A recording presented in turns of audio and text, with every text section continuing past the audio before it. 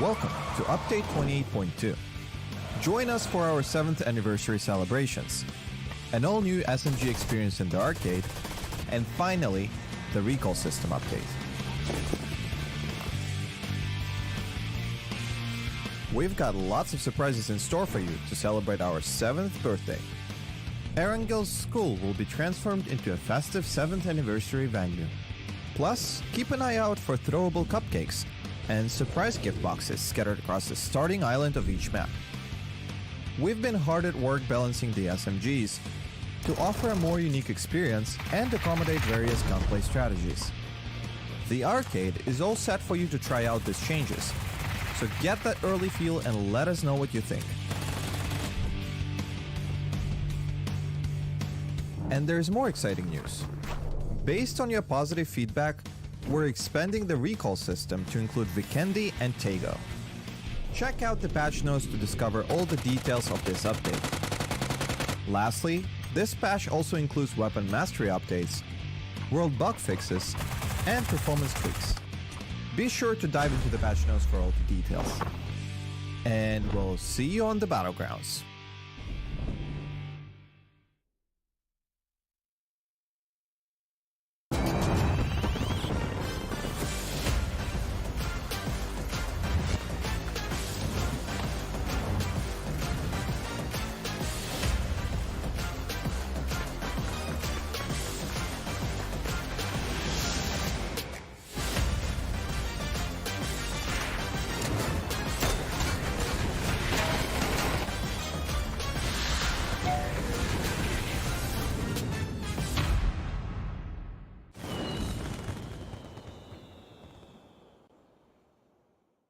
Welcome to Update 28.2.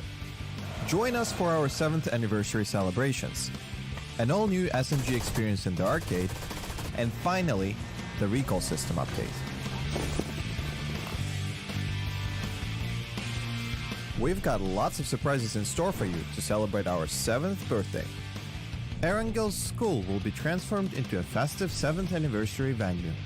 Plus, keep an eye out for throwable cupcakes and surprise gift boxes scattered across the starting island of each map. We've been hard at work balancing the SMGs to offer a more unique experience and accommodate various gunplay strategies. The arcade is all set for you to try out these changes, so get that early feel and let us know what you think. And there's more exciting news. Based on your positive feedback, we're expanding the recall system to include Vikendi and 𝐏𝐏𝐀𝐒. Check out the patch notes to discover all the details of this update. Lastly, this patch also includes weapon mastery updates, world bug fixes, and performance tweaks. Be sure to dive into the patch notes for all the details. And we'll see you on the battlegrounds.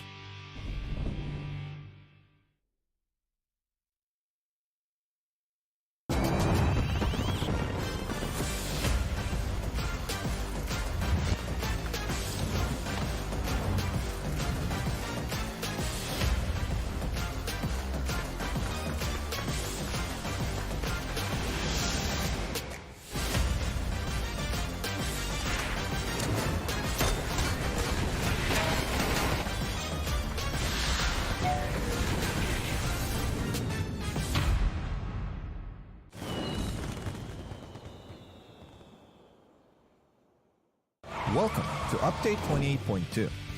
Join us for our 7th anniversary celebrations, an all-new SMG experience in the arcade, and finally, the recall system update.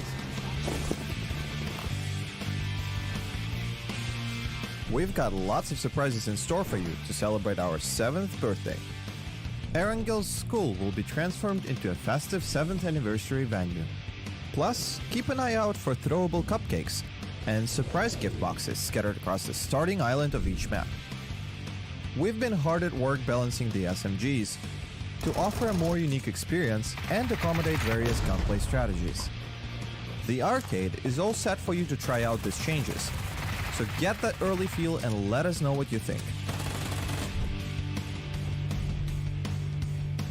And there's more exciting news.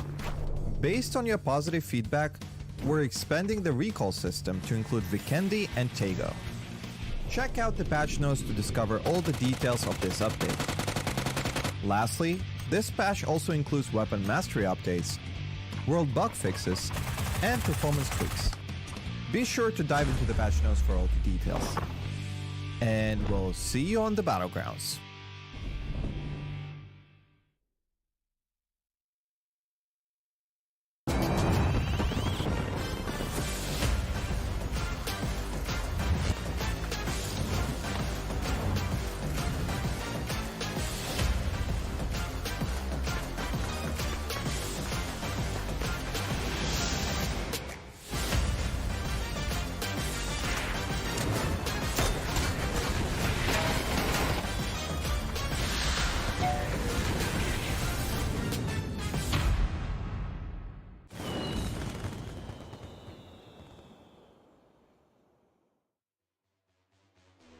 Good evening, ladies and gentlemen, and welcome to the PUBG Global Series APAC Qualifiers Phase 1. This is Contra here alongside with Extreme to bring you all the action as we've got lots of chicken dinners to cover for the entirety of the day. And Extreme, of course, just got to check in on you for a little bit. How you feeling for today? I'm feeling exceptional. I truly am. This is the big one. You know, this is the big qualifier in APAC. There's PGC points on the line. There's qualification spots on the line. Obviously, we're going to be playing for those. First, though, we have to get through the playoffs. We went through all these qualifiers earlier on, and then now we've got more qualifiers. But it's the final qualifier, essentially. All of the qualifiers we played before, they're done. They're history now. It's just the playoffs for the APAC qualifier now. And reminder this goes into PGS 3 and 4. So you're playing for 2 international tournaments in this one competition. So we'll go through the playoffs first, which is 16 teams, and then the top 8 go through to the grand finals, which we will do later. I am incredibly excited to get it started because this is an incredibly stacked lobby with some very talented players. Absolutely. We've got the best of the best across Asia Pacific as we'll be looking at all the 24 teams that will be competing. And of course, if you guys are new to the PUBG scene, welcome on board. And this is going to be our schedule as we'll be running the playoffs on the weekdays from today all the way to Thursday. And on the weekend, we'll see which teams will be able to join the rest of the pack with the finals. So next week on 2nd of April, as well as on the 3rd, that's where we'll lock in the teams that will be playing in the PGS tree. Yeah, now we've got some breaks as well. We've got some breaks for these guys to hit the drawing board, essentially, if things don't go their way. We've also got breaks for them to study the finals lobby. And also, you've got that day break in between the first set of finals games and the last set. So if you really struggle, or if you really do well, to be honest with you, then you've got that day break to go over things. But it's non-stop for quite a while. It's not necessarily a grueling schedule, but it is one that's softened a little bit by the breaks in between. You're going to be able to rest in between all of these very intense games. But that said, if you are straight in the finals, you're just watching. You're watching from the sidelines and you're seeing kind of what your competition is. This is kind of where we're at. The 8 seeded teams obviously coming into the playoffs. 3 days here, 16 teams, and again, 3 days worth of action. And then there's 4 days worth of finals action with 16 teams, as it always is in PUBG Esports, March 30th to 31st and April 2nd and 3rd. And then, of course, the top 4 go straight to PGS 3 and 4, granted. I think that graphic's a bit wrong, but yeah, PGS 3 and 4.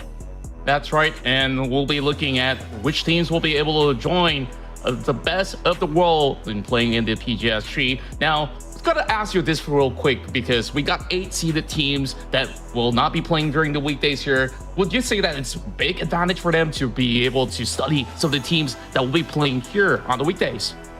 Yes, it absolutely will be. In fact, they'll be looking at drop spots, they'll be looking at tendencies, rotation. I can tell you Twire is going to come into play. Lots of Twire VODs are going to be viewed. But yeah, no, this is the time for those 8-seeded teams that are in the finals to study their competition. And of course, you can kind of assume after probably the first couple of days who is guaranteed to make it into that finals lobby. Speaking of finals lobby, these are all the teams we have. The 16 teams playing in the playoffs on the right-hand side, and then the seeded teams who have already qualified for the grand finals on the left-hand side. It's a stacked left-hand side, but we've also got some insane competition on this right-hand side too. So you've got your Daytrades, you've got your Armory Gamings who were exceptional in the Super Cup, and then you've got some names that hopefully you're quite familiar with, like FTF, like RXE, who had some incredible performances back in that Super Cup as well. Forest Gaming as well. These are names you should know coming out of all of the Asian regions, so it should be a fun tournament.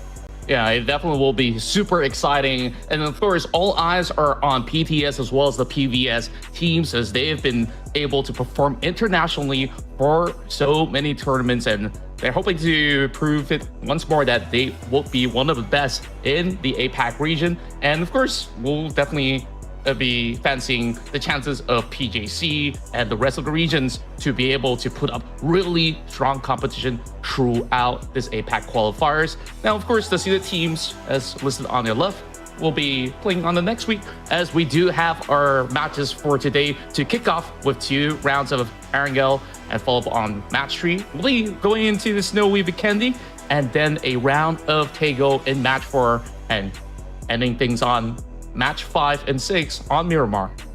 Yeah, I'm unsure if this schedule changes up over the 3 days of competition. So we start with Miramar tomorrow or not. But either way, I've said this in the past and I'll say it again. It shouldn't really impact the players. The players will play to the best of their ability, no matter what the map is. That said, having 2 of Erangle and 2 Miramar back-to-back, like we've always had really in PUBG, does set up a nice bit of momentum. And obviously, having those 2 kind of tertiary maps in the middle, being Vikendi and Tego, it can break that momentum a little bit. I'm not going to assume that...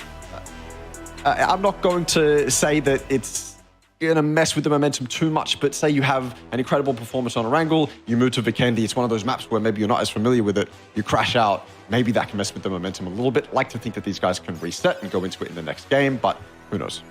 Yeah, we'll really have to see where that actually makes or breaks certain teams that have been, been a lot more familiar with the classic maps like Erangle as well as Miramar, and throw Vikendi into the mix. Of course, it really depends on how they also manage these kind of early stages of the game, because certain teams, they may not have actually taken too much time to actually go for practice scrims or so. We might even see those hot drops coming in the early game. So who knows? That could be a huge possibility. But I'm pretty stoked for our very first game, as we'll be seeing a lot of all these teams to be able to establish a little bit more of that control and getting a little bit more familiar. Since this is going to be the very first day, they want to get themselves a strong head start to the tournament.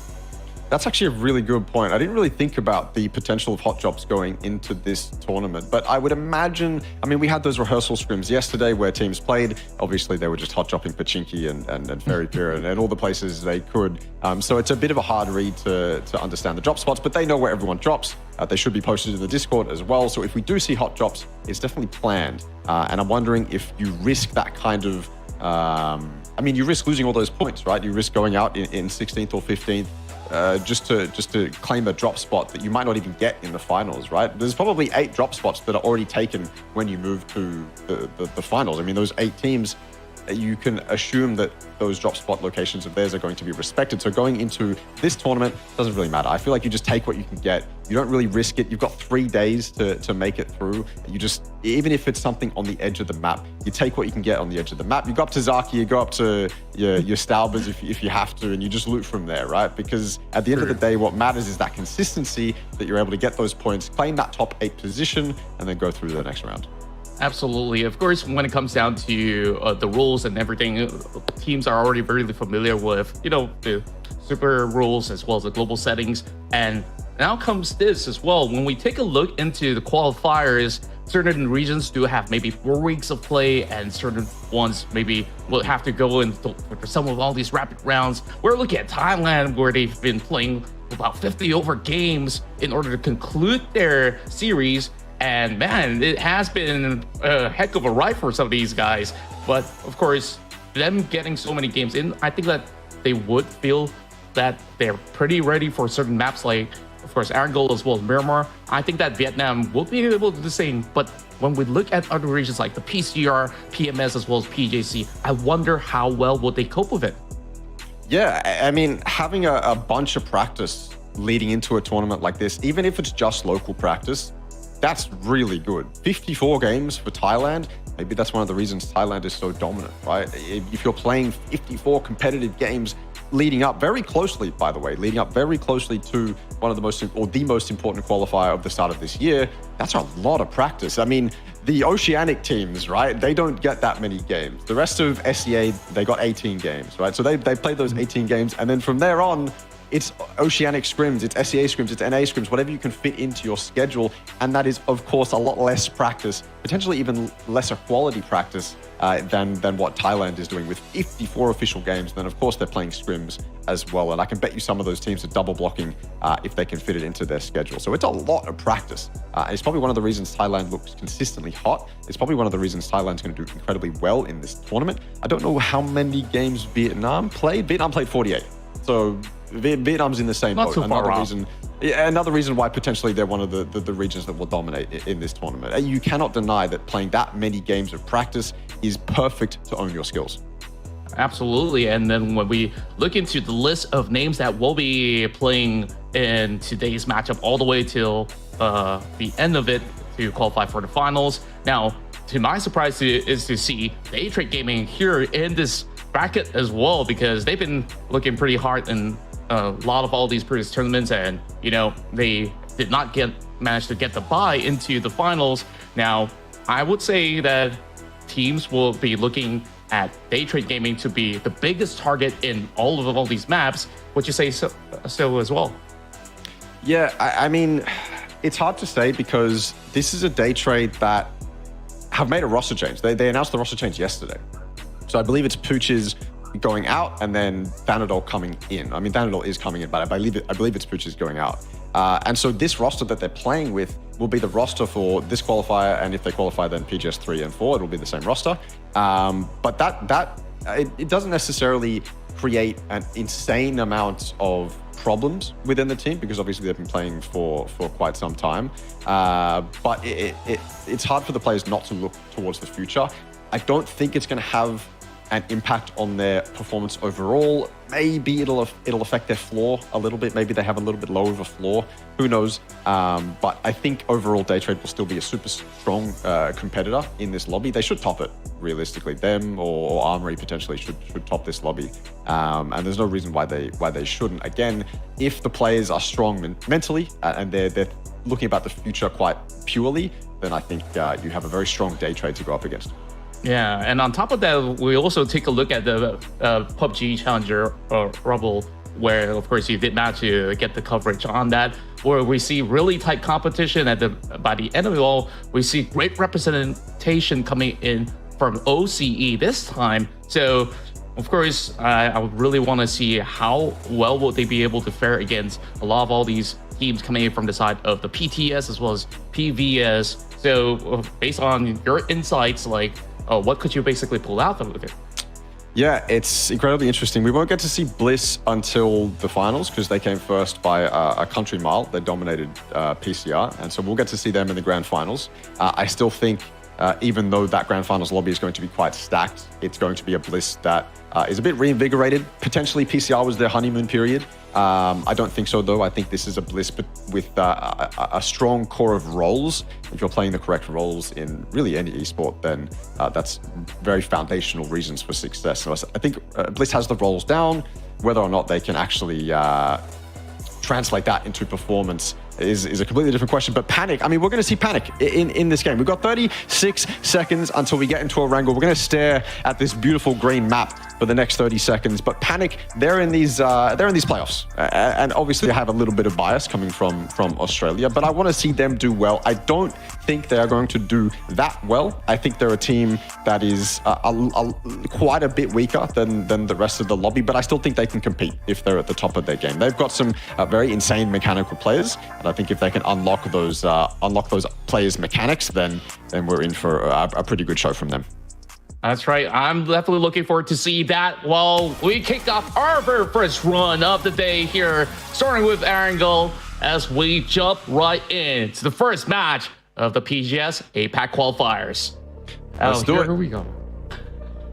I mean, I don't know what I'm expecting from Erangle to begin with. It's a bit of, honestly, it's a bit of a null conversation to discuss kind of what we're expecting the macro play of the lobby to be on a specific map, day one, game one. So we won't discuss that. That's something we can talk about when we understand how this lobby plays. But I am expecting a lot of these teams to come out with fire in their belly and be going for plays that APAC is known for. I truly am expecting these guys to be playing like there's everything on the line, because there seriously is everything on the line. And there we go. There's the plane path. Over Military Island, going towards Georgia Pole. Lots of teams getting out in kind of close vicinity to each other. Panic has Sosnovka for free. Armory, PMA, GLS, very close to each other at farm, but I think PMA is going to be mostly fine. Maybe Armory and FTF are going to get in it somewhere, and GLS can third party. But other than that, the only other thing I'm seeing is that Pachinki hot drop, which is something that, by the looks of it, we're guaranteed to get. Yeah, it's also really interesting to look at that GATCO region where we see two teams sharing some of all these areas of play. Armory Gaming having a really smooth start at the very least, but there is going to be sort of movements towards them, or should I say they're just basically grabbing a couple of vehicles and will be journeying their way into their respective township. So not too much of a commotion going on in the early game. Meanwhile, if you guys did pop up your map stream, the first phase will be ending up around the areas of that covers Milta. So it's not too shabby after all to actually kick off our very first run, where teams are very familiar in playing to areas like Rozhok or even Yasnaya Polyana. Yeah, basically where Riz is taking shots at FTF right now is the center of the circle. So if they wanted to park up here and take New Compound or any of those compounds towards Shelter, that might be a smart play, but Sapao, he's already got one. Valee tied down. A Mega Loss as the first one to die in the PGS 3 and 4 APAC qualifiers. Not a good start for Valee Thai. But they will continue on and do their absolute best. Mountain bike and being deployed even. In fact, Valee time, looking at the map stream, they are quite split. They are all the way on the western coast too. Riz has been knocked. I have no idea how Trick got him. I don't even know where Trick is. He's already rotating past Riz, just to the left of him, a little bit northwest of him. He might have pulled up on that hill and shot him out of the car with the M4, but I couldn't see it. Luckily for Riz, Trick is getting out of here and James going for the res. Oh boy, this is pretty out in the open though, so gotta start this out real quick. We'll be able to at least put in the vehicle, so not too much of an issue here to start for the side of Armory Gaming, but we did see, certain teams when you don't really have too much choice. Mountain bikes, a decent way to get around the map at the very least. But for AG, they're going to be taking that central control, but they haven't really gotten too much loots yet, so they still have to basically loot around some of all these tiny little compound that doesn't really provide them too much as of yet. So it'll take a couple of minutes before the rest of the other squads will be able to join in the party, but when I do look at the other areas of the map, especially on the southern corners of the island, 3 teams to journey through those bridges, we might actually see some action later on. And of course, we'll keep an eye on GLS, where if they're going to be having a firm hold from Milta to the bridge. Yeah, it's a good thing to bring up because they do have that opportunity, right? They're currently looting Milta. They can go towards that eastern bridge and potentially lock out all the teams that they saw drop towards Sosnovka, right? I mean, that's kind of what you base that choice off. Did we see a bunch of teams drop on military? If yes, then potentially we can go for a bridge camp. We have to keep in mind, though, that teams on Sosnovka also have the option of taking an emergency parachute, which means that they can completely avoid those bridges and find themselves on the mainland without too much trouble. I think, though, if you're one of those teams coming from military, at least in game 1, you kind of want those cars. I don't know if this is a circle that's far enough away to justify taking an emergency parachute just yet. I think cars are important in a zone like this. And so you just scout those bridges, make sure that you're clean, and you take that risk regardless just to cross it, and make sure that you can just be diligent. I mean, GLS, maybe they make a mistake while they're camping that eastern bridge, and then if you spot them, you can change up your strategy off the back of that. It's an important thing to keep an eye on, though, but it could also be a second instance of early action. We've had a lot more early action here than I initially thought. It wasn't a super forgiving plane path, and I think we lost a couple people to weird compound drops and car rotations, but we'll take that. We'll take a little bit of early action in the APAC qualifiers. Yeah, and of course, that's a good job on the side of Unicorn Cyber to be able to secure those 2 early pickups of points. Well, I think at least for Valee Tide, they're just going to have a lot of time to work with on the first phase to get out of quarry. Meanwhile, FRKS, they're not going to be having too much of a problem to get by. They're already in the first phase, just getting into an elevated area of play, and perhaps if they journey further towards the center, that's where they might actually get themselves a little bit more of an attention. So with that being said, I'm also taking a look at Foxroy Kingslayers here. FRKS, that's what they'll be known as. Yep, we're just gonna go with that while we're find ourselves a full-on battle to kick things off here between DNE and GLS Esports have been able to pin one down. Mochi immediately getting toasted off. And they're going to be able to spot out Shinosuke as he tries to cross by on that UAZ. Not going to be able to do much to actually trade right back as the flashbang comes out. Now, let's see if they're going to be able to push this one successful dance all alone, though. Meanwhile, of course, covering fire from the top end of the hill will be his teammates, but there's not much to be done there. So DNE, they just got to get a different compound to work with later on, but it's going to be GLS to sell the scores. They're still taking the fight. They are still taking the fight, landing the nades as well. Kana down. Zayu gets him. And Shinosuke, meanwhile, he found himself rotating into Armory Gaming up towards that northern part of Shelter. So I don't know what exactly happened for DNE here, who was in these compounds first, but GLS firmly in control of the situation, regardless of whatever happens here. They keep 4 up, and DNE do not. They do the opposite. They lose 3. You just have to wonder whether it's due to information. Were they there first? I actually don't know whether GLS was there first. They were the ones looting Milta. Keep in mind, they opted not to go for that bridge camp, which I think is totally fine.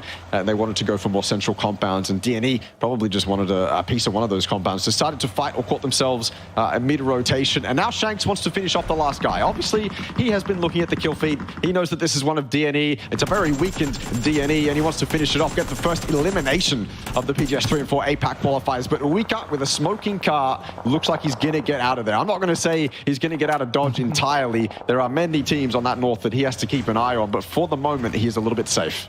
Yeah, 𝐏𝐿𝐒's got to be really careful about this because a couple of teams are around that corner as we see some names on that minimap. RXE at least got themselves a little bit of that spacing along with a safety net of the compound to work with.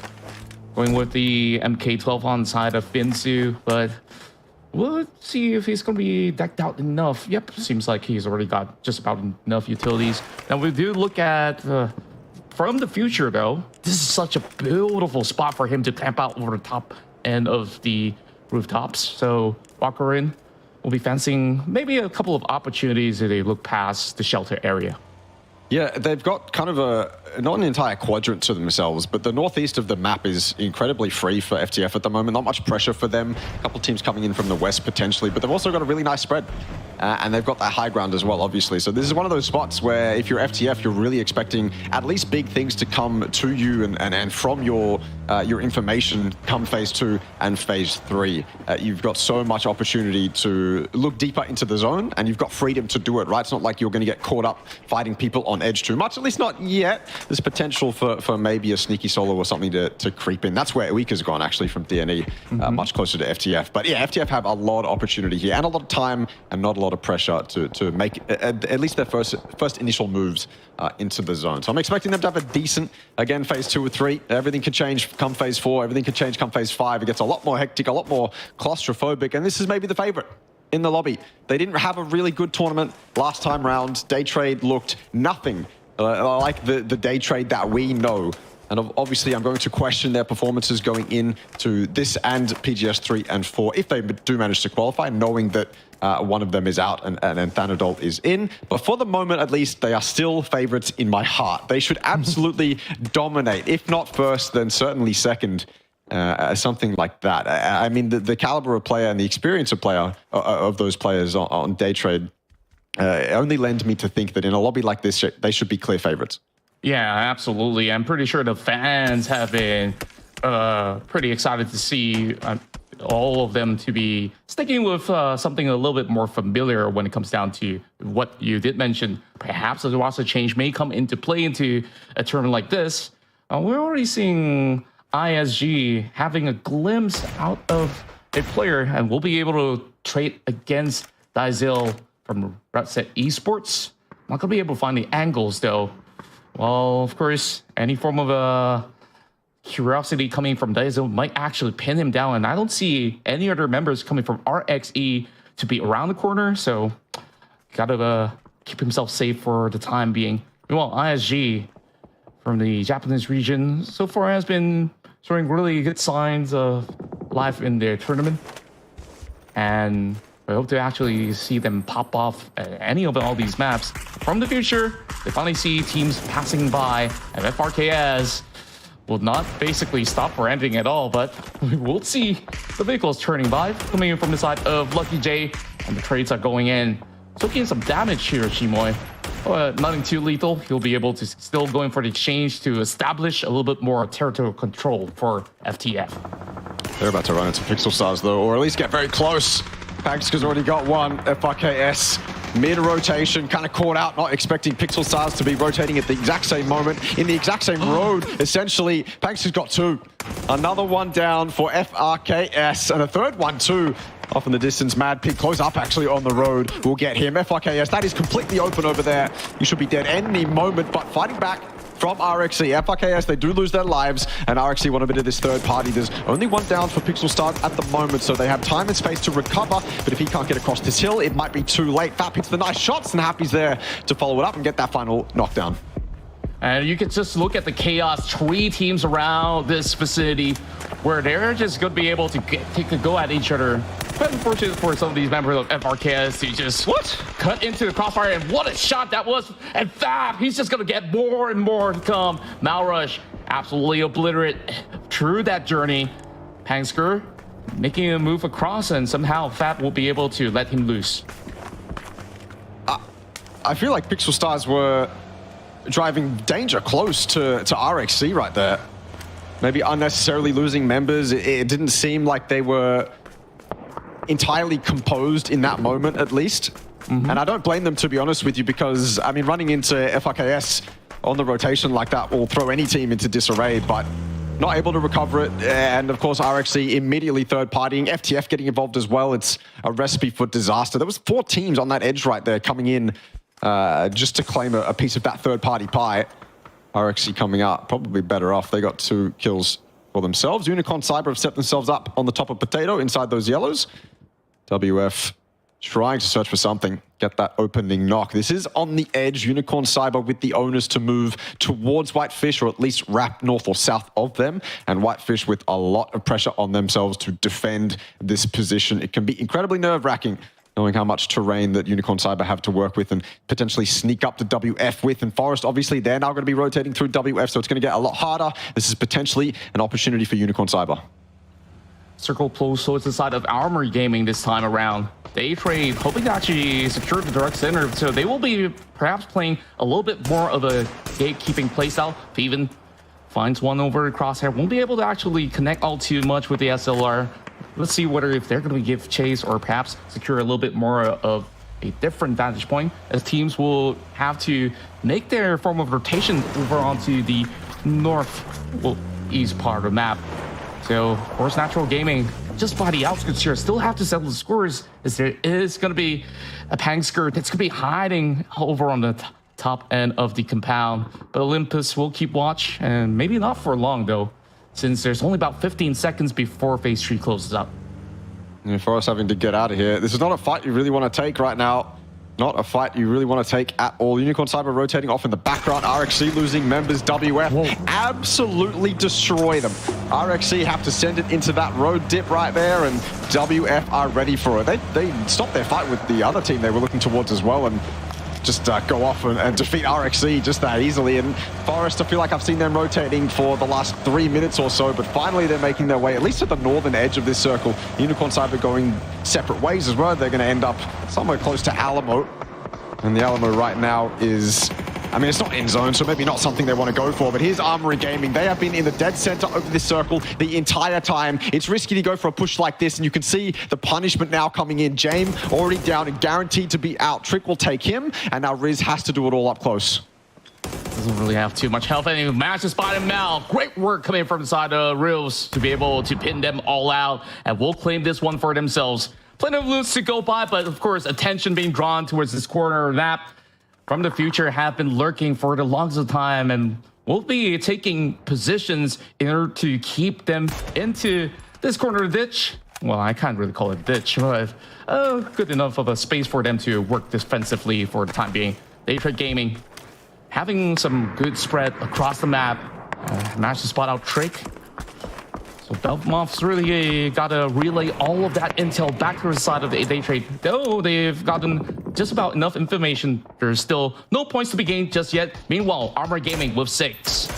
I feel like this is a disaster for Armory, though. They had dead center for the first few phases, going into phase 3 now, and they had so much info. They had so much space to take opportunities as they came, and they had crucially, I suppose, they had that opportunity to regroup and kind of debrief, finalize their play, I suppose, and it hasn't really worked. In fact, Armory Gaming have lost 2 in the process. Whether or not they wanted to take that fight to the bowl because they wanted to use it as a central position, I don't think so. I think they would have much rather be at Shelter or where FTF is right now in Junkyard, but regardless, Armory Gaming did what they did. They lost 2, and from the position they were in, I feel like it is a bit of a disaster. They have ended up in the circle, funnily enough, and the spots they previously owned are now not in the circle. But in a position like this, you would much rather be 4 up outside of circle than 2 up, desperately trying to survive in the middle of it.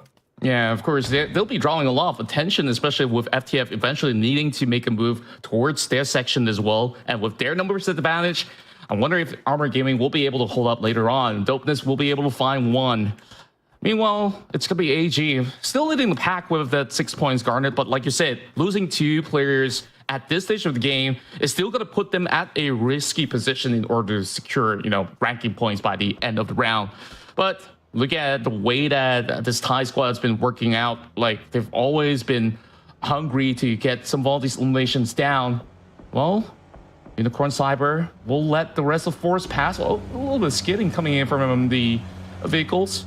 And thankfully, they're not going to be shot by either side of the team for now, since AG doesn't really have the numbers to poke. But if they do actually move right down under into that little cove, then they might just be picked off for free. For Forest rotating again. It seems like the story of their game so far is having to... okay, we're not going to go here. That's taken. All right, we'll move on, and now we're going to go here, and we're going to go here. And finally, I think they're settling in, although that spot that they're in on that high ground next to that road there is probably going to be out. It's not something that you often see in end games. It's not something that is often played in end games either. But for the moment, it'll do. Dynasty in the kill feed, 𝐏𝐸𝐾𝐈𝐅 in the kill feed. Panic here on edge. I suppose maybe one of the reasons Armory Gaming decided to leave Shelter was pressure from Panic. I mean, they had 4 up until just a moment ago when Pivy went down, and so maybe that's something that forced Armory Gaming off their Shelter position. But for the moment, at least, Panic own it, and they can look towards Armory Gaming and potentially finish them off. Suspect did steal a kill, though. That's the first point on the board for Panic, and they're going to need a lot more if they want to remain competitive in this game, because Phase 4 right now, there's still 13 teams alive. Yeah, plenty to play for right now. Still considered pretty early into this matchup, but looking at the terrains for what could probably be the final zone, it's going to be a really rough spot for some of these guys to be at, especially for those that may have actually lost some of the vehicles in the midst of the fight. Scappy now finds Tay9, and that will be the end of ISG at 13th. But at least for the time being, there is pretty much some safe spacing created by each respective teams. But for PMA, they're pit with the blue zone at their backs. So it's either that they go against the rest of Daytrade here at the forefront, or maybe turn back towards the side of Panic, which, who knows, they might be able to find that 1 point off the block. But either way, they might need to actually make another adjustment. But good news is that they don't have to do so, as the circle will pull towards their way.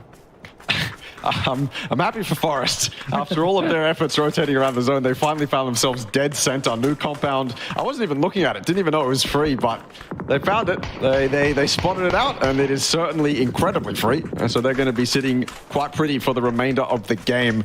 And I mean remainder of the game. They've got a ton of time to work with. And if the zone does shift off of them, it's likely to shift into an area that they can play pretty confidently. That they can leave the compound in a pretty confident way. But this fight is pretty impactful on the rest of the game. Daytrade versus PMA, and PMA's got the opening, not small town kid, across the dirt road, and Teddy's trying to follow it up. Opening rounds here with some of all these troubles, and Teddy dangerously low with 13 HP, trying to get a little bit of cover to resuscitate himself.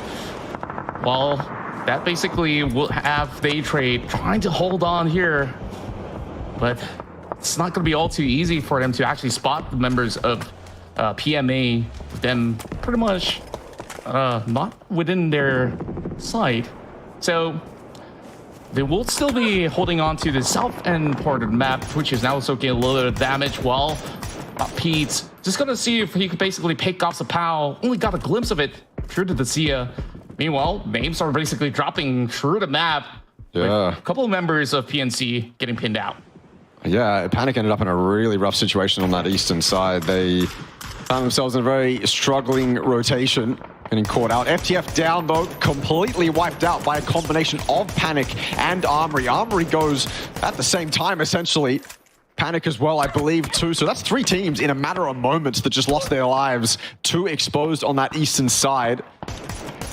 Absolute pandemonium so far, at least for the teams that found themselves out of this current zone. 𝐏𝐸𝐾𝐈𝐅 trying to fight their way up the hill. PMA kind of find themselves in between fighting Daytrade, which they've significantly weakened, and fighting 𝐏𝐸𝐾𝐈𝐅 on the low side, having to make sure that 𝐏𝐸𝐾𝐈𝐅 doesn't push up towards them, making sure that Daytrade can't get up close and personal with them. And in and amongst all of them trying to do that, they still haven't accounted for Pangska. Yeah, and speaking of that, Pangsker managed to punish one down. And just like that, he just basically fall for the trap. Pixelstar is still having a lifeline here, making it to the top 7s. And 𝐏𝐿𝐒 spots out Scappy, managing to still have a take of hit health bar left. Destroy won't be able to actually seek him out though for the time being. 20 more alive as we have GLS still having 4 members strong. The rest of the squad are slowly getting weak in terms of numbers. And now, long-range trades coming out. Destroy not managing to control the recoil to line the shots. So he's really got to find some alternatives here. They do have certain spacing. Won't be too far off from the next stage itself, as Pete's going to be able to eliminate the final member of Pixelstars. There we go. Pangsker goes down, and a little bit of a reprieve for them to work with. All the other players around them have kind of moved off too. GLS have been a constant presence in this game, and now it finally comes down to crunch time for them. Although crunch time right now isn't that challenging. It's 𝐏𝐿𝐒 inside that wizard tower in front of them. At least that's their first challenge. They can deal with him, then the rest of it's probably going to be a lot easier. Molly go into the windows. They haven't accounted for the back room yet, but they're not that close. 𝐏𝐿𝐒, though, smartly playing it on the backside. He's going to net himself a flush as well. That is incredibly smart from 𝐏𝐿𝐒. He knows all the utility is going to go into that top floor. So jump out of that top floor, secure one just on the push that they're making. He's also put up a smoke for himself to cover him off from PMA. This is masterfully played so far from 𝐏𝐿𝐒, but you could only assume he's going to be able to play it that way for so long. Yeah, time is ticking as well. There's not much spacing for him to work with. Meanwhile, we still got this fight between UNC as well as PMA, managing to pin Destroy. And they're all just hugging by the corner of the rocks. And now, Small Town Kid charging in, hoping to get the rescue onto Pete. And perhaps if you have any grenades, this will be a really good time to pop it. Look at the backs. Doesn't seem to have any form of frags left. Safe Smoke is all that he's got. Who is pretty much back up on track, but needing to actually pick up Destroy. This is going to take a while, and the push might come into effect real soon. But seems like they do have themselves pretty much occupied. But taking a look at the minimap, like we have having so much free space to work with. Yeah, this is Forest's game to lose. They can hear all of the fighting going up here on the dirt road, and they're getting all that information, right? They're getting all the information. They're calling it out to their teammates, and eventually they're going to be able to act on it. That is aggression from Long High. PMA down and out to the Ace-32 over the top of the rock. June as well fighting towards GLS. Reluctant squad taking fights on 2 different angles. It's a second grenade and a second knock. Destroy in the kill feed as well. Himself going down. And now June has to back off a little bit. 𝐿𝐒 doing his absolute best to continue fighting here for Unicorn Cyber. They have put up such a good fight on the edge of this zone. But now that the blue is closing in, that fight might end very quickly. Reluctant squad, they've actually just lost 3. They were fighting so well until just then. Diane chimes in with 2 of his own on the Dragunov. Diane is just so sharp in this matchup, and that definitely gives him some slight edge heading into this Final 4. Manhung's just trying his best to stay alive. He's only got the final pack left for him to hold on to. Meanwhile, that will be spotted out by Forest as KM99 comes in from the back. And now, here comes the fight here in the top 3. 3 members left for side of Forest Natural Gaming, as they manage to actually get a little glimpse onto the side of RS. Might be able to restock over the back as he managed to spot out the care package. And they do have the advantage of guarding the zone. So the teams over the south side, they got to find alternatives to be able to win that trade against Forest. Forest don't know it yet either, but GLS has moved away from the eastern side of zone and moved to the south. They want to take the fight towards Reluctant Squad, who they previously weakened quite heavily. Brilliant shots from Diane. He's looking to follow it up. He's already got 4 kills, and that Molotov hits as well. Hoang down and certainly going to be out in a moment. GLS looking incredibly on form right now, taking fights pretty much in exactly the ways that they should. They've only got 2 up, and they are still incredibly confident. They could be playing this for second place. They could be playing for just to submit themselves to second place, get that placement point, and be happy with a few kills in game 1. But they're not. They're playing it, fighting as 2, going aggressive, making sure that the teams on edge, the teams around them don't have any space to work with. They are limiting their resources, and they've got that ridge just to their right to play with as well. That might give them a fighting chance against Forest, who earlier on lost a member. So Forest, they were incredibly dominant when they held that compound, but they've been humbled a little bit down to 3. And so it's very doable for GLS. I'm not going to say the same for Reluctant Squad. They look entirely pinned in. Yeah, there's really not much space for them to work with. They're just relying on whatever smokes that they have, and it's already subsiding, and that's going to be the perfect angle for Diane. Bro. Look at that. 6 points in the back from this man alone, and now going in for 3 versus 2.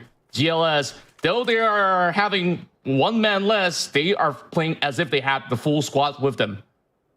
This is insane from Diane. Yeah, you put it perfectly. It's like they're playing as 4, right? They don't have anyone to watch the eastern side. They don't have anyone to kind of come up the middle here and make sure Forest don't push into the high angles and stop GLS from doing what they're doing. But they're pulling it off regardless. They've got cover to work with too, and I think they have info on Olympus. At least I think so. I mean, that rock. I mean, in an endgame like this, any tree, any rock, especially the bigger ones, are going to be cause for concern. And he'll pack up that foldable shield and he'll want to use it somewhere else. And this might be the moment where GLS have to make the play. They are so far on edge that you still give the edge to Forest in this case. I mean, look at that. Look at the minimap. They have so much control. They've got it all locked down. They're playing sound, playing information. They're playing it pretty much how they should be. If anyone wanted to stand up and be loud and aggressive and get information, it's Scrappy. He should be on the back lines, taking the DMR fights at long range, passing off the information to his teammates in KM99 and Olympus, and then those two players can make the play off of his information. And that's exactly what they're doing right now. Yeah, all they really have to do is just to spot out any member at all. With that form of contact, they should just easily just close in on them. And mind you, with all that rotation that they did in that early round, they've already got all the information necessary from the north end that they don't really have to look at that angle at all. So it has to be from the south. And GLS, they're already on the move, but not spotted out quite yet. It's all really down to KM99. If he gets taken down, then this could be a really good fight for GLS to make it even. Or if they get that play with the DMR in the background, they've spotted him out. He's taking shots. KM99 opens it up, though.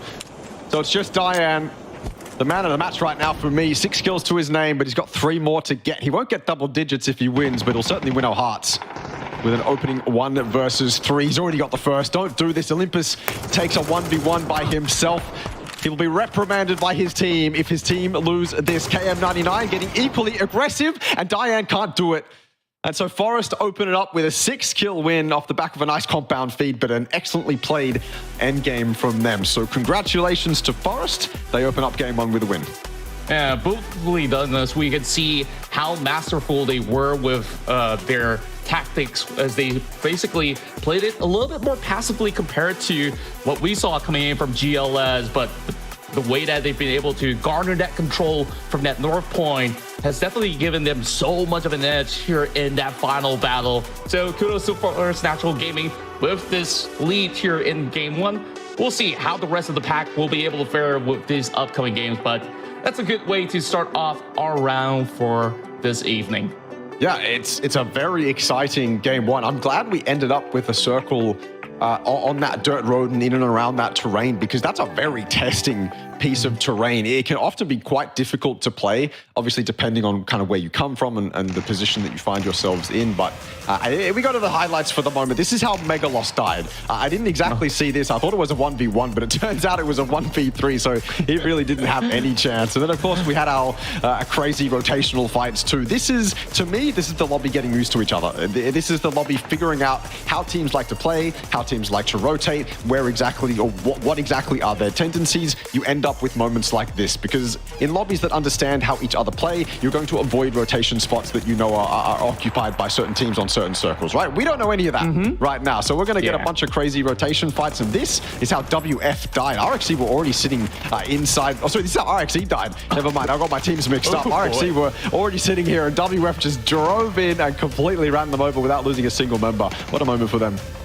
Oh yeah, and now we really get our answers, because that 2 seconds of a glimpse that we've gotten, we just basically see them just crashing out in just a split second. But Armory Gaming really did a good job here to be able to third party closing in on them. But of course, that came into cost where we saw AG losing 2 members from the get-go, and it didn't seem like they have too much of a way out heading into the middle stage of the game. But from the future, or it's also from the far end of Yasnayo, as we did manage to take a glimpse of, while we head into the late stages of the game, it's Unicorn Cyber that have to go up against PMA, then there's really not much room that they have to work with. And RS somehow managed to pull through by taking advantage of all the small covers that they had.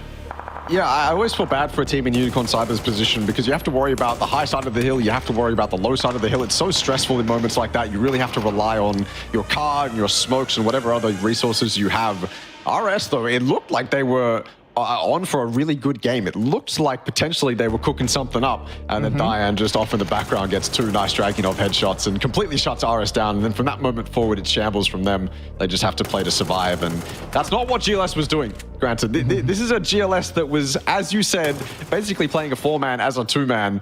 And I'm not going to say that Forest was sweating. They certainly weren't sweating, but I think they were put on notice a little bit by GLS. This is the final leaderboard. GLS will claim the most points in the lobby, even though Forest won the game. So it's an excellent start for GLS. Forest, obviously, with 16. Reluctant squad, honestly, pretty good from them. I feel like we didn't see too much from them that game until the moments where we actually did, and then they kind of popped off a little bit. They landed themselves 12 points. Armory Gaming with a game that could have been so much better from the position they were in. No matter how you slice it, whatever the macro call was, losing 2 members on a push like that is a mistake. Like I said, no matter how you slice it. But a decent opening game from them too. True enough, and on the middle of the pack, we also see a lot of all this team in the middle of that crossfire to be able to pick up a whole lot of points, as well as we had Unicorn Cyber to rack up a total of 8 points, alongside with AG with 9, though they were basically playing with a duo for most part. And then we saw how PMA have been able to also last pretty long with 3 placement points garnered, but we'll have to settle with 6 alongside with From the Future.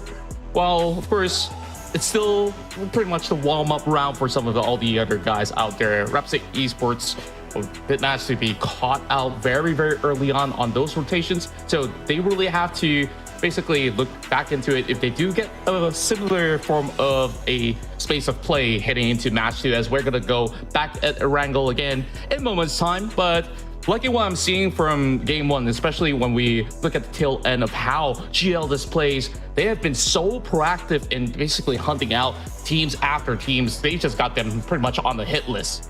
Yeah, and they were the team that finished 6th in the Vietnam series as well. So they're not, one of the stronger Vietnam teams coming into this tournament. But I mean, I feel like there's a lot of Vietnam teams, a lot of Thailand teams that no matter where you put them in that top 5, top 6, they're strong no matter what, right? You've got your favorites, of course, but everyone seems to be able to compete at a pretty decent level. That is Erangle 1 done. Forest claim it. And for the moment, I mean, look, the flow of this stream essentially is going to be us yapping. We're going to be yapping quite a lot. There's a 20-minute break in the middle of the night. So after game 3, there'll be a 20-minute break. But until then, we're on. It's us and you for the next hour and a bit, essentially. So we've got a ton of things to talk about. I almost want to ask if people have any questions in Twitch chat. Obviously, it's very delayed, so we'd have to ask or answer them quite delayed. But it would be something to do in the downtimes here. But just to reiterate what I was saying about that game 1, I think it's fantastic to see that kind of circle, because you want to see terrain fights just to get a bit of an eye test to see how teams are performing. I feel like when you're fighting in and around terrain, it's almost incredible. It's incredibly pure PUBG. Comes down to a lot of team fundamentals. How are the individuals performing as well? So I'm glad that we got that as game 1, because it really sets the tone for the rest of the tournament. Yeah. We saw some highlight performances from a lot of different players as well.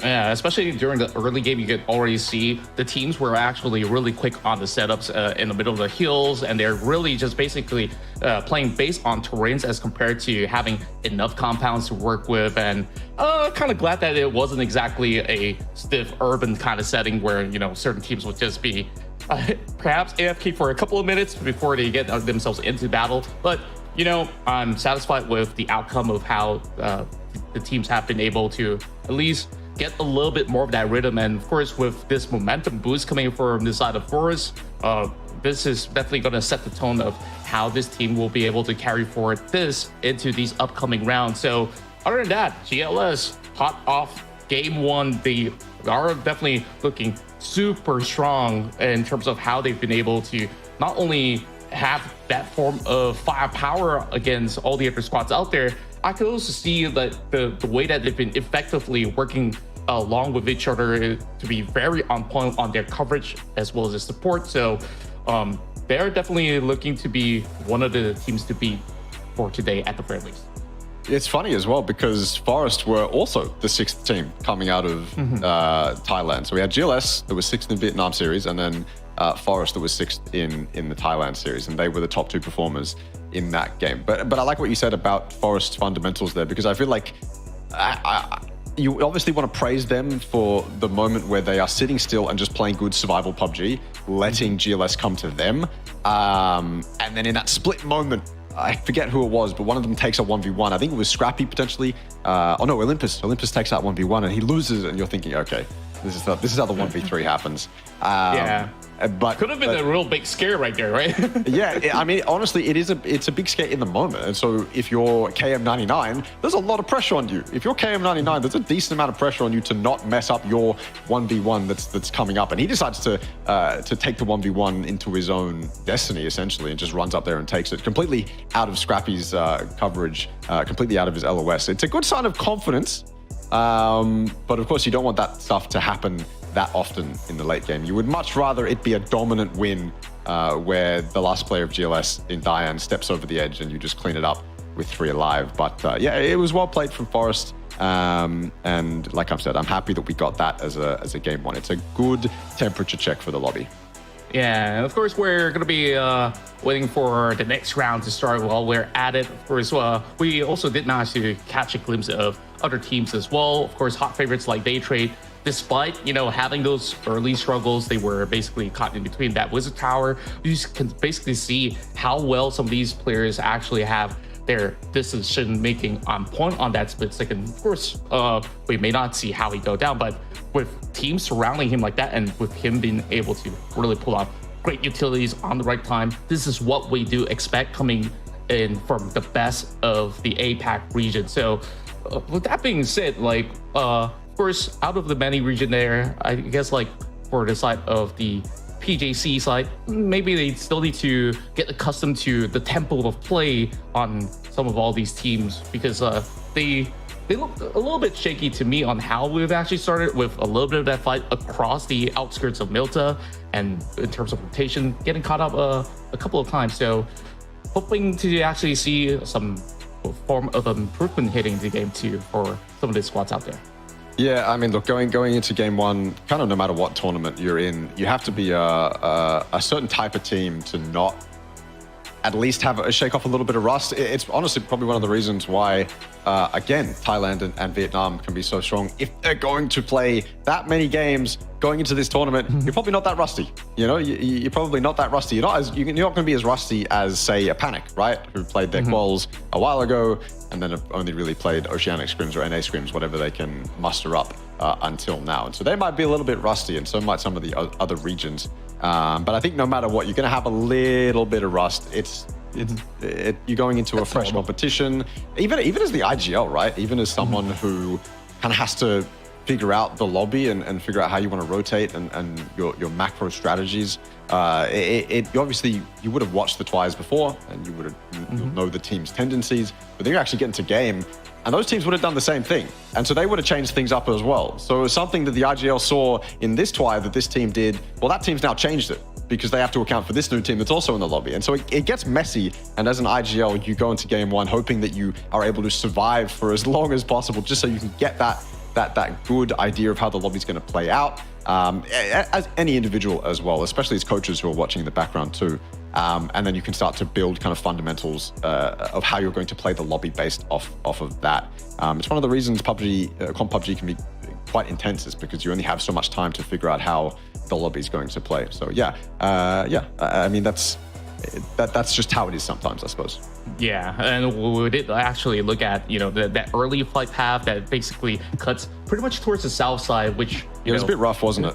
It was pretty rough. Not an easy plane path to start with, I would say. Yeah, and I suppose that's the reason why we actually get some of all these early collisions that happen, because they were also trying to get themselves those advantages of vehicles to kick things off with. So if it's going to be a little bit more of a neutral setting where it will basically cover more regions around the map, then I would say that we might actually see a little bit more of a standard early play where everybody gets whatever they want, and then we prepare for, say phase 3 or so to see a lot more of that action happening. But I am absolutely satisfied with how they've been able to make do with at least what they have in that early game, especially when we take a look at how Farm the Future goes in with those early setups, or even how certain teams like Unicorn and Cyber that have to basically take up these early fights, and they never back down. They basically go ahead to even go for chases like that. So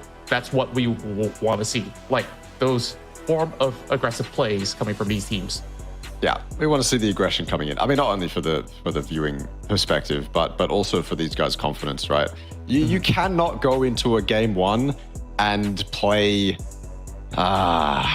There's crass ways to put this, and there's nice ways to put this. You can't go into game 1 and play like you're a lesser version of yourself, because if you play too safe, that sets a very bad precedent for the rest of the tournament. And that's when the coach, the captain, they got to come in, reset the vibes a little bit, make sure that you're actually playing to your full potential. Because I think you can see that with teams that aren't necessarily as good as the others going into a game 1 of a tournament, especially a tournament as important as this. Look, this isn't a LAN tournament. It's not, you're not going to have those LAN jitters, but this is important.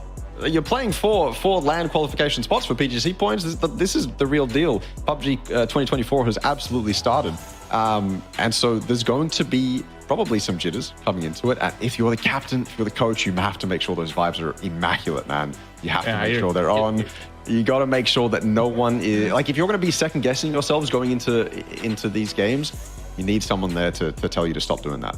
Yeah, it really has to be immaculate. Like when we look into how many games they get to play during these playoff runs. So that's one ticked off, and they still got about 21 games to go, and it just flies by. Well, I might have actually had my math wrong about this, but you can correct me if so. But in the day, it's just back-to-back action, and you just really have to react on the fly as well. And I'm pretty glad to actually see certain teams like Reluctant Squad to be able to adapt on the fly, even though despite them, going up against the odds with like the zone pitting up against them and a squad over onto the lower ridge of the hills, like they have been able to adapt well enough to secure themselves around top 5, top 4, if I can recall. Like these plays are looking pretty solid so far coming in from some of these squads. Of course, all the other teams that may not have too much of a game time and got taken out early on, I'm pretty sure that they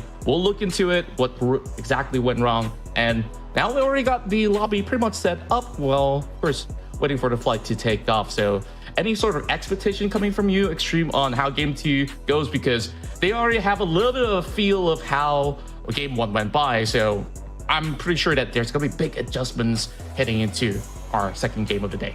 Yeah, I think the biggest thing obviously would be if you end up going for, because I don't think we saw any, unless I'm completely out of my mind, I don't think we saw any direct hot drops. We only saw kind of chaos in and around scrap compounds and grabbing cars and on rotations early game. And so I think that stuff's very easy to clean up. Generally, you just have to be a little bit more careful when you drop. If you know that a team's going to go for this car, then you can either say, we'll commit to it, or we'll back off and go for a different car.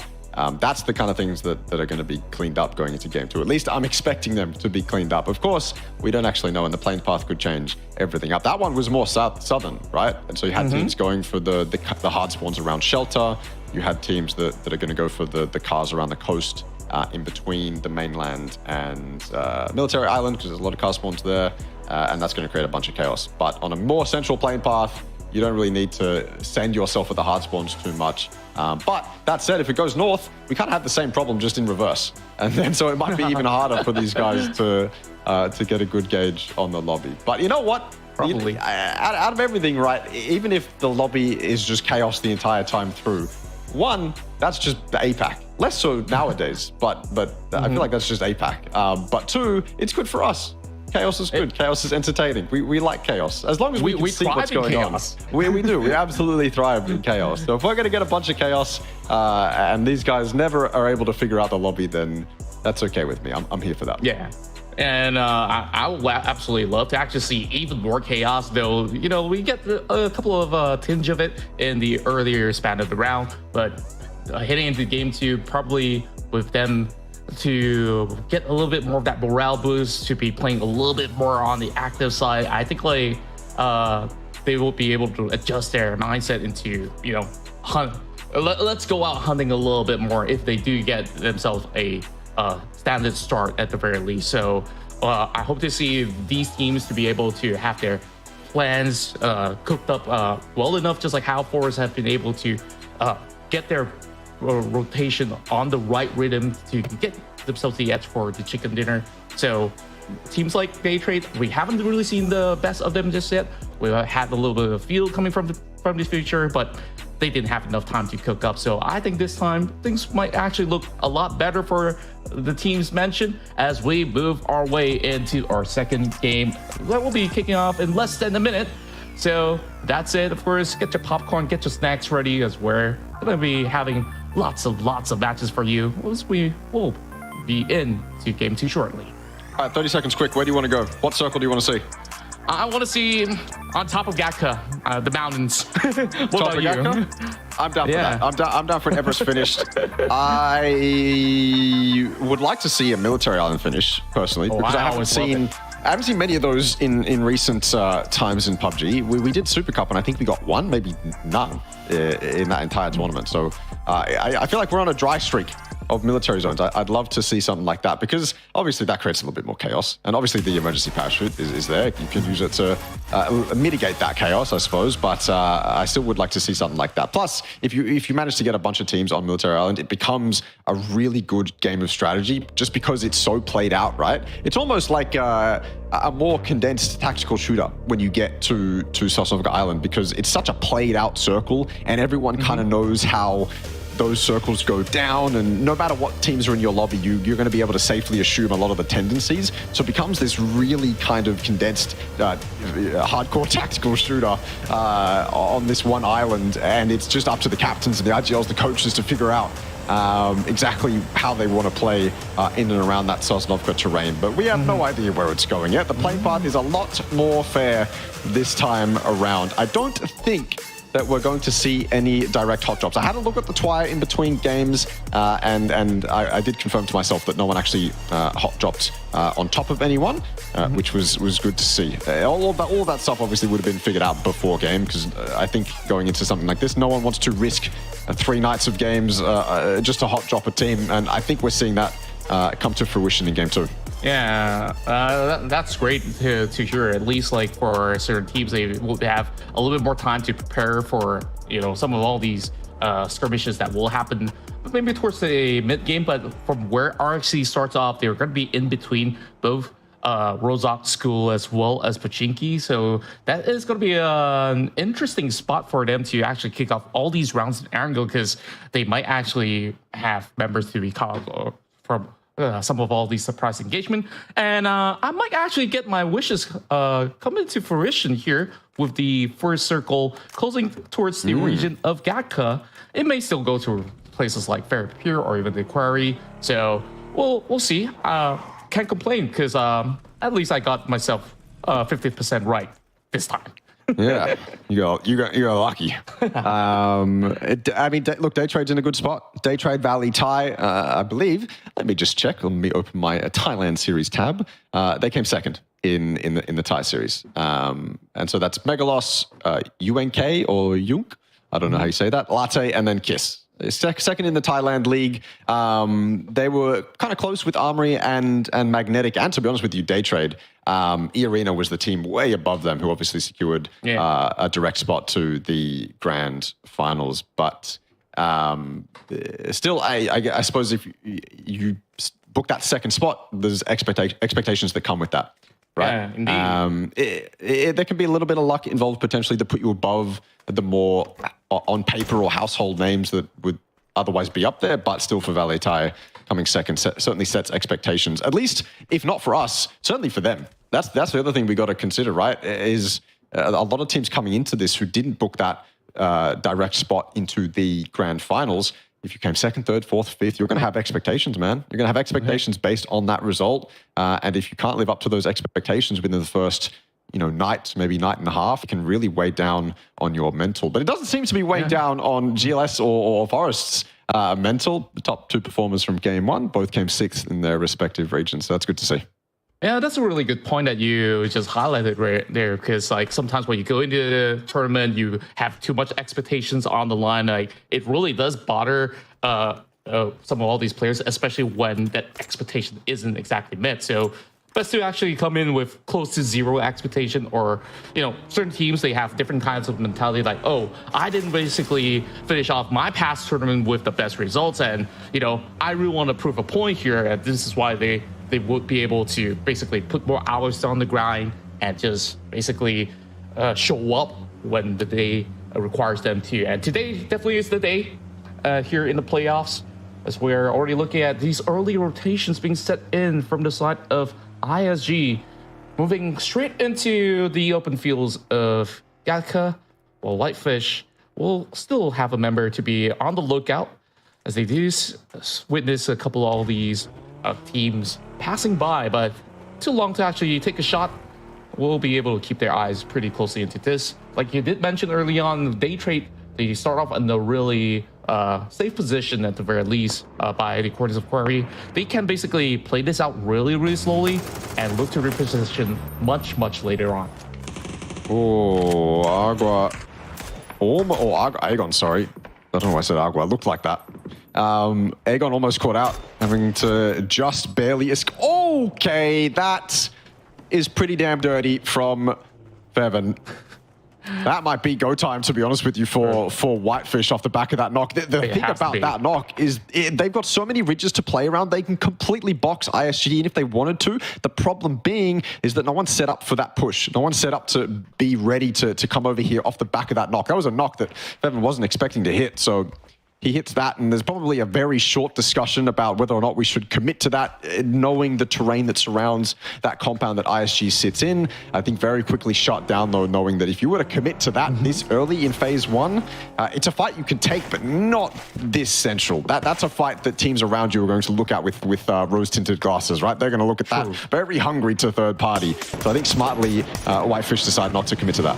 Yeah, I guess like they really just wanted to establish a little bit more of a control as well. Having a little bit of wear and tear to be able to at least gain slight advantages isn't going to be all too bad for them. They could basically look for another chance to push if they do get another knockdown. But for now, looking to Pachinki, which is still not going to be within the coverage area of play, which is not too far off. So once RXE is going to be done with all these loots, they might actually be the next challenger to the estate of where ISG as well as Whitefish that's currently holding by the outskirts of Gatka in between Pachinki for the time being.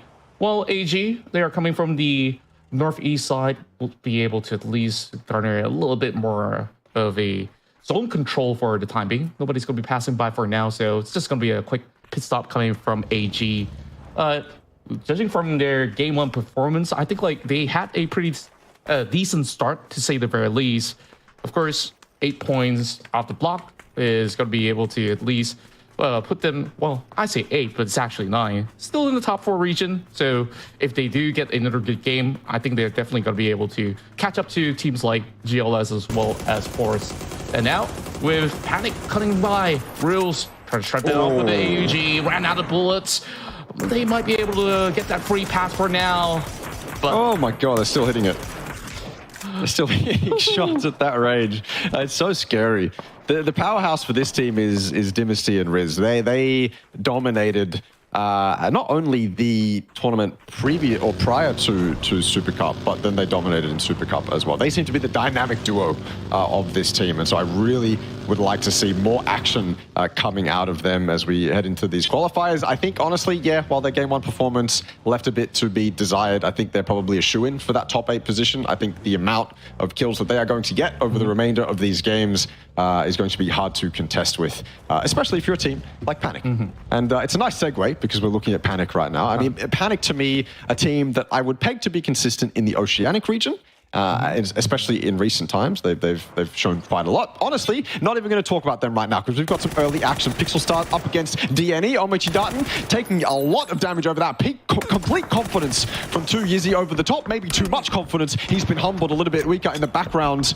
Says no. 𝐏𝐿𝐒 survives on basically 1 HP. 2Yizzy will be so devastated he didn't get that kill. And maybe even with no presence from his teammates around him, he could lose his life here. Yeah, it's great that he made that preemptive decision to pull all the way back with the immense cover fire coming back.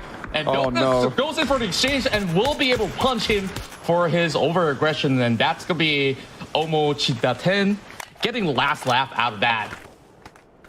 He really did get the last laugh, didn't he? Oh, that's so devastating. That is so heartbreaking for 2Yizzy there. I like his confidence to continue to go for that peak, because in situations like that, you can confidently justify the fact that the long-range DMR that's trying to cover that current teammate for DNE might not hit those shots, right? You're banking on that person missing bullets as you push over the hill, and so it's a very justifiable peak to make. He just can't get it. He's hiding behind the car. 𝐿𝐒 is playing basically Neo, dodging all those bullets, right? He tries to shoot him under the car as well. So credit to 2Yizzy. He was on point looking for that kill. Just a little bit caught off guard. If you can't get that initial knock, then you really open yourselves up to the teammates that are going to be there to cover 𝐿𝐒. And at that point, he didn't have any teammates nearby him either. Yeah. So DNE realized that, and they just went for it. Yeah, that's what I was pretty curious about as well. Where exactly is his teammates? Because there's none to be seen around that region. So I guess that's the reason why he basically turned back to his vehicle and hoped to reposition. But unfortunately, he just got caught out on an unfortunate timing. And with that, we see a little bit of an update as it pulls closer towards the western end, and that's going to be an advantage for the side of Valee Esports as well as from the future. I say advantage for now, but there's still a lot of space to be taken by all these squads, while AG is going to be the one furthest way to join in the party. So who knows, they might just be kept by all the other teams that are already inbound, especially when we look into the eastern side of 𝐏𝐷𝐾. It is already being swarmed by multiple teams at the area of play.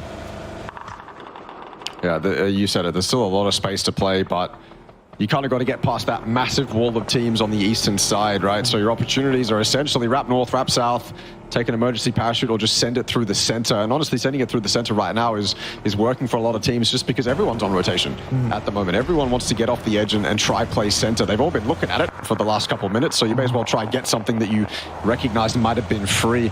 I mean, lots of Mad Max action going on right now. Whitefish have luckily found themselves those yellows nearby forest. Scrappy says he wants to check out the center a little bit, but realizes there's not much hope for him to go any further than he did, so back off to Weekender for the moment. Him and the rest of Forest currently residing in 𝐏𝐻𝐾. We already lost a couple members on rotation as well, I believe. Yeah, it was one of Armory Gaming and another one knocked too. And this is definitely going to be a test of how well they will be able to take aim throughout this vast open fields. Armory Gaming already getting a little bit of challenge from the top end of the hill, as we see grenades now lobbed in coming from FRKS. Still having some distance there, and Armory Gaming managing to pick one up, but they did lose Dimasi. Now closing in onto the side of Whitefish. Not too sure if he managed to spot him just yet. And oh, here comes the glimpse. Shanks already on the approach. Gets one knocked down. Go look for more. Through the smokes, they managed to get him off the map. And AJ poised to basically take the lead here with those 3 points garnered. Well done from AG to bring that back. Losing Dynasty's a hard blow to take, but it looks like they will finally finish this fight. If they lose Riz here, that is incredibly devastating. They cannot lose this 1v2, and they don't. They do clean it up. Riz will get res, and Armory Gaming survive a little bit of a scare towards the end there. A devastating initial couple games for FRKS, and an annoying way to start Armory Gaming's second match. Caught on rotation, potentially. I mean, look, they ended up fighting on the edge of blue. there's not much more you can say to that, but they ended up in some sort of an unlucky situation. Either that or they were intentionally camping. But no matter what, you don't really want to be fighting on the edge. Armory Gaming found themselves in that situation. Losing Dynasty might just be something you have to be okay with, because in a situation like that, it's pressure on both teams. You both want to get to the circle, and you're both wasting a lot of time fighting on edge. And so Armory Gaming come out in a much better situation, obviously, than FRKS, and they do it quite cleanly as well. Yeah. And from the looks of it, FRKS, they were also pretty spread out in their positioning. So it was pretty much a quick work for the side of AG to just go in for that full collapse the moment that they start to lose a little bit of that vision. Now, of course, Shinosuke getting peppered from afar, not going to be able to afford to take any form of engagement, but they are going to be looking for a reposition with the parachutes being set up later on. So I wonder where exactly that's going to take them. Yeah, an emergency parachute prepping themselves for this next circle. Circle has gone a little bit more south. They are out of it. Whether or not it's a circle they want to justify taking that emergency parachute on or not is a completely different question, because they're kind of close. I mean, you can see Mochidat and the rest of DNE on the edge there. I think a play that they could make is kind of backfill FTF or Whitefish, whoever decides to move off first and move from there. But both those teams seem to be remaining in those spots. So maybe the best play for DNE at the moment is to take that emergency parachute. Valee Thai move themselves into a nice central spot in that God compound. We can see DNE in the emergency parachute, or at least one of them. I like this. This is a much more measured play. Send one person up in the emergency parachute to get a bunch of information. He's going to be able to scout the entire circle, and then the rest of them can come in and park up their cars wherever they need to. It's a play that saves resources and potentially wins you the game if the circle decides to close in on you, because then of course you have those cars, you have those resources to play with. So it's smart from DNE. Whether or not it's going to pay off is a completely different question. Yeah, we'll really have to see if that's going to be giving them some sort of good dividends by the tail end of the match. But right now, we see a lot of engagements happening across the map. But of course, not too much of a pickup just yet. But wow, what an angle that he managed to cover. KM down for the count for now, but we'll need some assistance coming from teammates. Not going to be having much time, as we can see Dopeness already closing in. It should be a pretty clean cleanup for the side of Omochitaren, but he's got problems of his own. Trying to heal up as Olympus comes in from the side. Saves the day just in the nick of time. Oh, that has to be the play. And Forest Natural Gaming isn't going to bow out without a fight. What a classy drive-by from Olympus. He came skirting in, dude. That was insane. Okay, so DNE sent it up into the sky. Or they sent one player up into the sky. That was Canna. And Canna, the entire time in the sky, is calling out that everything is taken. There's basically no space for them to play. They might have been able to justify landing themselves on the top of the hill next to the Wizard Tower that PMA currently own, off there, just to the right or left now of where Dahlia's looking, and then just sit there, park up their cars and just try and survive. It's not a very good play, and so Canna's, he's probably not panicking while he's in the middle of the air, but he's certainly trying to emphasize the fact that not a lot of space in this circle is free for the taking, and so they have to make a play. They can't delay themselves any longer. They choose to breach Weekender. Forest is ready for it. Forest take them all out, and they keep 4 up in the meantime. Yeah, we're expecting to see a little bit more of that force play, as well as actions to be taken by some of all these teams, especially for RXE. The blue closing in on them. They have to reposition right now, and they have to actually go to the outskirts. What a shot coming from Scrappy. Yep, again, I say Scrappy. Excuse me, it's Scappy. Okay. Scappy, yes. Yeah, he managed to get Vinsu, so that's good work. That's a perfect shot to a moving vehicle as well. Now, with an update, it will basically pull towards PMA side of Gatka, drawing a little bit more attention later on, but we'll see some of all these teams going back on the wheels again, and might just be some interesting decision-making to be done by certain teams that are already around the central location. While Valentine Esports spot out one member of the RS passing by. Let's see if they will garner any form of advantage from here. A lot of bullets flying around, but none seem to be hitting the mark just about yet. But Valentine Esports will have to take a look out on if there's going to be any other teams that will be joining by, and RS looking to close in on them as well. Have to cover a little bit of that distance as they try to take things a little slowly, one step at a time. Yeah, it's good you point out that Valee Thai kind of has to look for that third party coming in from the north, right? They've got Latay set up for that exact thing to happen, but no one's coming. It's very desolate right now on the north. Most of the action on the north is happening right here in this little alleyway here. It's a fight between 4, potentially 5 teams. If Aegon can get involved as the solo, if he wants to maybe steal a couple kills, get some third party action in, but for the moment, it's just chaos up here. Absolute pandemonium. Unicorn Cyber in a pretty decent spot. They're incredibly spread though. Whitefish completely ripped apart by them. Unicorn Cyber in a fantastic spot now. I mean, they've got this entire ridge to work with. They've got this whole ridge to work with to take the fight towards the teams around them. FTF, they might even choose to just back off, but if they choose to back off, they're going to back off towards Forest. So it's difficult for FTF to back off the north here. Unicorn Cyber in that observatory as well. They're limiting FTF's options by staying inside that observatory too. And then you have GLS on the western side, making it difficult for both FTF and Unicorn Cyber too. So it's absolute chaos up here, but I feel like it's measured chaos. So you can see all of these teams are pretty grouped. It's not like they're split in between. They're mingling with each other at the moment. It might happen later on, but right now they seem to be playing as a team. Oh, RC is trying to actually get the drive-bys done, but it won't be able to pin down Olympus. Once again, shredding teams apart. Rapsec Esports managing to only settle for 12.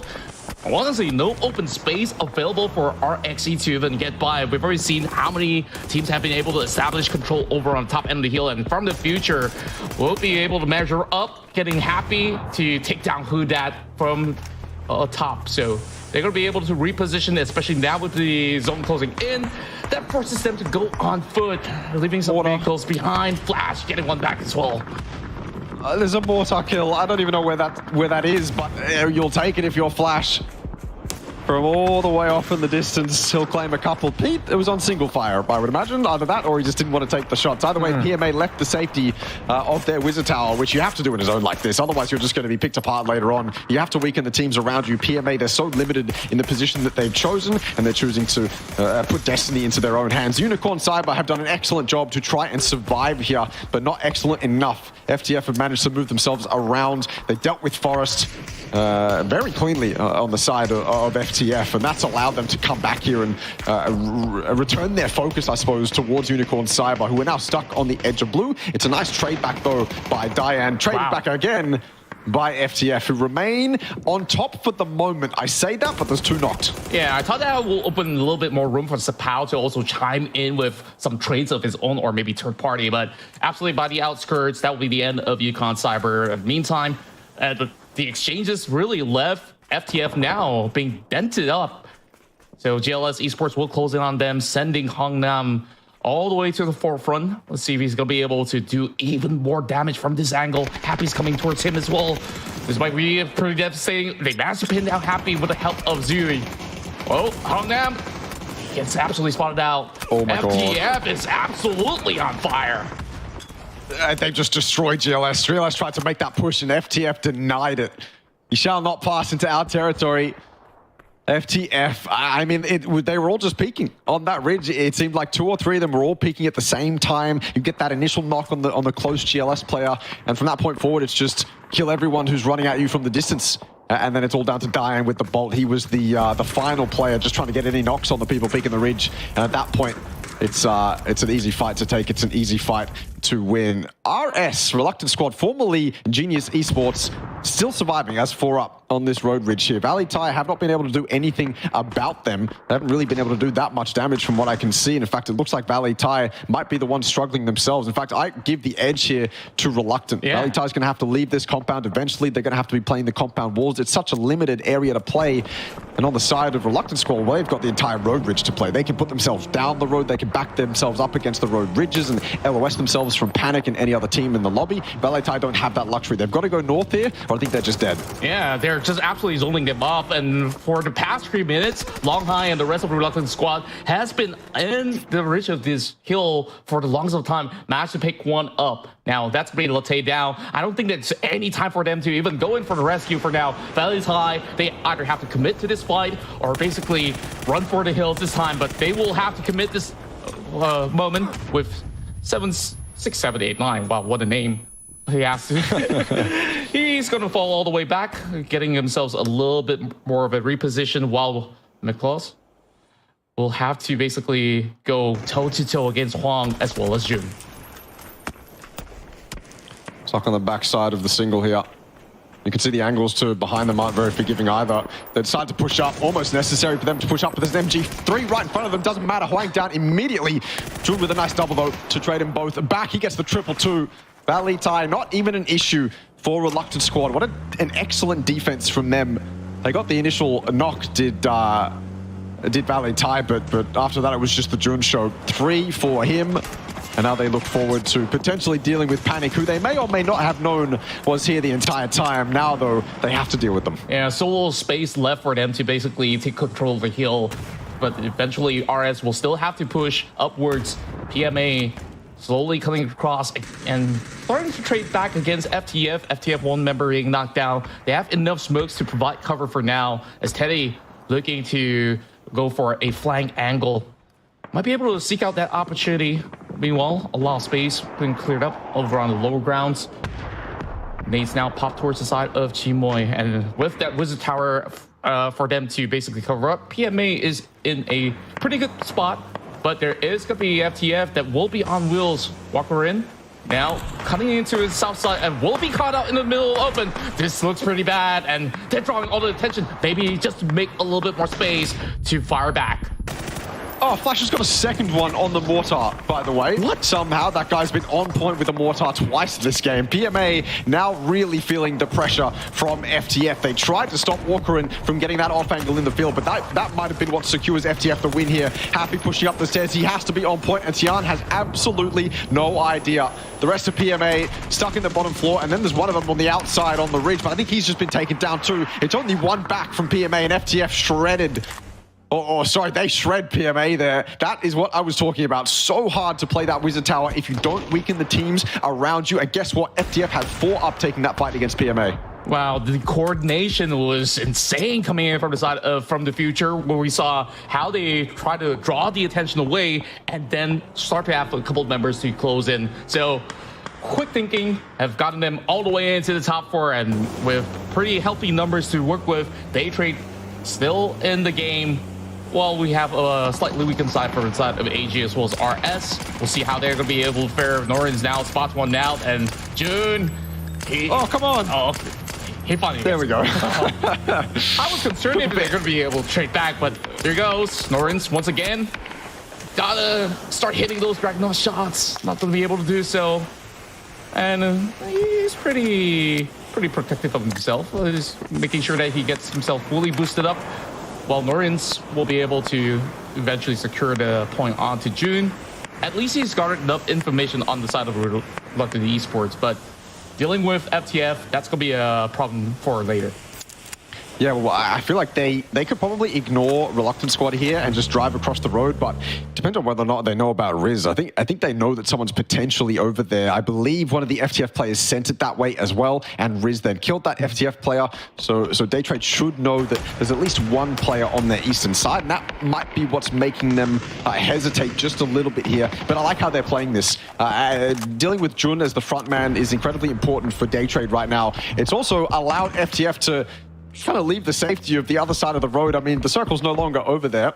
They've left Samoy as the anchor man, and the rest of them have taken the fight straight towards Dynasty, who's done a ton of damage on that entry, but so has Reluctant Squad. This could be Dynasty's moment to shine right now. He's going to steal one away. Sees Samoy pulling up. There's another one in that smoke. Does he know about that second player? If he does, potentially he can get him. No utility to speak of that's going to do any damage. No mollies, no nades. He's just got to work with his weapon, and in the meantime, the rest of Daytrade try to take out the rest of Reluctant. Yeah, this seems to be Daytrade's game to lose right now, because they have FTF being occupied and being brought down to only 1. And it's going to be a showing between 4 versus 1. FTF here slightly on the back foot, but who knows if he could basically pull off something miraculous. So Chimoy, what does he have left in the tank with the entirety of Daytrade Gaming closing in and will secure chicken dinner number 2 of the evening? I mean, that's Daytrade, right? That is the Daytrade we know. That's the Daytrade we love to see. It was a dominant late game performance. I'm going to have a look at the Twire after it updates because I want to know what they were doing on that southern side because unfortunately we didn't really get to see much of them throughout that game. It was a lot of all the action that was happening on the north, right? We got to see basically all of that, and Daytrade were just playing in the shadows on the southern side for most of the time, but that's totally fine. You know, I'm happy to not see them if they're going to then come out in the late game and completely dominate it. They had that high ground, they had that shack, they had all the information as well. To be fair to you, once Orcarin sent it across that road and died to Riz, that's all information gathered for Daytrade. Then they can start creating their end game plan. Then they can start creating kind of contingencies as well. What if FTF sent it across the road? The circle is now off them. What can we do with that? But perfectly played from Daytrade, but of course the highlights from that game. I don't think it was exciting as game one, if you ask me. It was a lot of chaos, but game one was some really good pure PUBG. Right here, it was teams struggling to kind of find spots in zone that weren't occupied, and as that zone as well, that late game zone kept popping from north and went all the way down south. It kept going south and south and south and south and south, and just made it so much harder for everyone to get involved. I do agree. This seemed to be a lot more grueling into playing for positioning for most part, but we saw instances like these, like Boatness trying to actually close some of all these opportunities, but Forest definitely reacted very, very quickly on that. And Daytrade, I guess I saw a few of these battles, and they managed to also clear up a lot of all these teams from the south side. But what I really do like is their approach on how they've been able to zone off RS completely and have that bird's eye view onto the movements from the future. So they didn't really have to have too much of that commitment hitting into the far eastern side of the map until much later on. So well played overall coming from Daytrade, what we did expect coming from the Thai Titans of the region.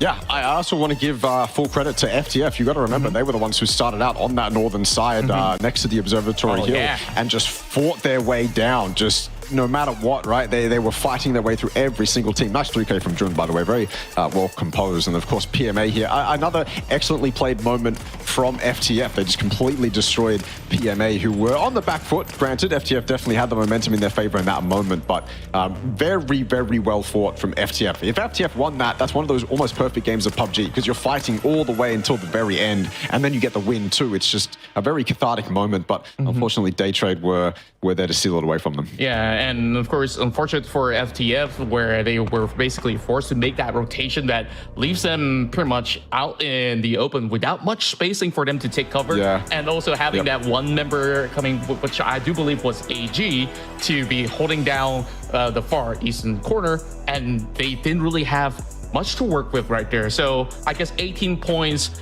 more than good enough from how From the Future have been taking so many battles to secure this top 2 position, and it's definitely Daytrade here with the maximum points of 21 by the end of the game. Yeah, it's a stellar performance from Daytrade. Maybe a little bit missing in game 1, but certainly not in game 2. It's the sign of a team that can reset their mental and take it game by game, essentially. I don't think they have to reset their mental. It's just them taking it game by game.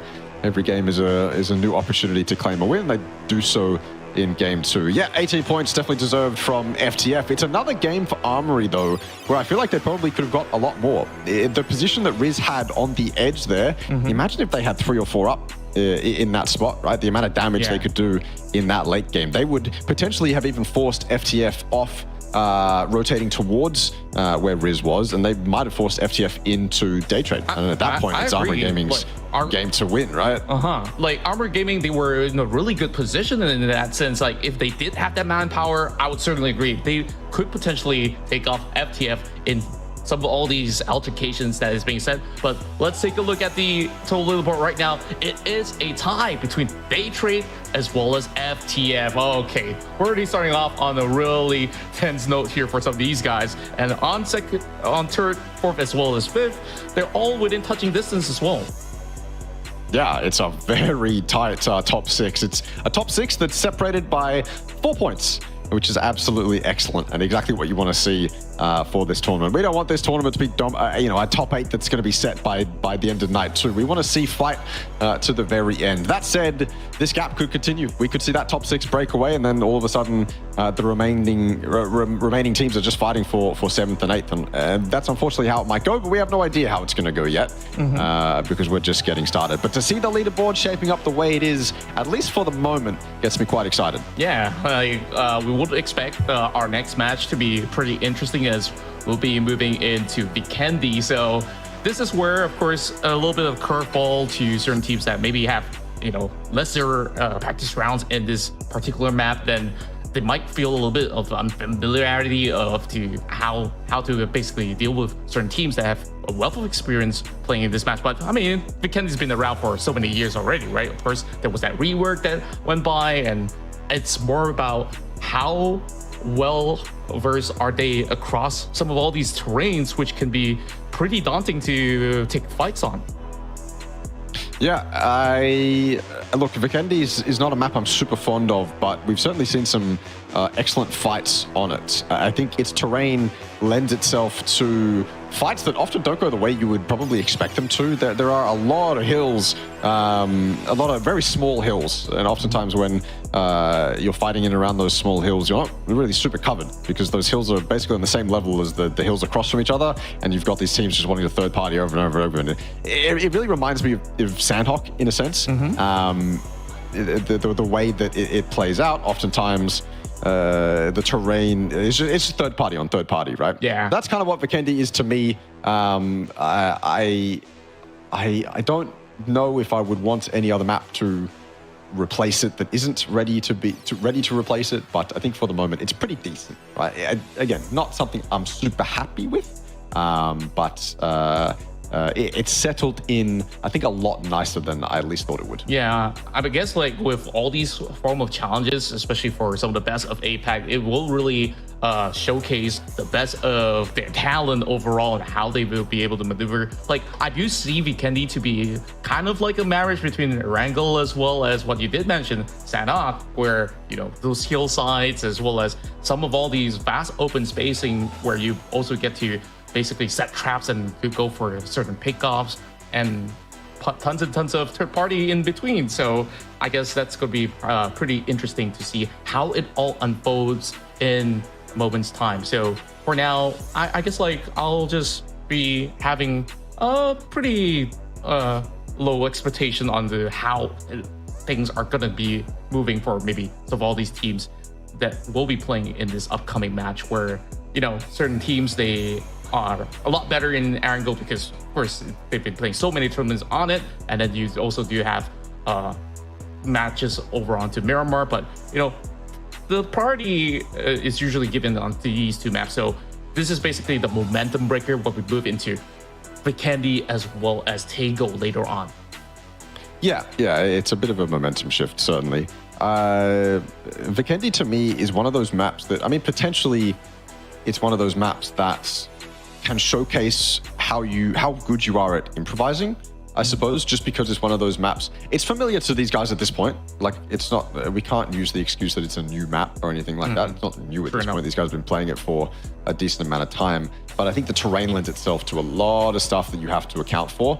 And oftentimes the teams that are able to improvise the best come out on top. The ones that, the individuals who know how to survive come out on top. I think survivability, goes without saying that survivability is a very crucial part of playing competitive PUBG, but I think it's probably a stat that is underrepresented, potentially. Just the player's ability to use smokes, car cover, terrain cover, other opponents around them, and all of the resources to their disposal to survive and just live, no matter what the circumstance is. I think Vikendi is a really good showing of that. Just individual survivability. On Erangle and Miramar and even Taego to an extent, it's a lot more team-based. Vikendi is also team-based, but I think you get to see a lot of those individual survival moments on a map that can be a little bit more chaotic, a little bit more, I guess it doesn't play out the same way every single time, right? Yeah, of course, with that being said as well, when we look into, teams that may actually excel in this regard that you did mention, teams that can actually survive much better, like the way that how game one played out. Maybe it might favor, you know, teams like Forest Natural Gaming once again, because in the very first matchup, you don't really see Forest Natural Gaming to be the team that basically roll the dice and say, okay, let's take that fight and go all out. Like when you basically take it step by step, I guess like there's a lot of ways that they would be setting up choke points or so. So when it comes down to maybe the early stage of the game, it's really vital for them to be able to just take it step by step with a couple of checkpoints to be set, and then we might actually get ourselves a big finish with more fights happening in the way. Yeah. Well, that's kind of how, honestly, that's kind of how Vikendi plays out. I feel like a lot of time, at least in the regions that I've watched recently, Vikendi plays out where basically if you're on a rotate, you can get caught out on that rotate very, very easily just because of the way that the terrain is. And so oftentimes you will see teams stopping and starting quite a lot, using a lot of leapfrog positions, a lot of staging points, just because they've got to be careful. They kind of have to be careful until you get to those areas of terrain that are more, that look more like landmarks essentially, that are much more identifiable. That you kind of have to be very careful because you're going down a road all of a sudden, you've got two walls on either side of you, and then you come out into an intersection and all of a sudden it's this fresh piece of information that you didn't previously have information on. You can just get caught out so easily. So yeah, you do have to be a little bit more careful on rotates, and oftentimes I think we see teams getting caught out. Whether that'll happen here in this game or not is up for debate. It has happened on Erangle twice in 2 games now. And so if that aspect of PUBG is, what's the word I'm looking for here? If that aspect of PUBG is worse on Vikendi, then I'm sure the effect will be extrapolated. I think probably. I think like we might actually see a bunch of that later on, something that could happen, maybe.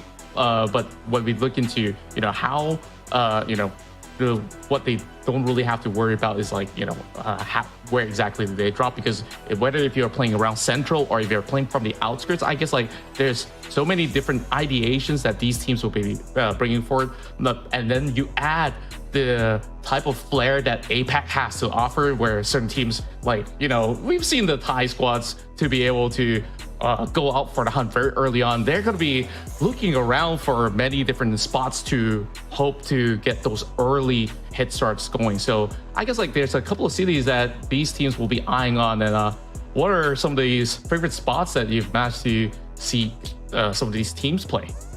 Lumberyard to me is one of them. I like Lumberyard quite a lot because it's similar to areas on Miramar where it's just a bunch of industrial mechanical stuff that you have to kind of take individual fights around, and you've got a couple very similar tall buildings to the likes of the ones on Miramar.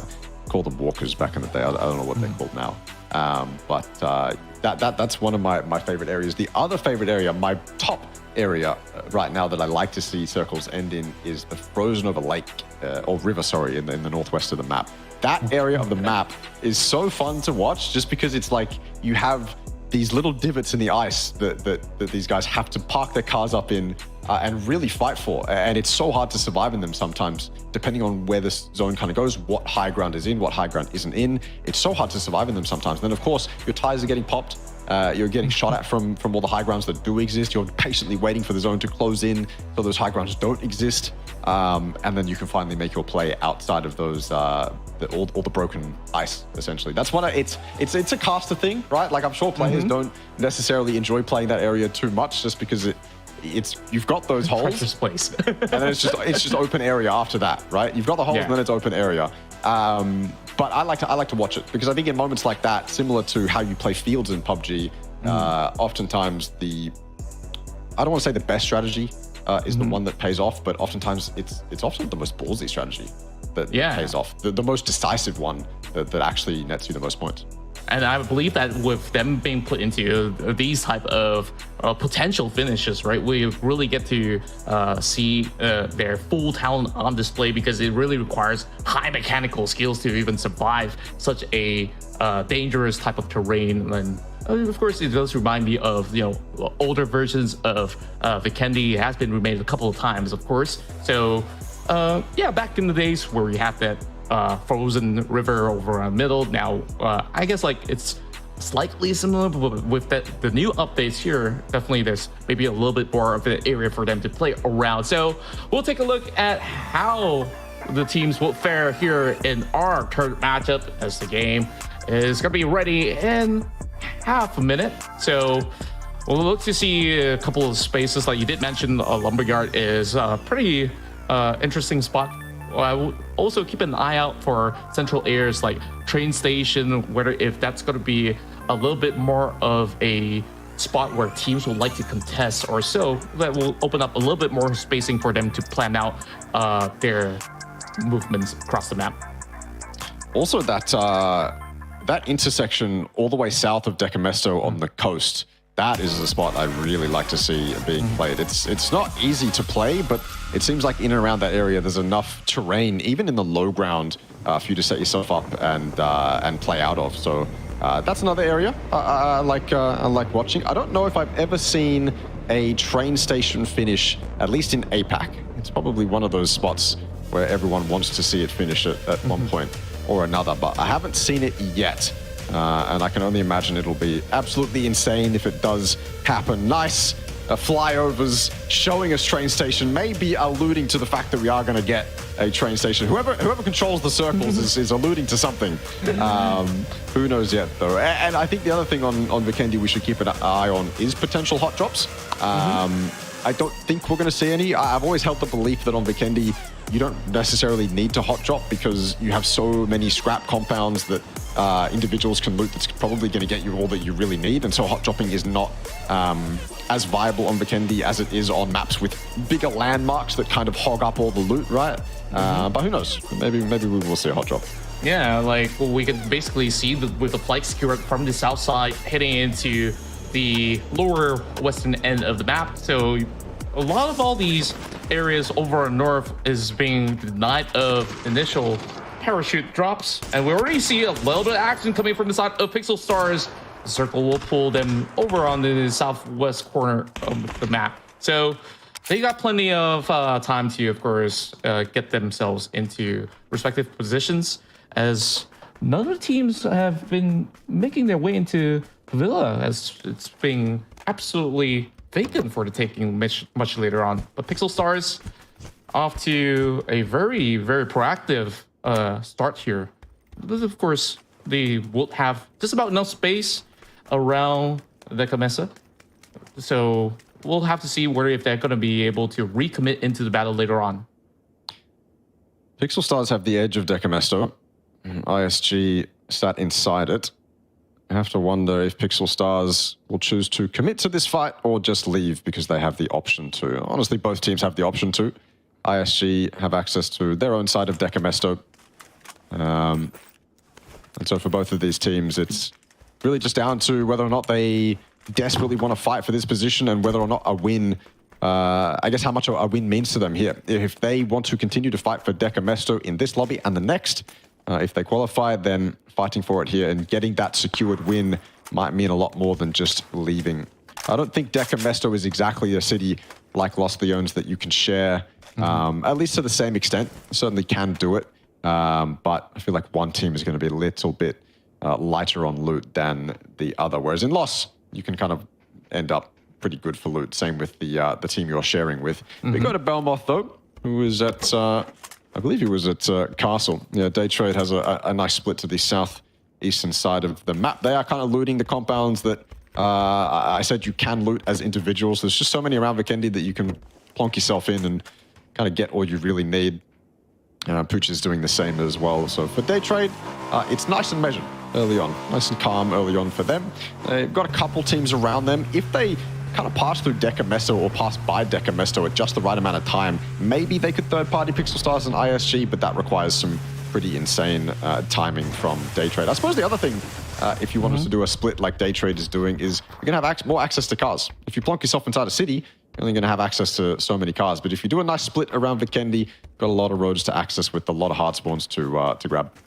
Yeah, I certainly would think that that is a really wise plan coming in from the side of Daytrade. They can also gather early intel if there's going to be teams around. Fortunately, I guess like they have a lot of open space to play with.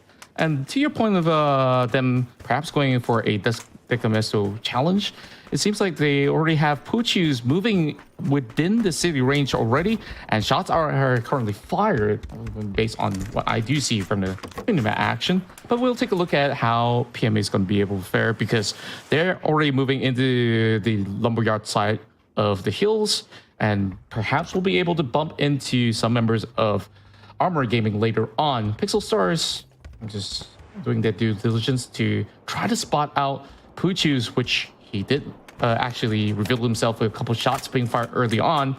So Pixel Stars would fancy their chances here to try to take them out. It's a problem for Pixel Stars because landing yourself in 𝐏𝐿𝐻𝐿 with another team means that no matter what, you're going to be a little bit lighter on loot than you would have liked. And so you end up finding yourself on the edge of the city up against another team that's rotating by. In this case, it's Daytrade, but 𝐏𝐿𝐻𝐿 taking matters into his own hands. He's got a couple teammates that he really needs to help right now. And 𝐏𝐿𝐻𝐿, if he's able to get this knock, it would be a trade back. Nuren's already got the opener. 𝐏𝐿𝐻𝐿 needs this so bad. 𝐏𝐿𝐻𝐿 needs this to be absolutely clean, and it is.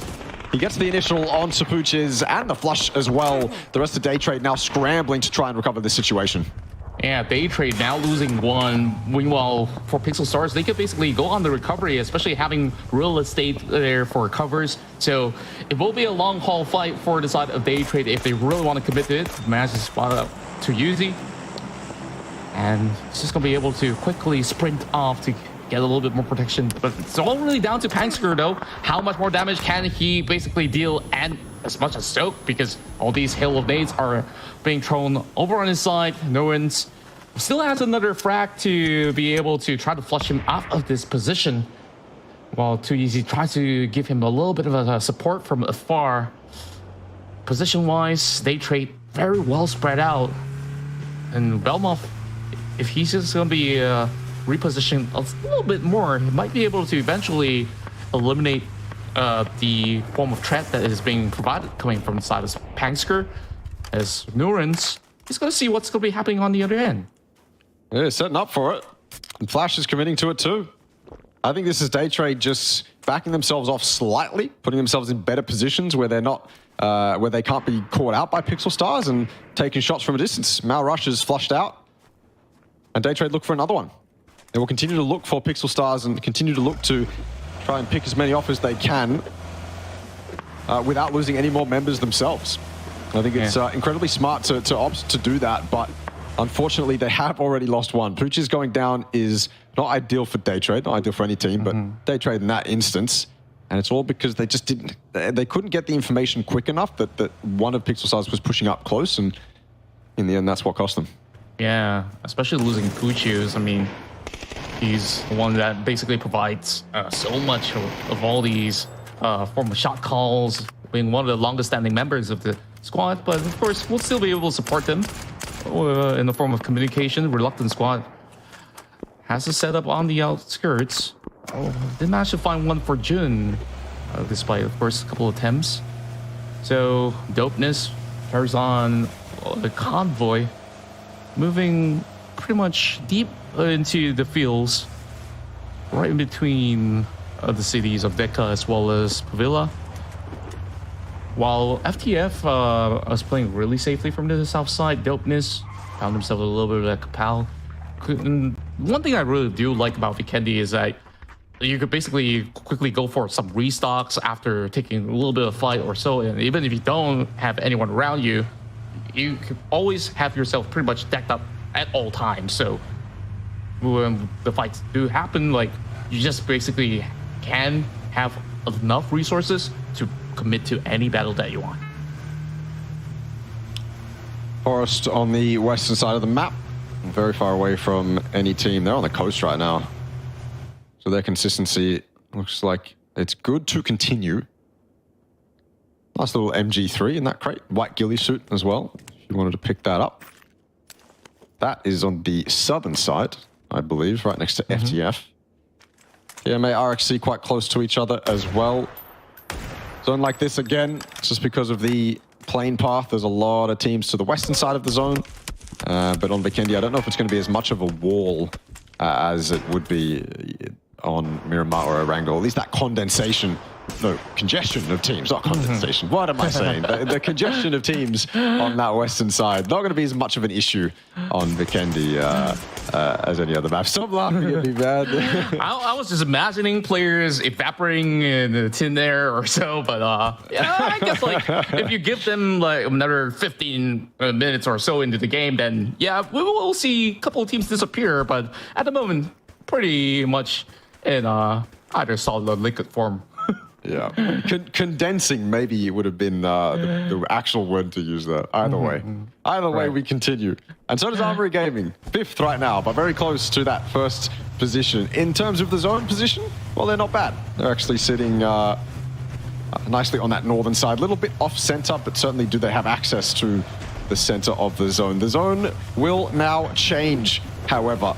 And as soon as it updates on the stream, I'll tell you where it's gone. I don't even have to tell you. You know exactly where it's going now. ISG, dead center. 𝐏𝐿𝐒 giving as much information to the rest of Armory as possible.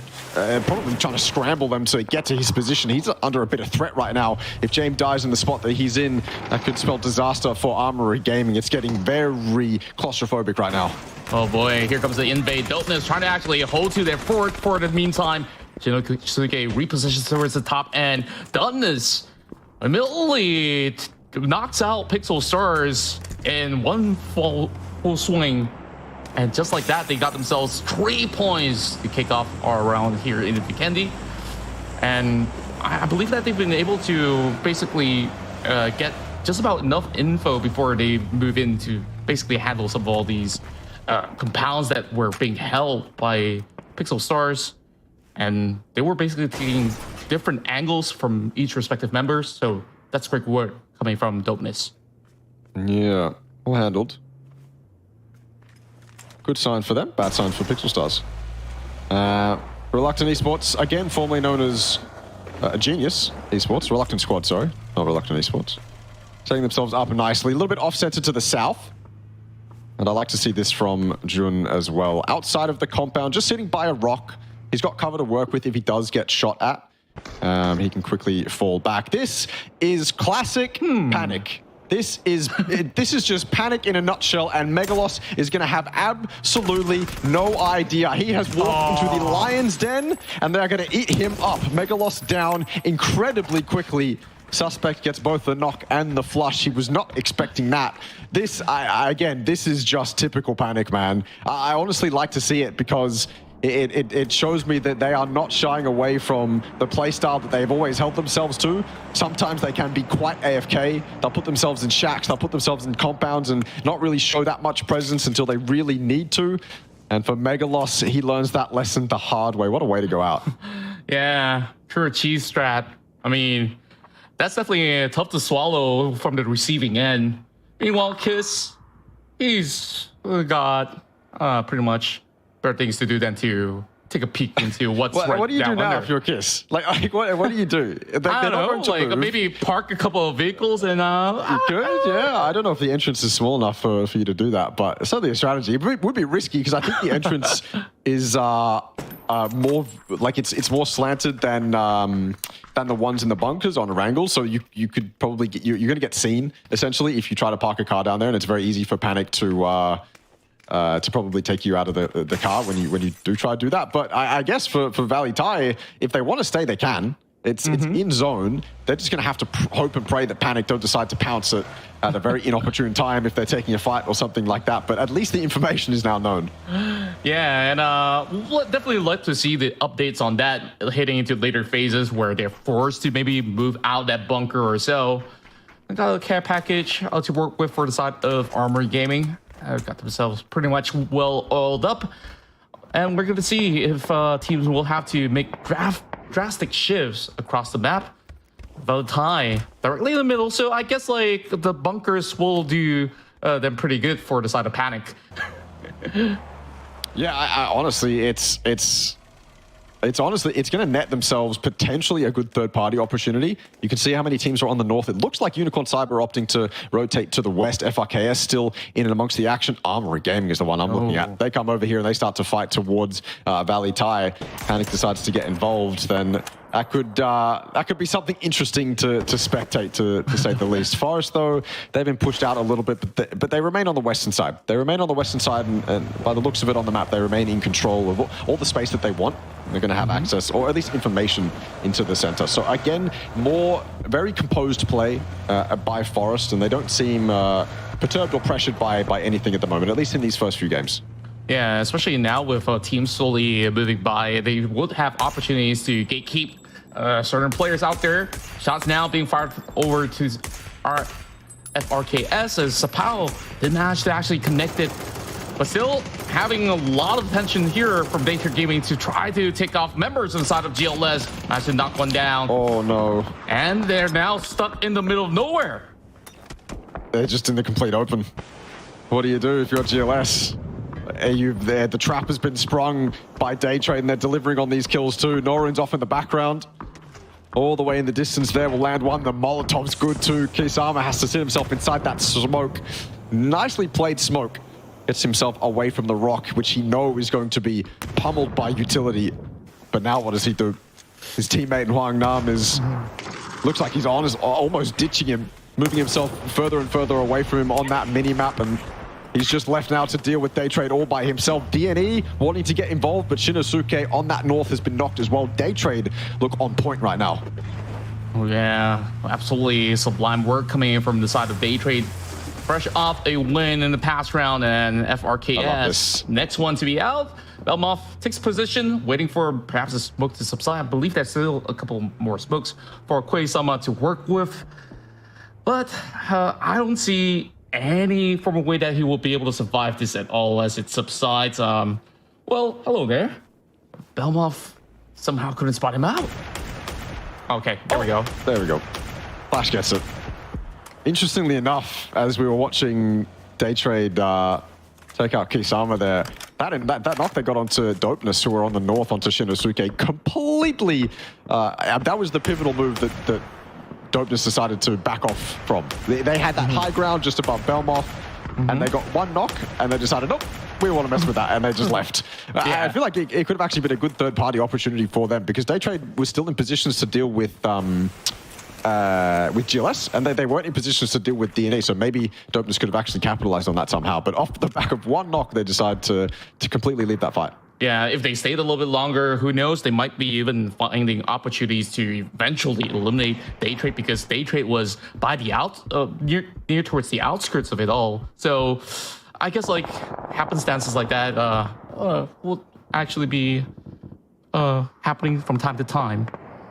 GLS will be the next one to falter, as we still have about 46 more players in the lobby. When we take a look at PMA now, moving out on foot, Valee Esports will try to flush off some of all these ISG members right down under. A couple of grenades now being thrown in.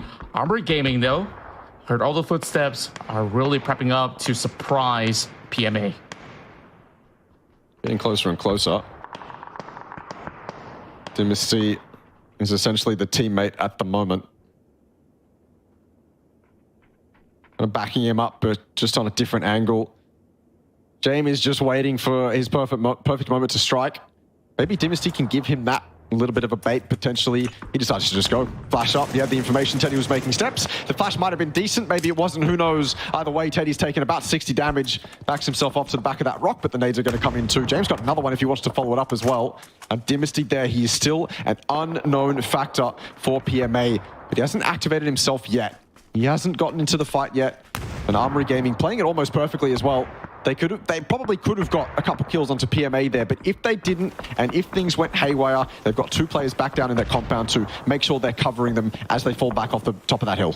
Yeah, pretty good discipline coming in from James as well to not overcommit the moment that he, with a couple of shots, he knows that he might not be in a great position after all, because he's basically leading the forefront.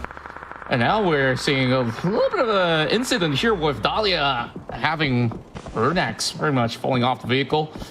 So at the very least, they are still within a safe distance from Valee Esports, while Daytrade will have to push through. Zone closing in against them as they will have a couple of teams surrounding them from left as well as right. Okay, let's see how Daytrade fares in this fight. Yeah, not an easy spot to be in. Again, on the edge of the zone, taking a fight in a compound that you're just going to be surrounded in by all the teams looking to, all the hungry sharks essentially looking to take a bite out of what's left of you when you're done fighting inside the compound. DNE, I suppose, the team that's closest enough to take that opportunity if they wanted to. Reluctant squad, they're trying to leave this compound, but Jun hasn't been allowed to. It's just one of them. 6, 7, 8, 9 has gotten out of dodge so far, but whether or not he'll survive for an elongated period of time is it's a completely separate idea. He's running himself into forest right now. I don't know how much longer he's going to be able to survive for. Daytrade, in the meantime, have been able to survive a little bit better off. 2 of them have been able to exit the compound. 1 of them still sat in the inside of the blue, trying to finish off that kill onto Jun, and he does go down, and so Daytrade much better off after that fight. Yeah, managing to at least stay afloat for the time being. Well, lots of battles happening here in the midfields. Shinosuke, I will actually take down Norris just yet. We'll have a little bit of a backing coming in from Flash eventually. So he's got to ensure that he keeps himself safe for now. Norris trying to actually pop a couple of nades towards the side of dopeness. As we see Kana needing to actually rescue his teammate for the moment. From the future, we'll be trying to stop these 2 teams from coming into the zone, while Norins will be able to eventually use the zone grenade to eliminate Tomochida 10. FTF trying to get more and more involved in this fight too. Off the back of all of these knocks, they really want to finish this off now, and Trick doing his absolute best to do exactly that. 3 for him so far. DNE continue to lose members. Forest getting in and amongst it as well. Unicorn Cyber, they're on top of that hill. They're on top of that hill, and they don't look like they're going to slow down anytime soon. They've already got 1 knock onto Forest, I believe, looking to follow it up with even more. In fact, I think they spotted the last Forest member just then. They are a little bit open to the likes of 6, 7, 8, 9, but shouldn't be an issue. Plenty of tree cover. He nicely actually switches to Olympus. That's Forest out. The streak of consistency ends on Vikendi. That was some beautiful taps coming out of him. And right now, Fab trying to actually dance off all these stray bullets, try to catch towards his feet. We'll be able to actually get the angles towards Shanks, so Shanks will be able to basically try his luck on this, where honestly there's not much cover for Fab to work with. So RXE pretty much have Fab stranded out in the open. Daytrade, we saw what happened on the outskirts early on, absolutely being zoned off, and that will be ISG that will be able to take the final member out. Meanwhile, that basically gives the intel towards Ocarin that will have a go over the side of Tay9. We'll be able to basically ask for assistance coming from Trick as well as Shimon, but they are also pretty occupied at the moment. While Tay on the other side gets a knock onto Tian. And guess what? We're still on Panic, baby. Panic is still dead center in the middle of that bunker. Well, not dead center, maybe a little bit more off to the north, but still in a fantastic spot. So excited to see what happens with that. Valee have probably just disconnected themselves from that as much as they possibly can. I don't really want to have to deal with that eventuality. Armory Gaming, though, they're the other team I'm looking at right now. All 4 of them coming in from that eastern side. Haven't really had too much action this game, but they're about to get a hell of a lot of it. Valee in front of them, and PMA just to their southeast. Around the edge of the smoke, Tay9 wasn't prepared for Simoy. The spray didn't even land either, so he doesn't get anything from that engagement, and Simoy takes them both down. Trick with 4, Simoy with 2, Ocarin with 1. 7 kills so far for FTF. Is a brilliant performance from them right now. Yeah, absolutely clean. He's only looking for another one coming in from PMA. Teddy soaking in some damage, about 60% of his health gone. Only having the tree to cover up with. Armory Gaming also taking some shots over the back, managing to pin him down, but Reels dangerously low and will also be knocked there with some aggression or retaliation coming in from the side of PMA. Armory Gaming goes ahead to go for the pickup, while PMA is going to be doing exactly the same. They got to be really careful about FTF later on. They might actually close in, but the exchange is going through. Dynasty pins down Teddy. 4x. What a spray on the MG3. You better hope he crouched, because if he was standing up spraying that gun with the 4x at that distance, then this guy is a demon. Absolute madman. Pete's trying to get back involved now too. These guys traded blows 2 for 2 on the initial engagement. both of these teams are now being allowed to res themselves. Dynasty's gone down low. An excellent spray from Pete. He announces his presence. And Riz is low. James is also low. Both those players just got res. James gone down too. Pete is doing it all right now for PMA. Xiec's off in the distance there. It's just down to the last two remaining members of Armory Gaming, and Teddy's about to get res too. This is going to be hard for them to recover. So difficult. I mean, looking at PMA's position, they really have to find a forced entry eventually, but they still want to settle the scores against the rest of AG.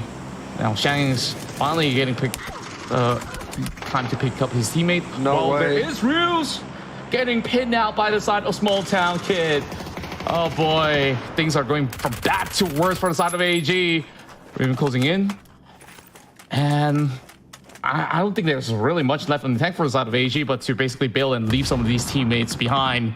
But hiding inside of smoke, Xiec's might just be able to actually buy some time here, while from the future works their way through. Knocks one onto 10, and that leaves only one for PMA as well.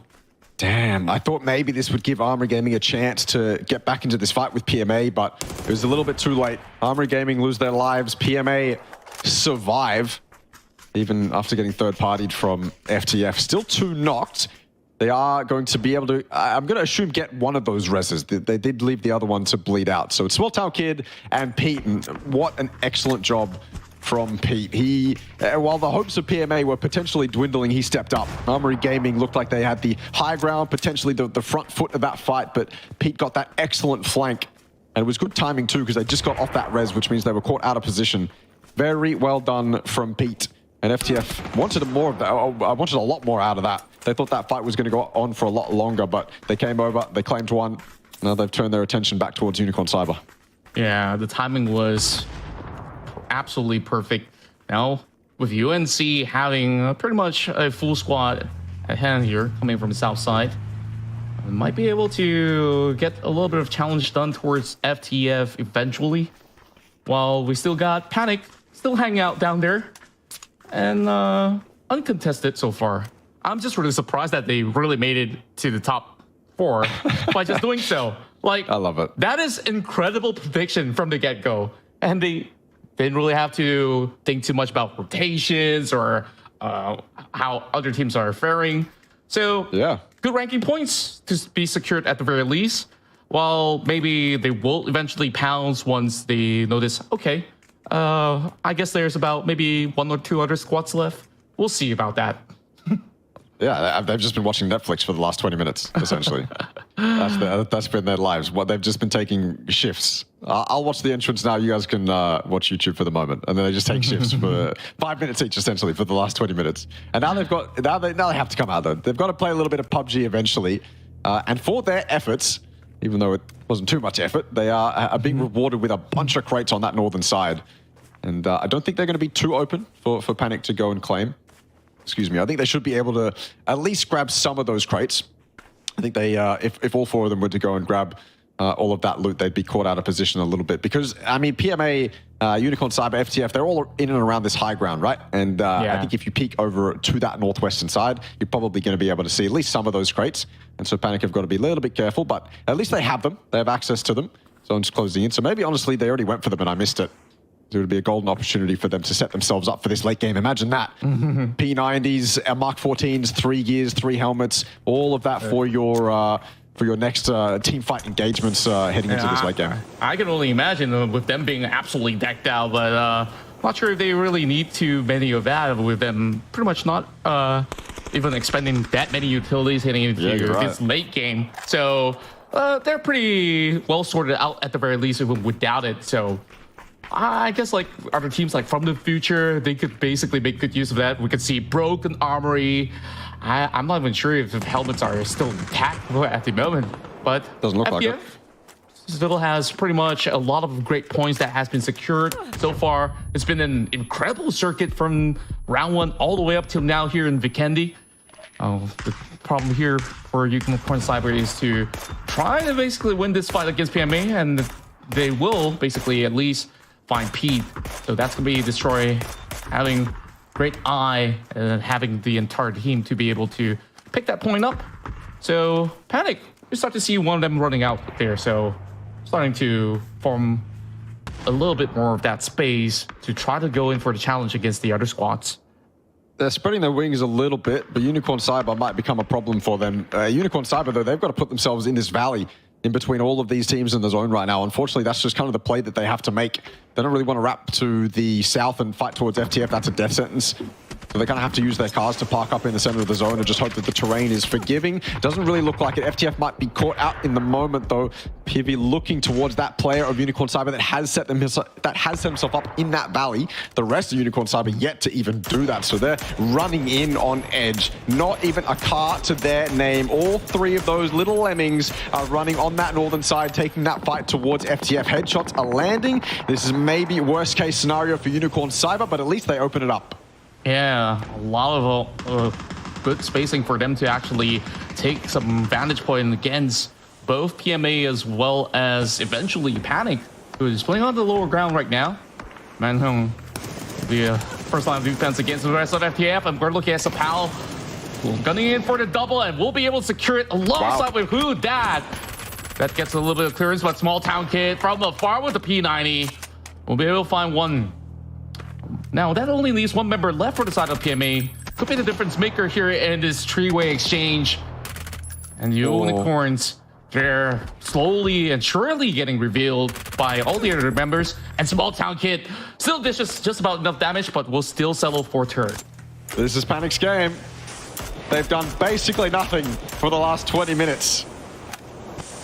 But if you can do it all in the end game, that's really what matters. It'll be a bit of a cheeky win from them, but a win that they'll certainly take. Unicorn Cyber are beaten and battered right now. The last three remaining members sat behind, I mean, not much cover, to be honest with you. A couple of them sat behind that rock, and Destroy up on the north. Knocked player, granted, is on that rock. Destroy is up. He could have an impact in this late game, depending on how many smokes, really, that he's got left. Looks like all of the smokes from Panic have already been expended. Maybe a bit of a waste at the moment. Maybe they could have been a little bit more scarce with them, knowing that Unicorn Cyber are going to have a decent amount of utility to work with off of all those bodies that they've just picked up. This could actually be disastrous for Panic if they run out of resources before Unicorn Cyber do.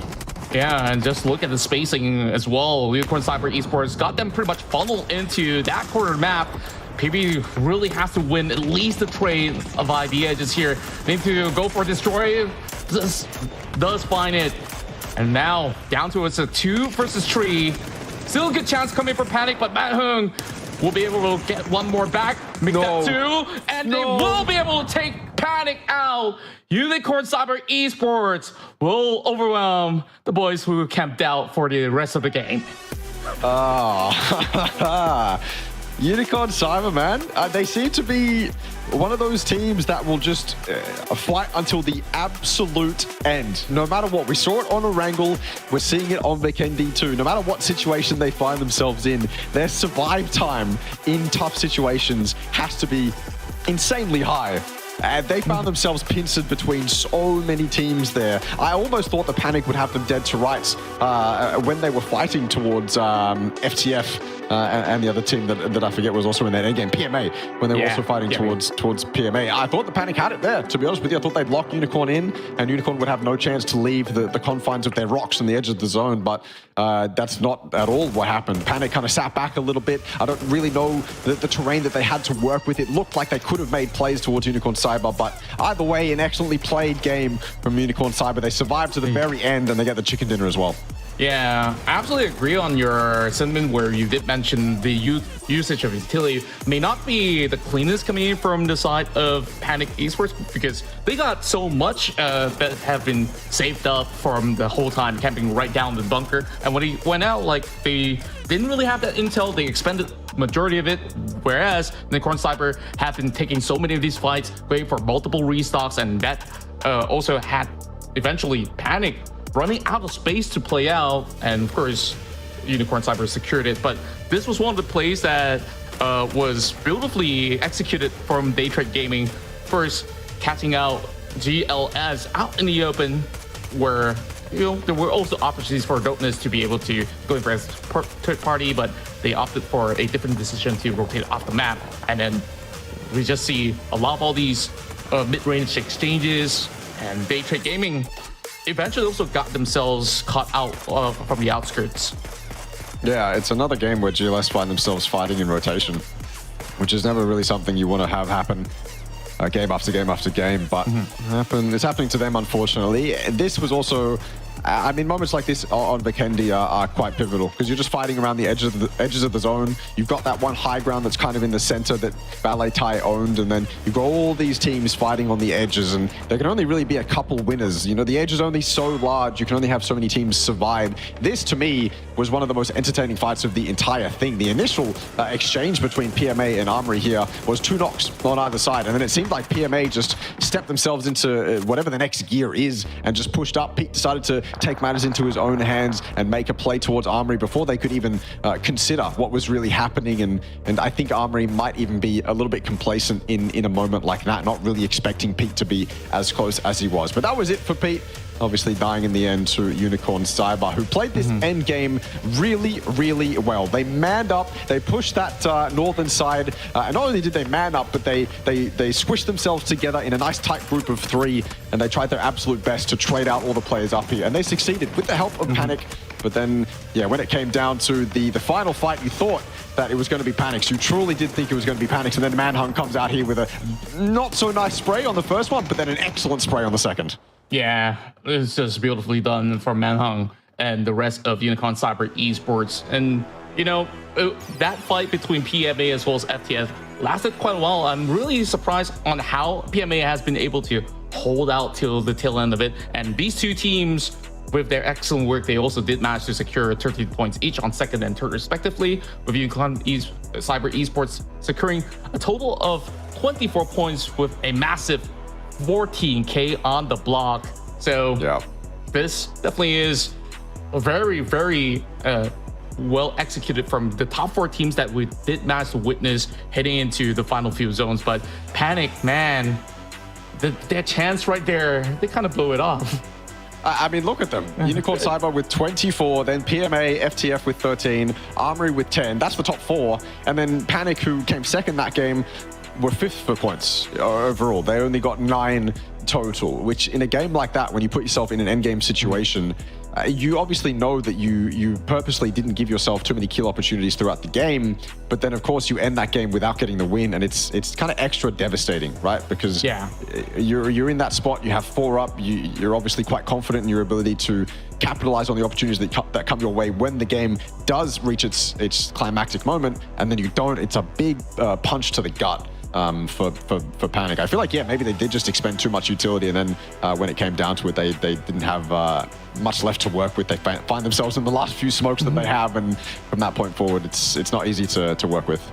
Yeah, true enough. And of course, as we look into the leaderboards right now, it's going to be from the future that will be at the top spot, but just 1 point shy. Unicorn Cyber managed to secure this massive win in order to give themselves a solid shot at the top of the table in these upcoming games, while Daytrade now slides into the 3rd position. So still plenty of opportunities, but with that play coming from Panic, they land themselves onto the 9th position at the moment, so giving themselves some really firm fighting chance in order to qualify for the finals. I say qualify, but there's still plenty of games to be played out right now, so we're at the halfway mark, stream. So far, I think like the teams have been able to give us some pretty entertaining rounds of PUBG overall. I agree. This has been incredibly entertaining. It's just pure. It's just good team fighting PUBG a lot of the time. We've seen circles that are ending in and around terrain that you're going to get a lot of team fights on.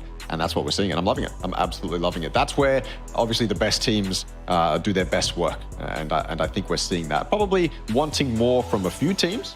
Not every team has been perfect in these opening games. Forest, we praise their consistency through game 1 and 2. Vikendi comes and they fall a little bit short. Armory Gaming, maybe a little bit harder on Erangle, but come Vikendi time, it's easier for them. We are going to go to break. I don't know how this is going to work and how we're going to throw, but don't go anywhere, because we have more of the same team fighting good PUBG action when we return. Welcome to Update 28.2. Join us for our 7th anniversary celebrations, an all-new SMG experience in the arcade, and finally, the recall system update. We've got lots of surprises in store for you to celebrate our 7th birthday. Erangle's school will be transformed into a festive 7th anniversary venue. Plus, keep an eye out for throwable cupcakes and surprise gift boxes scattered across the starting island of each map. We've been hard at work balancing the SMGs to offer a more unique experience and accommodate various gunplay strategies. The arcade is all set for you to try out these changes, so get that early feel and let us know what you think. And there's more exciting news. Based on your positive feedback, we're expanding the recall system to include Vikendi and 𝐏𝐏𝐀𝐒. Check out the patch notes to discover all the details of this update. Lastly, this patch also includes weapon mastery updates, world bug fixes, and performance tweaks. Be sure to dive into the patch notes for all the details. And we'll see you on the battlegrounds.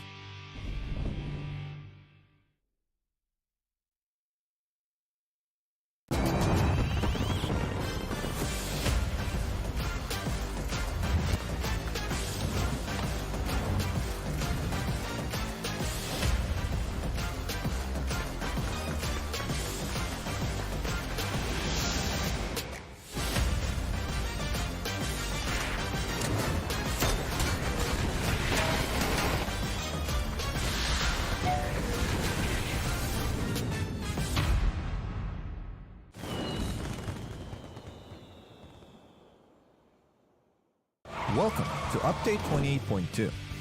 Join us for our 7th anniversary celebrations, an all-new SMG experience in the arcade, and finally, the recall system update.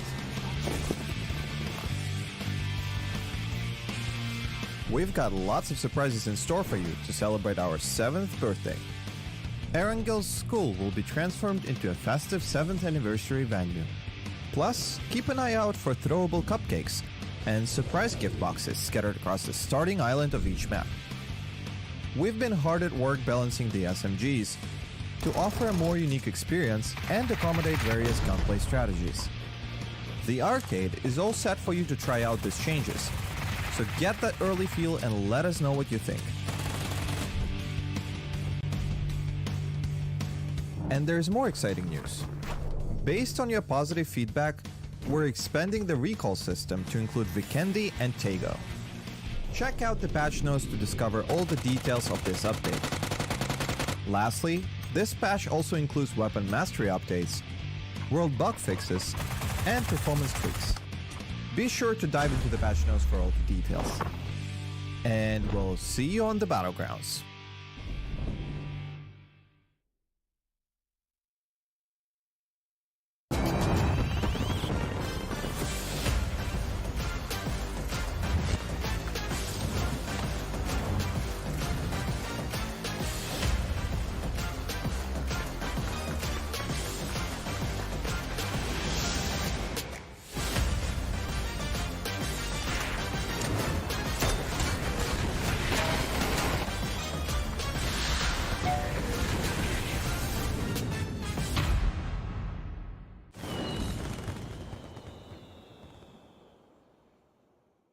Welcome to Update 28.2.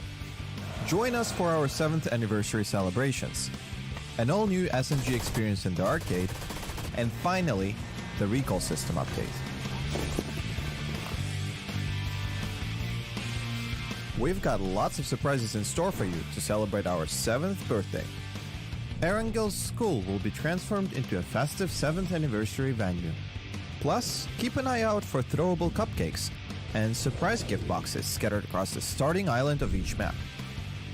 We've been hard at work balancing the SMGs to offer a more unique experience and accommodate various gunplay strategies. The arcade is all set for you to try out these changes, so get that early feel and let us know what you think. And there's more exciting news. Based on your positive feedback, we're expanding the recall system to include Vikendi and 𝐏𝐏𝐀𝐒. Check out the patch notes to discover all the details of this update. Lastly, this patch also includes weapon mastery updates, world bug fixes, and performance tweaks. Be sure to dive into the patch notes for all the details. And we'll see you on the battlegrounds.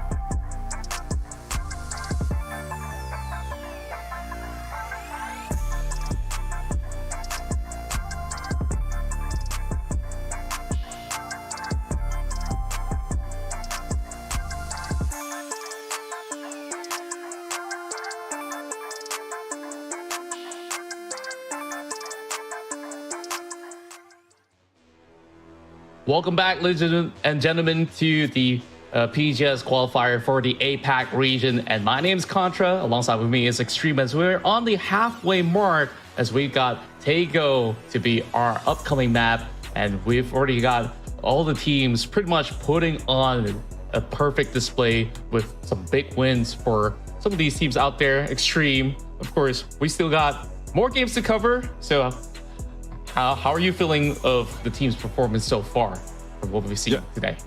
It's been exceptional, I think, for a lot of teams. Obviously, I think a few of them are going to be left wanting a little bit more out of the initial games. But for the most part, we've seen a lot of great action. We've seen a lot of great plays, and we've seen teams overcoming difficult situations. I mean, the pivotal example for me is Unicorn Cyber in that final game. We saw some excellent survivability skills from them on Erangle, and then Vikendi, I feel like it culminated finally in a win for Unicorn Cyber, where they were able to survive not only FTF and PMA, but also Panic too. So it's been fantastic, and like I said, I've reiterated it a couple times over tonight, but we've had action in and around terrain where we've been able to see these guys team fighting ability rather than anything else, or a team gets a lucky compound feed or anything like that. We haven't really had that yet. Maybe Forest in game 1 was the only example of that, but even then that's a stretch because they had to come out, fight up the hill, and obviously there was all that dirt road action. So it's been really good, solid PUBG tonight. Yeah, and overall, when we talk about all these teams' performance, of course, when we look at the consistency, I think despite from the future have them going for multiple fights on all of these rounds, they have not gotten a chicken dinner so far, but every single round they go in, they go out, they walk away with so many kills to pick up, and now find themselves at #1 spot. And with these rounds going in their hand, around them finishing on top 4, I think things are really looking to be really great for the squad hailing for Indonesia. So first, with the PCR side coming up huge in these past couple of rounds, we're gonna see how they're gonna be doing in 𝐏𝐿𝐒 later on. Whereas as for Forest, they started off the day really well with that chicken dinner, and of course we see them having the struggles with the rotation. I wonder how they're gonna be faring inside of 𝐏𝐿𝐒, because you did mention before, we of course have some off-stream conversations. There's going to be a lot of movement in this map itself. Yeah, 𝐏𝐿𝐒's the map in the pool that lends itself very heavily to team fights. A lot of these guys are going to be fighting in and amongst the trees and the hills that are below those trees. It's going to be a lot of team fights. That's always what I think of when it comes to 𝐏𝐿𝐒, and I don't think all the time you're going to have the best team come out on top in 𝐏𝐿𝐒. Like if you were to name the best team fighting team in the entire lobby, I don't think they're always going to come out on top on 𝐏𝐿𝐒, but I think they've certainly got an advantage, because if you've got those fundamentals down pat, 𝐏𝐿𝐒 is a playground for you to work with. There's just so much terrain for you to maneuver around, and I think it's an excellent opportunity for the likes of FTF, who I think are one of those teams who certainly have those fundamentals down. Remember, FTF as well, they came from the PUBG Challenger Rumble. They came from rest of SCA, including OCE. So they're amongst your Team Blisses and your Panics, and they are outshining Panic entirely so far as the two teams from that region in this specific lobby. Trick right now is top frag in the lobby too.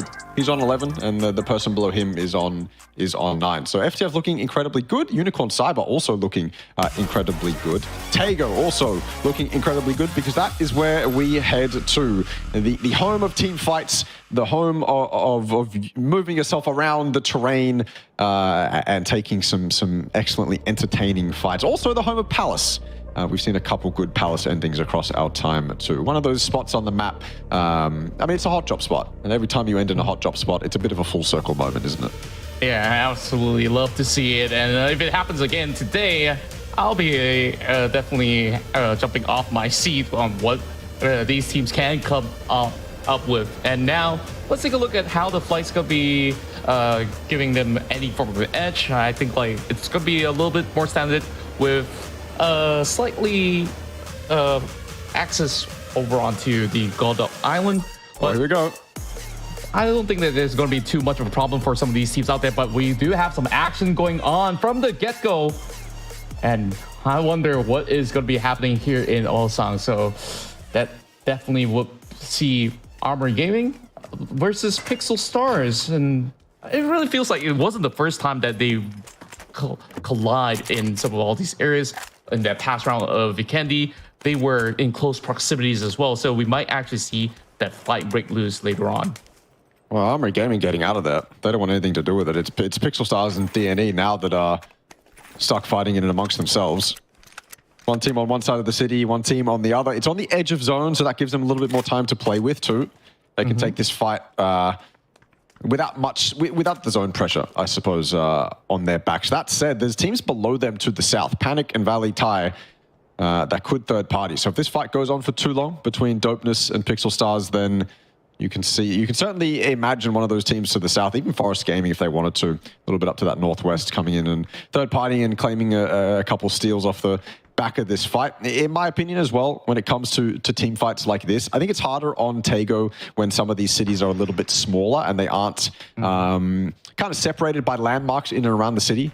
To kind of pick off one player, but generally I think it's a really good idea as soon as you drop to identify who's weak, who's the solo player right now, and then that team then groups up as 3, maybe 2, ideally as 3, and then you can leave 1 to kind of watch the back. You take out that weak player, you take out that solo player, and then from then on the hot drop is a lot easier to manage. Right now for me, that's Pangska, but they don't know Pangska's there. So DNE could take Pangska out right now, and it would make that fight with the rest of Pixel Stars a lot easier because Pangska's alone. So it wouldn't be too much of a fight with him, but he's being very silent right now. At least from my understanding, he's been incredibly silent. So DNE don't know he's here, which means he could open up if they find themselves in his crosshairs. Yeah, and he's absolutely isolated, but we'll see if they're going to be sending the cavalry later on. Wow, Thai Esports opening up the round here with Panic Esports going for the chase. We'll be able to go in for the quick elimination. Hanksker still lurking over onto the bottom side of the building. I hope that he'll be able to get that cheese going for him. So let's see what he cooks up later on. But Panic Esports, very proactive start as they managed to get 1 point off with Dusky's advancement. Yeah, proactive is a perfect word to describe it just there. I think they realized that Valee Thai was kind of split into duos and solos around Panic. And, well, if you drive it at a solo person in 2 cars, 2 people in both cars, then, yeah, usually the people driving, they'll get that kill. And they do exactly that. Very good from Panic. I mean, momentum not really slowing down for them. They didn't win that previous game on Vikendi, but they don't seem to be annoyed by that. They'll continue to fight no matter what. And it's a fantastic way to open up the game. It warms up the players' comms. It warms up the aim of the players. It warms up every aspect, really. And it sets a really nice precedent for the rest of the game. Obviously, good to not get ahead of yourself, but for Panic, it's a fantastic start.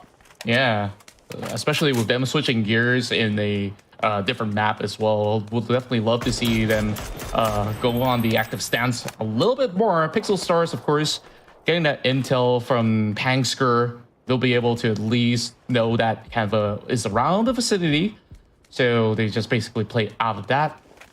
Well, a little bit of a spread there. Dopeness has 1 member far off on the edge of the city.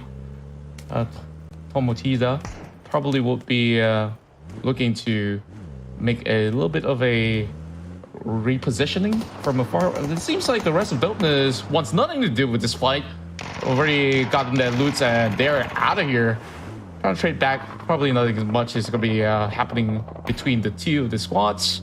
So it's going to be Pixel Stars that will try to see if there's going to be any more valuable loots that's going to be inside the city for now. So Dopeness, wonder where they're going to be headed next. Hopefully not into the crosshair of multiple teams at the moment. They're very early into phase 1. So I fancy their chance at survival for the time being. Meanwhile, of course, so a couple of teams already gotten, those early pickoffs, with 1 going to Forest as well. As we see the parachutes repositioning, having PMA inside of the estate. So this invade's gotta be coming from all directions, and they gotta be absolutely ready for this. Oh, mid-air shot, P! What was that? That's insane. It's insane, but honestly, it's expected. Coming from the air to breach a compound like this is always dodgy. The 4G's popping a med in the middle of the stairs. And for his efforts, his teammate's gone down. 𝐹𝐴 looking much worse for wear than PMA. Small town kid doing everything right now. 2 knocks just by himself. Long High is going to steal one of those, but that doesn't matter. 𝐹𝐴 maybe a little bit too aggressive from Small Town Kid. If he gets flushed out here, that's devastating. Teddy's here for backup, and eventually 𝐹𝐴 does go down. Very well defended by PMA. Maybe they waste a car. That UAZ will lose its tires, but that is a worthy sacrifice for an excellent compound defense. Yeah, that was immaculate from PMA. Meanwhile, of course, 𝐹𝐴 kind of botched it, being a little too obvious for taking, like what you did mention. And now, Whitefish trying to capitalize off of that fight that did break loose. Haven's gonna be able to see Teddy out in the open, but couldn't really get the shots through, unfortunately. Let's see if there's gonna be a full attempt into crashing the compound, but they still have another team from quite afar to also deal with. And that will be Tiare. That will be in a little bit of trouble. It's gonna be Long High over the top. Daytrade? Okay. All right. I guess that's out of nowhere. Going for a full flex against ISG. I think it's a rotational thing. I just caught it on the map stream. They seem to be on a road somewhere. Caught out ISG on a rotate. So, and cleanly from Daytrade too, not losing a single member. Wish we could have seen that one, but sometimes it happens that quickly that we can't catch it, unfortunately. Unicorn Cyber fighting, or at least toying with the idea of fighting towards RXE on the top of this hill here, but they don't really want it right now. Fighting for a spot like this phase 1 is only really worth it if it's a god compound you know that is probably going to get fed much later on. Not necessarily worth fighting for this hill right here. Maybe something else though for Unicorn Cyber. RXE going to take the compound that they look at from the top. I mean, that's one of the reasons why they're up there, is so they can gather as much information as possible. And their rewards will be whatever compound they deem to be free. Panic on the rotate too. Decent start from them, remember. They've got a little bit of momentum to work with. Whether or not that momentum will actually translate into more kills is completely up to the individuals of Panic. Figure out whether or not. But I guess figure out first where they want to go. Got to park themselves up somewhere. They don't want to be driving for too long. That just kind of indicates to us that there's a little bit of hesitation, a little bit of nerves, and I don't think that's really what Panic are feeling right now. Puch is down, Jun gets it, and Reluctant Squad continue to perform decently in these first few games. Oh boy. They're getting a little bit of pressure coming from distance, and Daytrade loses one just like that. And with them pretty much separated on a 2-2 split, I guess like they don't really have the angles to see where the shots were coming from June, while they basically have one member to turtle in. Now Norris will have a clear idea, so I'm not too sure if they're going to be able to at least garner something out of going for a long exchange, but I think for now, with that form of deficit, Daytrade might just sit back a little bit more. Belmov as well as the other member may not be able to actually go in for the commit, as it's going to be a little bit of coverage to be done to even get much out of Whitefish. So spots out some movements from the far end. Daytrade at least started off on a good note once again, getting themselves the 4 points at the moment. The highest eliminations that we do have so far in the span of 10 minutes. Well, Teddy gonna be tapping onto Delia. You get the tires pop. This is just gonna be bad news for the side of Whitefish. But for now, they are pretty much good to go onto a different spot. Whitefish is gonna secure the direct center of this current phase, where GLS is still on the outskirts, looking for the right timing to enter. There's just gonna be Valee as well as Unicorn Cyber that will be maybe guarding them later on. So we'll see what happens over on that section. Meanwhile, it's going to be AG making a deep convoy, trying to dissect some parts of the map, as they will have one member across the river. But PMA, they're looking to be pretty solid to start off with here, with those 3 pointers that they've been able to pick up. And here comes Panic. They have repositioned in between and will be able to get themselves perhaps an edge against the rest. they find themselves on the edge with Armory Gaming in front of them. And if Armory Gaming is opened up onto here by FTF, Happy takes some shots, one lands, but no more than that. It's potentially an opportunity here for Panic to get ahead of Armory Gaming. Armory Gaming have kind of set themselves up here on the edge to cover all their bases. They've got 2 on one side of the river and then 2 on the other side. And it can be a lot of pressure if a 4-man of FTF decides to breach onto Shanks and Riz here, or at least just apply a little bit of pressure. In fact, I was wrong. They don't have 2 on the other side of the river. They have 1 on the other side of the river because they lost James earlier on. So a little bit more pressure now onto Armory, but smart to put 2 members on this side where you know teams are going to be coming in from the edge, and so you're able to pressure them off a lot easier and I guess put on a bigger show for those teams to make them know that presence is known. If presence is known, then generally teams will at least consider hesitating in terms of rotating into that team or around that team or taking a fight with that team. And Armory Gaming have obviously announced presence as 2 in this compound, and that's enough to persuade FTF to get out of there. And it's also enough to persuade Lightwork to get out of there. He's going to back off toward the rest of his team. He was out there as a little bit of a scout. Dangerous work here from Lightwork, but he does survive on 100 HP, and in fact, he's going back in for seconds. Yeah, and good decision making coming from the rest of Panic as well to basically avoid that bridge ever since, of course, Armory revealed their presence over onto that corner, because that could have been a really deadly choke point, especially with from the future coming in from the back. Eventually, if it does close in maybe towards the western end, then that is going to be a little bit more problematic.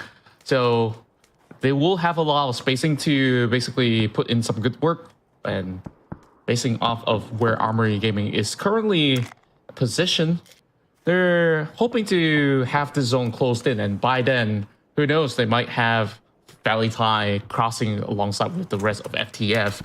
So it's more about the setups right now for the teams as they wait for phase 2 to close out. Panic now being spotted up by Hang Skur. They're gonna be at least applying a little bit of pressure, dopeness, having the MK12 versus an AWM. Oh, I don't think he knows that there's an AWM on the opposing end just yet. As we see the shift going on, it's going to go towards the favor of RXE as well as PMA at the moment. Yeah, RXE, PMA in a decent position, Unicorn Cyber as well, although they're a little bit split, so you can imagine them regrouping quite quickly unless they kind of want to hold their edge, which I wouldn't blame them if they wanted to do that either. D&E, they're not in the zone on the southern side. Space to play with, fields to play with, but certainly they've got to start moving in a little bit, make sure that they're not wasting too much time getting into this zone and hoping that no one leapfrogs them. Armory Gaming finally contested a little bit by Panic. I believe this was the position that Dynasty was in on the other side of the river. And obviously, if you're a solo in a compound like this, your car is ready to get out of there. It's parked in the opposite direction to where teams are going to breach you from. And I think that it was exactly the case. Panic rocked up, and Dynasty just got the hell out of there and grouped up with the rest of his team. Got to be careful when you're playing as 3. Losing another member basically solidifies defeat. We've seen people do wonderful work as 2, but it is a rare occurrence, especially in a lobby as stacked as this. Nurans feels like he's just getting out of that one. Those Mark 12 shots were incredibly deadly and on point. I think also Reluctant Squad know that the rest of Daytrade are below them. I want to assume that because there's a compound down there. I think Daytrade are popping off shots too.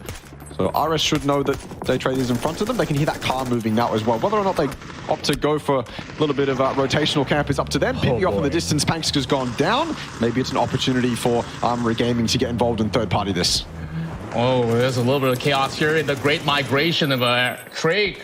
Trying to stay alive here with this convoy going on. Matt Pig hoping to actually pick one up as we still have another target on the opposing end, trying to go in for the trades, hoping that he has enough bullets to basically work this out.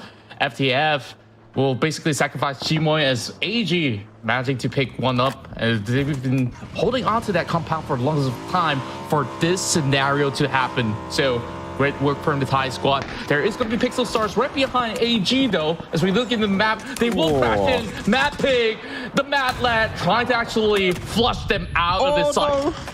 Oh, the bot through the window. I swear it never pans out, man. It just never pans out. Shanks has been traded out, though, by one of Pixel Stars, flushed as well. So it was almost acting as a bait, essentially. Looks like Pixel Stars will come out on top. 𝐷𝐼𝐼's here to back it up, though. He's put himself inside these buildings. A little bit of a building that's a bit further back. Riz is getting out here, trying to get in the faces of Pixel Stars, but there's one on his fence. He has no idea. 𝐷𝐼𝐼's got two with a nade. If Riz can get this one, it's a disaster for Pixel Stars. It's all over the place. That double nade basically secured their demise. Riz can now just peek over this fence. If he knows where 𝐿𝐴𝐻𝐿 is, it's game over. It's a 1v2. The dynamic duo of Armory Gaming putting on a show for us here. Pixel Stars absolutely decimated. Yeah, and basically they did put in quite a lot of effort in order to actually seek opportunities like this, but Armory Gaming so well prepared coming in from this direction. And oh boy! What? What? A mortar hit? No! At this corner? Oh boy, Armory just got wiped out, and it opens up the space for 𝐿𝐴𝐻𝐿.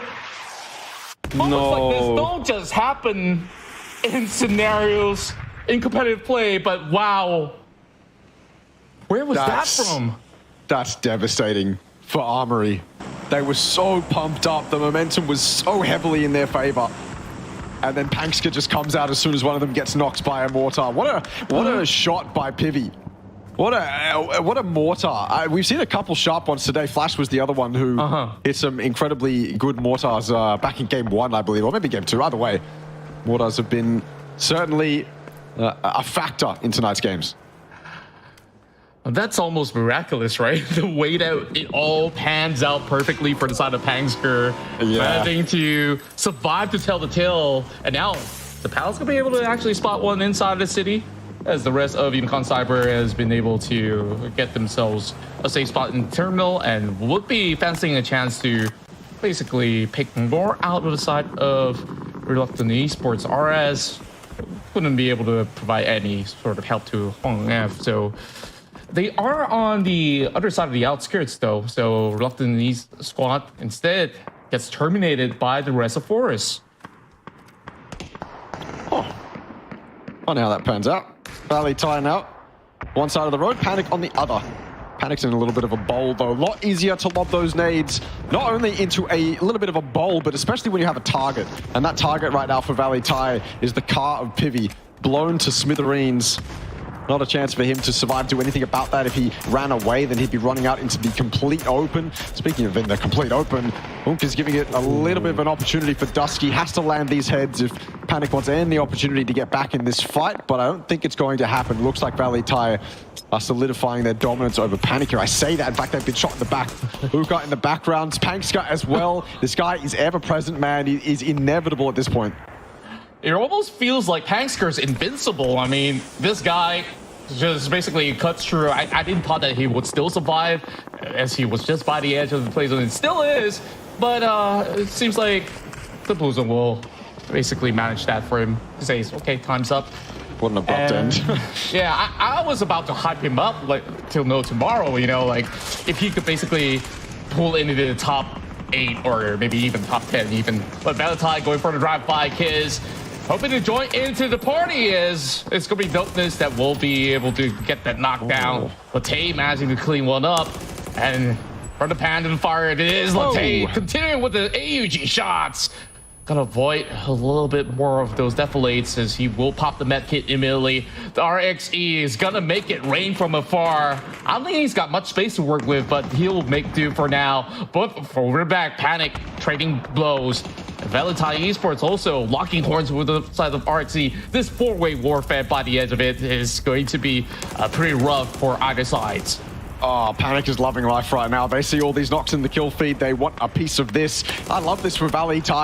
I love the aggression coming in from 𝐿𝐴𝐻𝐿, and it's going to secure him a couple kills too. No placement points right now. We're down to the top 10, but he'll take those 2 points. 4 total for 𝐿𝐴𝐻𝐿, but I think his time is coming to an end. Panic on the backside, looking to put a stop to his reign of terror right now over this little valley. RXC as well getting involved. What can 𝐷𝐿𝐴 do? Seriously, what could 𝐷𝐿𝐴 do? Valee, not even a factor in that fight. 𝐷𝐿𝐴 were just trying to survive against the onslaught of RXC, and then all of a sudden you've got 𝐿𝐴𝐻𝐿 and his teammate just pulling up behind 𝐷𝐿𝐴 out of nowhere, just completely out of nowhere, and laying shots into them, and 𝐷𝐿𝐴 is completely caught off guard, and from that point forward, it's so hard for them to do anything. RXC, 𝐿𝐴𝐻𝐿, they clean up. Yeah, it was pretty solid stuff, as we see the rest of 𝐏𝐿𝐒 also having some good coverage to be able to rotate on the other corners of the northern section of the map. Meanwhile, we go towards the side of Daytrade. They spot one moving vehicle, and it seems like that's already going to be a knock onto the members. Force, unfortunate for Olympus. He's a little bit too far off from his teammates while they're dealing with the rest of Whitefish. Norrens will go ahead to pick up Hongnam.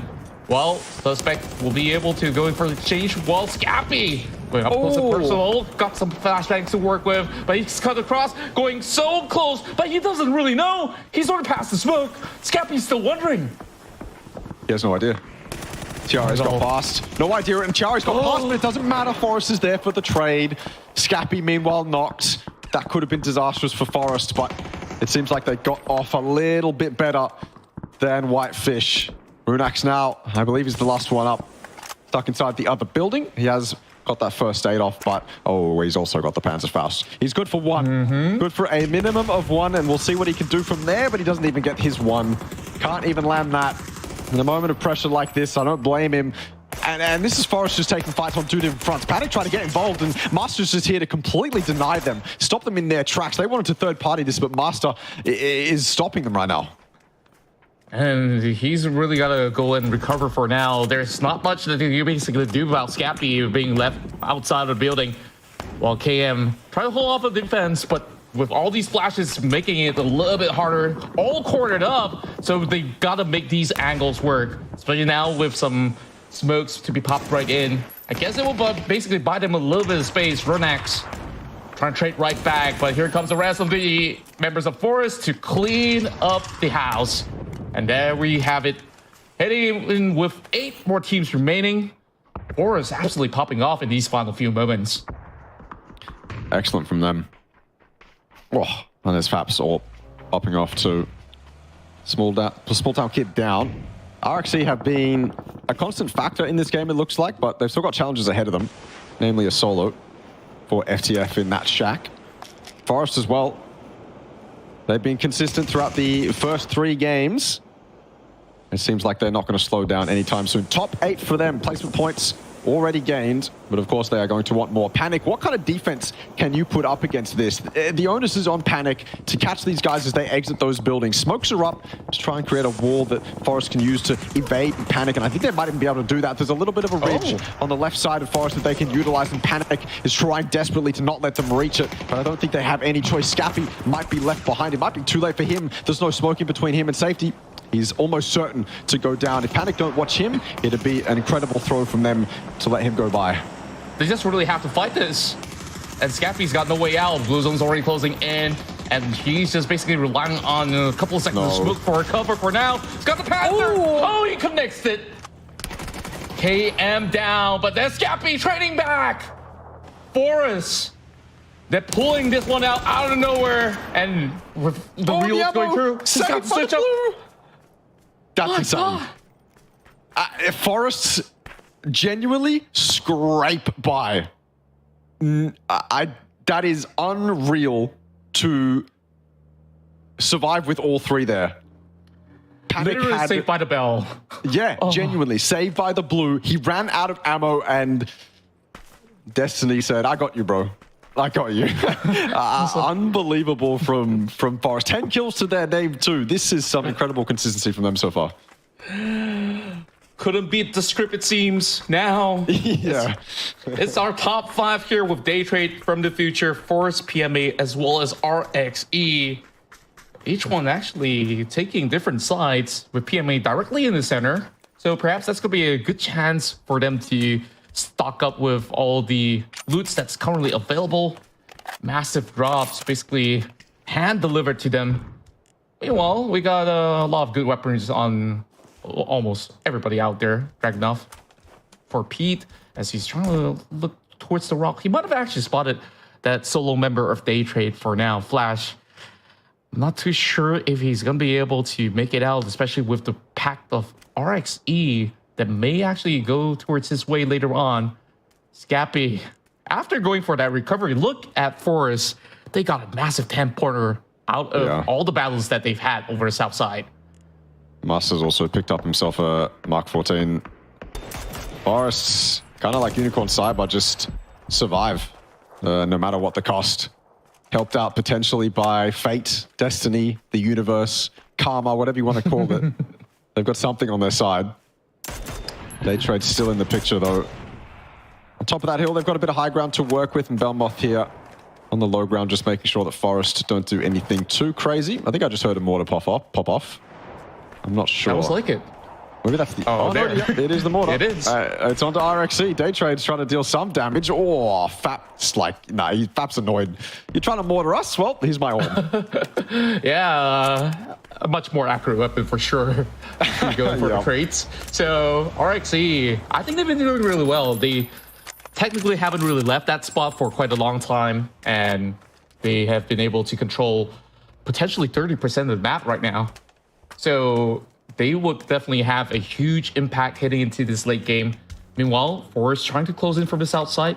That may or may not overwhelm PMA. Once again, PMA playing a very solid defensive game throughout the course of Taego. And I really want to see whether if they will be able to make it all the way through the last run here. Who knows? Maybe this might just be their chance for a chicken dinner with PMA last round securing a top 4 finish. And once again, a lot of these teams really have found that momentum, found that consistency. Even FTF squeezing by with that one man at the side, though this round looks to be a lot rougher for the side of FTF with only that 1 point gain so far. Not sure if they're going to be able to pull in more, but I guess he's happy for now. 𝐿𝐼𝐶 down. 𝐿𝐼𝐶 gets the flush though, steals it away from Teddy. Another Mark 14 in play, actually. I guess when you've got this many crates dropping around the final circle, we're going to end up with a lot of 3 gear and a lot of crate weapons. Rooftops as well for the Mark 14s to sit on top of later on, but Forest have decided that it's time to push inside the compound. Either that, or the zone decided them to push in. Either way, Pete's got the opening with a nade. PMA already had an excellent defense in this compound earlier on against an emergency parachuting team. Different scenario this time round. The team's coming in from the ground, but it doesn't matter. Pete's gone down to Flash, but at least they've got a kill onto Forest. So Forest's momentum has been stopped just that little bit more. Teddy suffering in this blue zone grenade, just able to survive. Yeah, making sure that he'll be able to basically last a little bit longer with a couple of boosts to be able to work out if there happens to be a couple more blue zone grenades to be thrown in. But just look at the south side, like all these teams in the compounds are the ones struggling at the end of it all because 𝐿𝐼𝐶, they got that open space to play with for the next phase, and they just got to settle the scores and pick up a couple of pointers here before they have to face the music against 𝐿𝐼𝐶. But who knows, they might be able to actually go up against 𝐿𝐼𝐶 as they are also swarming in from the looks of it, or they're just basically holding out until these guys have to step up to the compound. So Daytrade Gaming, they'll take what they can get. The moment that these other squads leave the area to get into the circle, that's the perfect time for Daytrade to pick up a few more. Fap again on that Orm. And yeah, this is 𝐼𝐶 pushing in. They have the zone, like you said. They've got that central line that they can kind of control. No one can really cross it. They've also got control of the edge, to be honest with you. The zone's not entirely inside the compound. So 𝐼𝐶 have an opportunity here to just sit and wait, play passively, wait for people to come to them. But that's not like 𝐼𝐶. That's not like 𝐼𝐶 at all. They're going to get up in people's faces and they put themselves in a really fantastic position. And I love it. I think this might be the winning play for 𝐼𝐶. They set themselves up incredibly nicely. And what we're going to see now is every other team inside this compound tearing into each other, weakening each other, destroying vests, destroying helmets, claiming lives. Scappy's just trying to get out of there. Maybe run across the road, but he hesitates. He double backs. 𝐼𝐶 will claim him from that rooftop, and now it's down to PMA and Daytrade and that one solo of FTF to contest with 𝐼𝐶's reign of dominance. Boy, oh boy, it's going to be rough if you're not on 𝐼𝐶's side. Everyone's just trying to book it. 1 HP left for the side of From the Future. And somehow, Happy managed to survive all the way to a top 2 finish. Unreal. Unreal. 𝐼𝐶 claim it. As you know, they absolutely will off the back of that excellent play. But a nice couple solo maneuvers, and obviously I feel like the highlight for us in that game is Forest, but the winner for that game, of course, is РXC, and I have to give them a lot of credit. If any lesser team may have sat back a bit, waited for people to leave the compound, wait for them to walk into your crosshairs and play a little bit more passive, that's not РXC. And РXC make what I think is the winning play by pushing themselves up to that compound, identifying that it's a weak side of the compound, putting themselves on the roof and making sure that they win that game. So that's a very dominant display of skill from РXC.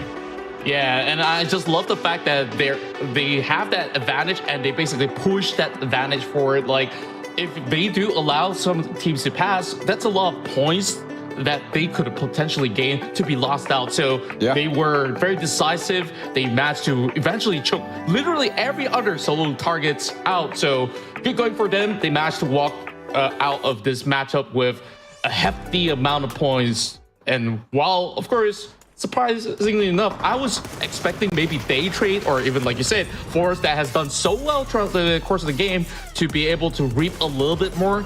But of course, that form of instance, it really could have just been anybody to last till the top two. But over on the side of PMA, I think they've really played a great defensive game here in Takeoff. Oh, I didn't even realize in this highlight there that there was a team kill involved. That's devastating. Didn't notice that in the moment, but that's probably what lost it. 𝐏𝐿𝐒, he definitely had a couple highlight moments here and there from him. This, to me, was just so sick from Armory Gaming. Like I said, dynamic duo, Riz, Dynasty, they always show up, and every time they're in a clutch, you never count them out of it. And then to lose that all to a mortar from Pivy, just off in the distance somewhere, it just came out of nowhere. He knocks one of these Armory Gaming players, and then 𝐏𝐿𝐒 pounces and claims the other one. And then from there, we thought maybe he could do more, but then he dies to the blue. So it's a little bit of an abrupt end to an otherwise exciting life. Yeah, literally raining on a parade. And then we've got this form of crossfire going on, which we saw. I loved this. So many chaotic fights breaking loose. And then we see Valee taking full advantage, although being stuck into a very difficult position. He just basically did whatever he can to basically put himself around with very good amount of points to book out the round. I still feel bad for D&E in that moment. They're just trying to survive, and then all of a sudden these cars come out of nowhere and people start shooting at them from a spot they didn't even know existed. This is also kind of pivotal for me. Forest in this moment should have been dead 10 times over. You feel like that Panzerfaust from Runax has got it. You feel like that Panzerfaust from Dusky might have secured it as well, but they survive. And of course, Suspect here dying to the blue as Scappy runs out of ammo. 15 all the way down to 0. And then Suspect doesn't land the remainder of the bullets he actually needs to get that kill, and the blue takes him out. It's a moment of divine intervention for Forest. Unfortunately, they don't get much more off the back of that. They don't even reach the top 4. So to survive like that and then get nothing more is kind of devastating. But to get to that point in the first place was commendable. Yeah. I don't think that there's any words to put it better than what you just said. Divine intervention. Like, literally, Scappy, from what it looks to be almost a dot of HP left, and he somehow managed to walk away alive and also play for that top 4 ending. Of course, by the end of it all, РXC, they have been able to secure the best spot possible. But from the looks of it, RXC have been taking that center stage for the longest of time. They have been unshaken throughout the course of the run. It really shows that they've been able to not only manage the area very well, but also have actively seeked out for those opportunities by the end of it. It goes to tell you that this Vietnamese squad is really not here to sit around and wait for the chicken dinner to be delivered. They also did so much work in the midst of the round. Yeah, I mean, I'll reiterate it, right? If you're watching that, you're watching РXC in that end game, and you're thinking that the smart play there is to sit back, wait for everyone to leave that compound, just let everyone come to us, right? You can play it that way. If you're RXC, you can certainly play it that way if you wanted to. I think you open yourself up to risks playing it that way. You open yourself up to a stronger team exiting that compound. You could probably still get the win. I think RXC were in a fantastic spot no matter what, because obviously the blue is shifting that compound out. But with RXC taking matters into their own hands, what they do, I think it was probably based off a lot of information as well, they identified that I think it was just a solo of Daytrade in that side of the compound. And so knowing that, you could pretty confidently walk up to that compound and start to take fights and make the winning play. And that's what they did. And I think doing that, obviously, it's got its own risks. If the player on the roof goes down, if any of the fights with the Daytrade player go incorrectly, then everything can go kind of wrong. But that's not what happens. RXC play it to perfection. That's the winning play, right? What they could have done was the safe play. What they made was the winning play. And of course, I don't think that there's any better execution than that. And when we look into how teams have been coping so far, especially in the early game, I think this by far to me is one of my favorites, not only because of all these miraculous moments out there. I love all these different types of weaponry put into good use is what I love to see. So with that, we'll see what Miramar has to offer us, but we'll take a short break, and when we do come back, it's back-to-back rounds of Miramar to close the night. Welcome to Update 28.2. Join us for our 7th anniversary celebrations, an all-new SMG experience in the arcade, and finally, the recall system update. We've got lots of surprises in store for you to celebrate our 7th birthday. Erangle's school will be transformed into a festive 7th anniversary venue. Plus, keep an eye out for throwable cupcakes and surprise gift boxes scattered across the starting island of each map. We've been hard at work balancing the SMGs to offer a more unique experience and accommodate various gunplay strategies. The arcade is all set for you to try out these changes, so get that early feel and let us know what you think. And there's more exciting news. Based on your positive feedback, we're expanding the recall system to include Vikendi and 𝐏𝐿. Check out the patch notes to discover all the details of this update. Lastly, this patch also includes weapon mastery updates, world bug fixes, and performance tweaks. Be sure to dive into the patch notes for all the details. And we'll see you on the battlegrounds.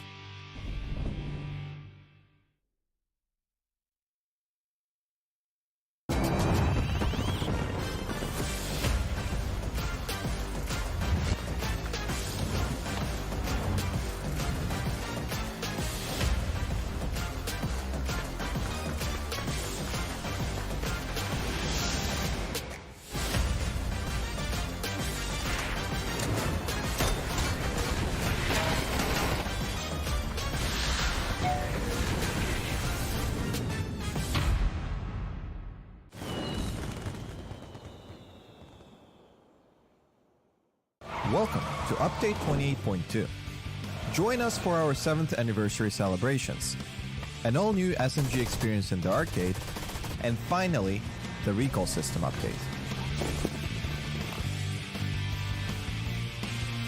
We've got lots of surprises in store for you to celebrate our 7th birthday. Erangle's school will be transformed into a festive 7th anniversary venue. Plus, keep an eye out for throwable cupcakes and surprise gift boxes scattered across the starting island of each map. We've been hard at work balancing the SMGs to offer a more unique experience and accommodate various gunplay strategies. The arcade is all set for you to try out these changes, so get that early feel and let us know what you think. And there's more exciting news. Based on your positive feedback, we're expanding the recall system to include Vikendi and 𝐏𝐿. Check out the patch notes to discover all the details of this update. Lastly, this patch also includes weapon mastery updates, world bug fixes, and performance tweaks. Be sure to dive into the patch notes for all the details. And we'll see you on the battlegrounds.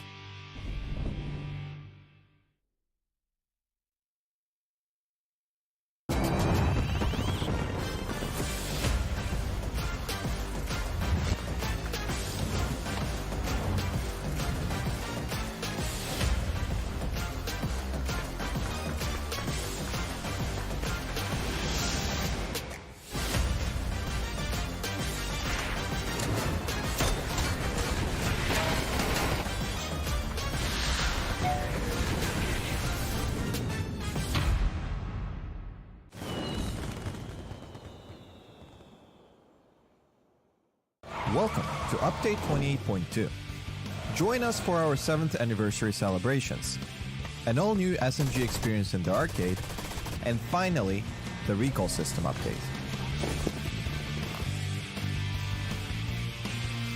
We've got lots of surprises in store for you to celebrate our 7th birthday. Erangle's school will be transformed into a festive 7th anniversary venue.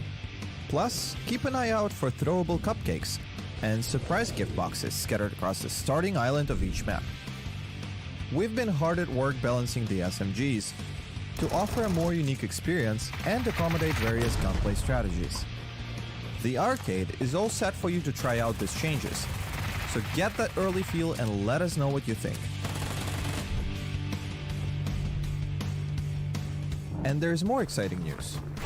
Based on your positive feedback, we're expanding the recall system to include Vikendi and 𝐏𝐏𝐀𝐒. Check out the patch notes to discover all the details of this update. Lastly, this patch also includes weapon mastery updates, world bug fixes, and performance tweaks. Be sure to dive into the patch notes for all the details. And we'll see you on the battlegrounds.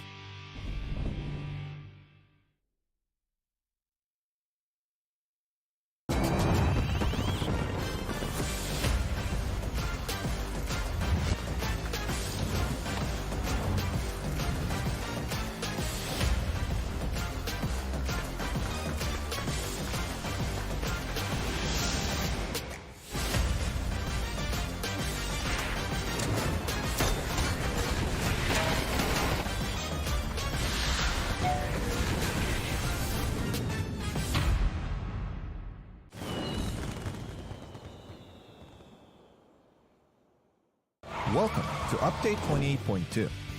Join us for our 7th anniversary celebrations, an all-new SMG experience in the arcade, and finally, the recall system update. We've got lots of surprises in store for you to celebrate our 7th birthday. Erangle's school will be transformed into a festive 7th anniversary venue. Plus, keep an eye out for throwable cupcakes and surprise gift boxes scattered across the starting island of each map.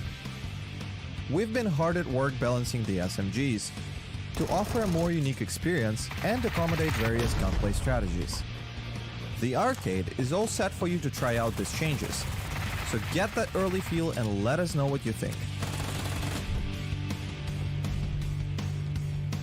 And there's more exciting news. Based on your positive feedback, we're expanding the recall system to include Vikendi and 𝐏𝐏𝐀𝐒. Check out the patch notes to discover all the details of this update. Lastly, this patch also includes weapon mastery updates, world bug fixes, and performance tweaks. Be sure to dive into the patch notes for all the details. And we'll see you on the battlegrounds.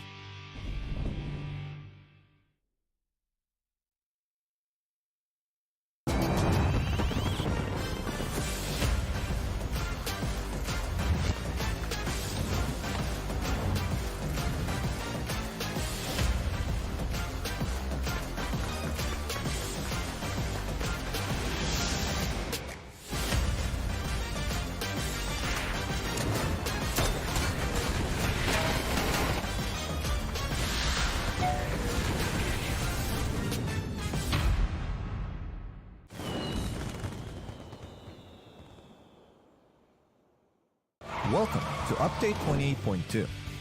Join us for our 7th anniversary celebrations, an all-new SMG experience in the arcade, and finally, the recall system update. We've got lots of surprises in store for you to celebrate our 7th birthday. Erangle's school will be transformed into a festive 7th anniversary venue. Plus, keep an eye out for throwable cupcakes and surprise gift boxes scattered across the starting island of each map. We've been hard at work balancing the SMGs to offer a more unique experience and accommodate various gunplay strategies. The arcade is all set for you to try out these changes, so get that early feel and let us know what you think. And there's more exciting news. Based on your positive feedback, we're expanding the recall system to include Vikendi and 𝐏𝐏𝐀𝐒. Check out the patch notes to discover all the details of this update. Lastly, this patch also includes weapon mastery updates, world bug fixes, and performance tweaks. Be sure to dive into the patch notes for all the details. And we'll see you on the battlegrounds.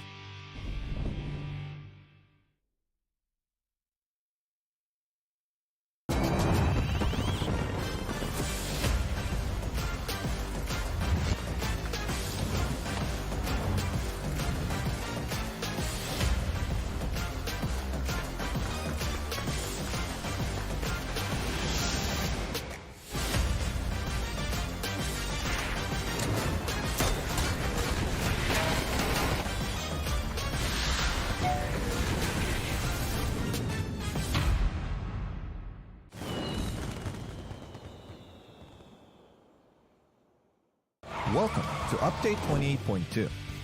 Join us for our 7th anniversary celebrations, an all-new SMG experience in the arcade, and finally, the recall system update.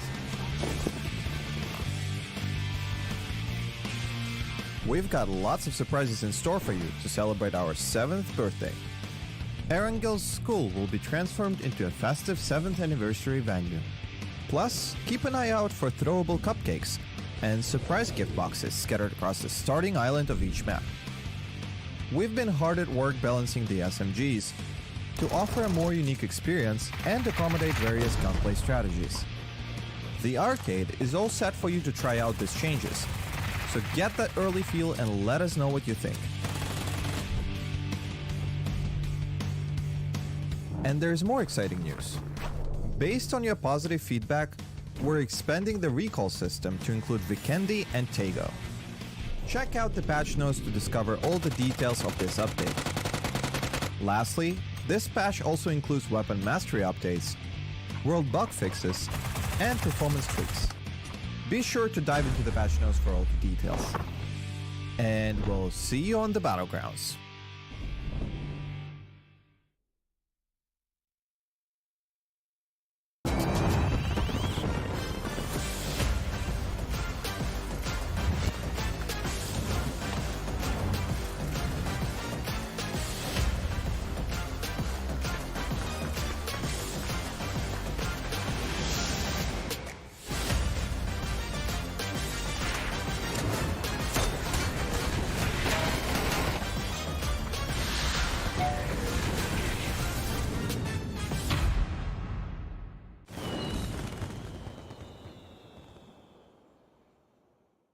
Welcome to Update 28.2.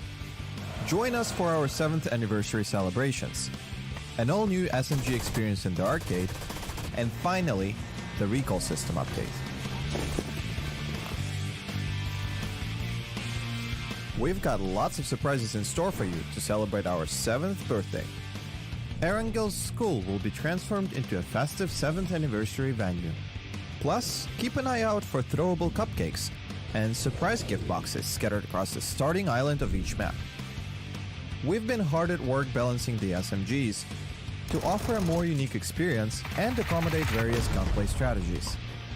The arcade is all set for you to try out these changes, so get that early feel and let us know what you think. And there's more exciting news. Based on your positive feedback, we're expanding the recall system to include Vikendi and 𝐏𝐏𝐀𝐒. Check out the patch notes to discover all the details of this update. Lastly, this patch also includes weapon mastery updates, world bug fixes, and performance tweaks. Be sure to dive into the patch notes for all the details. And we'll see you on the battlegrounds.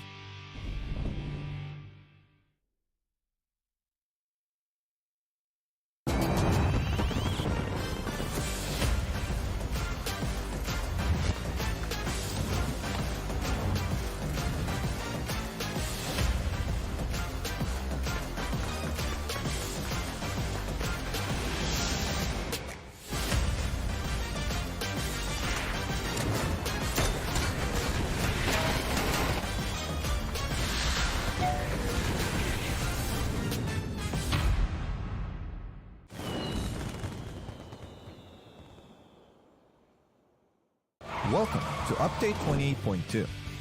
Join us for our 7th anniversary celebrations, an all-new SMG experience in the arcade, and finally, the recall system update. We've got lots of surprises in store for you to celebrate our 7th birthday. Erangle's school will be transformed into a festive 7th anniversary venue. Plus, keep an eye out for throwable cupcakes and surprise gift boxes scattered across the starting island of each map. We've been hard at work balancing the SMGs to offer a more unique experience and accommodate various gunplay strategies.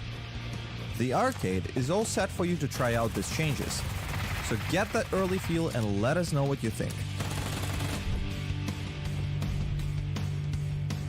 And there's more exciting news. Based on your positive feedback, we're expanding the recall system to include Vikendi and 𝐏𝐏𝐀𝐒. Check out the patch notes to discover all the details of this update. Lastly, this patch also includes weapon mastery updates, world bug fixes, and performance tweaks. Be sure to dive into the patch notes for all the details. And we'll see you on the battlegrounds.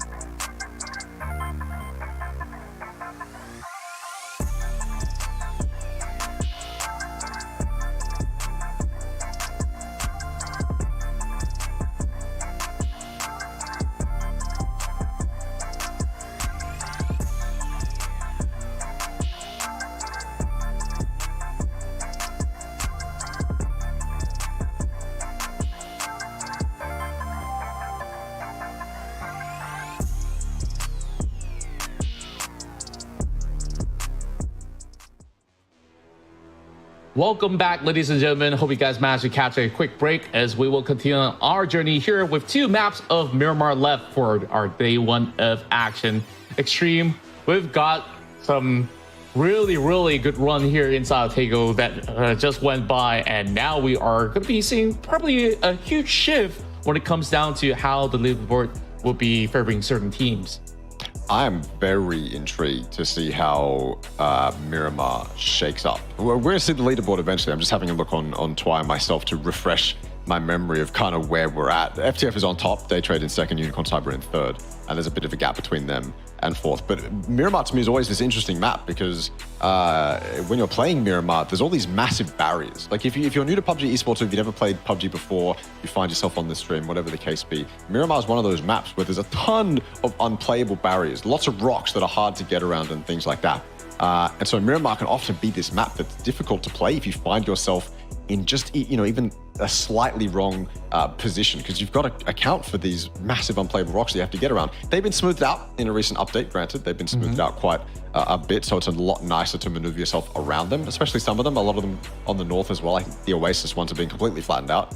But you still have these barriers, and they're quite hard to get past. Obviously, the circle is dictated by these unplayable rocks as well. And so I'm interested to see, because we've been seeing some great action from all these teams tonight, like some really good action. This is not a passive lobby by any means. So I'm interested to see how that macro playstyle of this lobby pans out on Miramar. Yeah, Miramar has always been my favorite map out of it all, because like you basically see all these players put to the test on their prowess from how they manage some of their resources when they're playing on the terrain side, and also on how well they'll be able to take aim. So let's take a look at the leaderboards right now, as we have the first match being won by RXE, accumulating a total of 20 points, and we see Forrest really pulling off quite the round there with 13 to be able to secure a second place. Daytrade comes in third with 12, and from the future, despite only having Happy surviving to tell the tale, they managed to squeeze 3 eliminations to top off with a second place finish. That'll be a 9 points finish for them. And what you just mentioned, FTF, with this record, they're still pretty much on the right track at that #1 spot, so maybe they will be able to hang on to it. Yeah, it was a nice enough attempt to keep them in the lead, essentially. And Forest, even though they didn't make that the top 5, they still find themselves with the second most points, as we saw them pull off some pretty incredible plays in that final game. And then, of course, I mean, it's Daytrade. Daytrade have been relatively consistent all night. I think game 1 for Daytrade was a little bit dodgy, but since then they seem to have picked it up. Obviously, they took that win out as well. So for them, it's been a decent night. They're obviously very much in contention for first place. And going into Miramar, I wouldn't be surprised if they're still in contention after these last 2 games.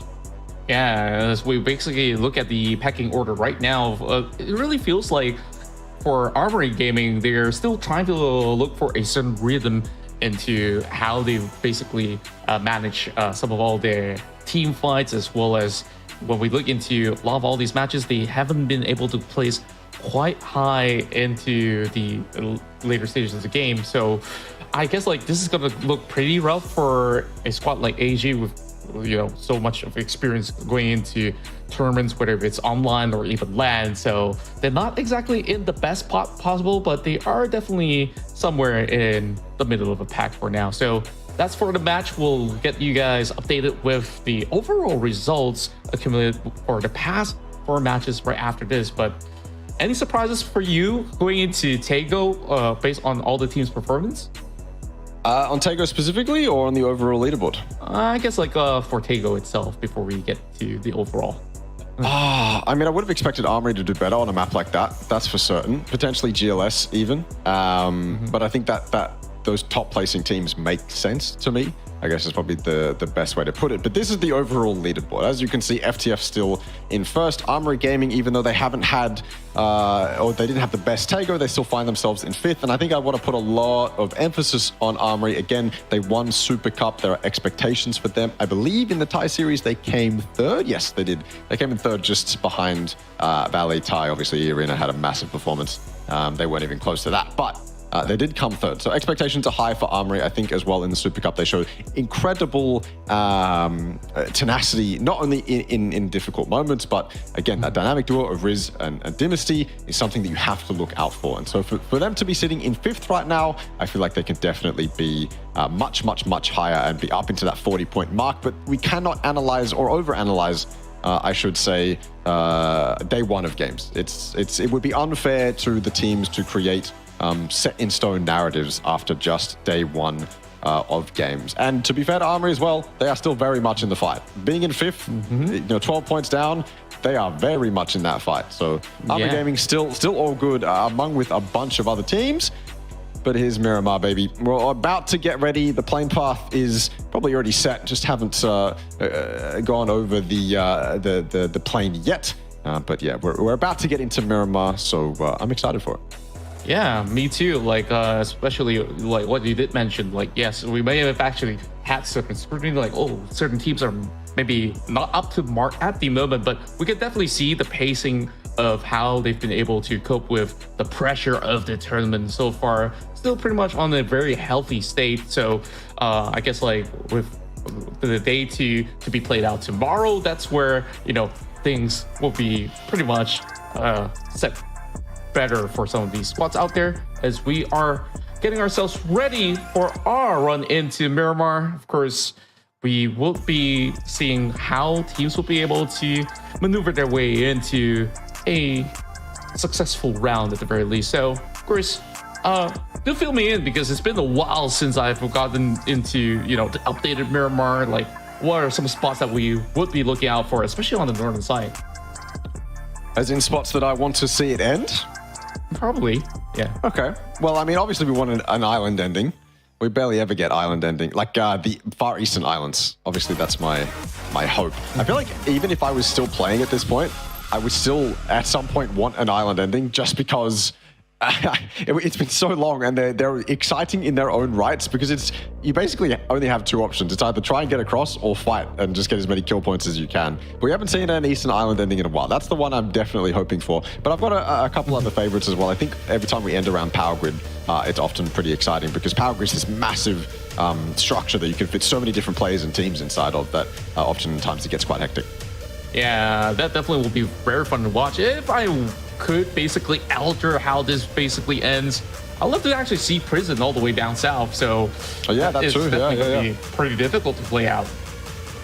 But I mean, Prison's also kind of in the same boat as the Eastern Islands, but it very rarely ends there as well. You often see it ending kind of where Partona is or around the eastern side of that southern island. Okay, we've got a hot drop. Maybe not the first hot drop of the night, but on a map as big as Miramar, maybe you don't expect it that much. It's for Monte. It's between FTF and Pixel Stars. Happy, I feel like he's got a gun. Is that a Vector in Happy's hand? I can't actually tell. Something in Happy's hand. It's an M4 and a Dragunov to start it off up against the Pixel Stars players with no helmets, no armor, or very limited armor to begin with. That Dragunov is going to be deadly. Yeah, we got it off the bat by landing onto the outskirts of the stadium, and Happy will be able to actually hold on for now, managing to at least pick up an AR for the time being, needing to heal up. Haven't found any helmets or even the vest. Now he does, the level 2. Oh, a little bit of a dicey start for these guys from FTF, but I think like at least they managed to get that knock to, you know, hold some members from the side of Pixel Stars. But they definitely do know Pangsker is going to be right in there, unable to leave. Only got an AUG as well as a S1. So we'll see how they will be able to hold on. Oh, damage. What an angle. That's insane. Oh, and he gets punished. Happy went for the nade. Throwing nades like that through windows, it can go sideways so quickly because you have to open yourself up to actually throw that nade out the window, and they're ready for it. They're absolutely ready for that angle. Pangska picks it up. Devastating mistake to make in a moment like this. And of course, there's another hot drop, this time in El Azahar. Honestly, a pretty weird city to have a hot drop in. It's often kind of an alt drop sometimes for multiple teams. Forest, though, it looks like their run of consistency might be coming to an end in the first game of Miramar. KM99 doing his best to cover that road cross on top of this roof here. And to be fair to him, he's done exactly that. No, it's not like FRKS have decided to cross the road, but maybe off the back of KM99's presence, they are deciding to opt out of doing just that.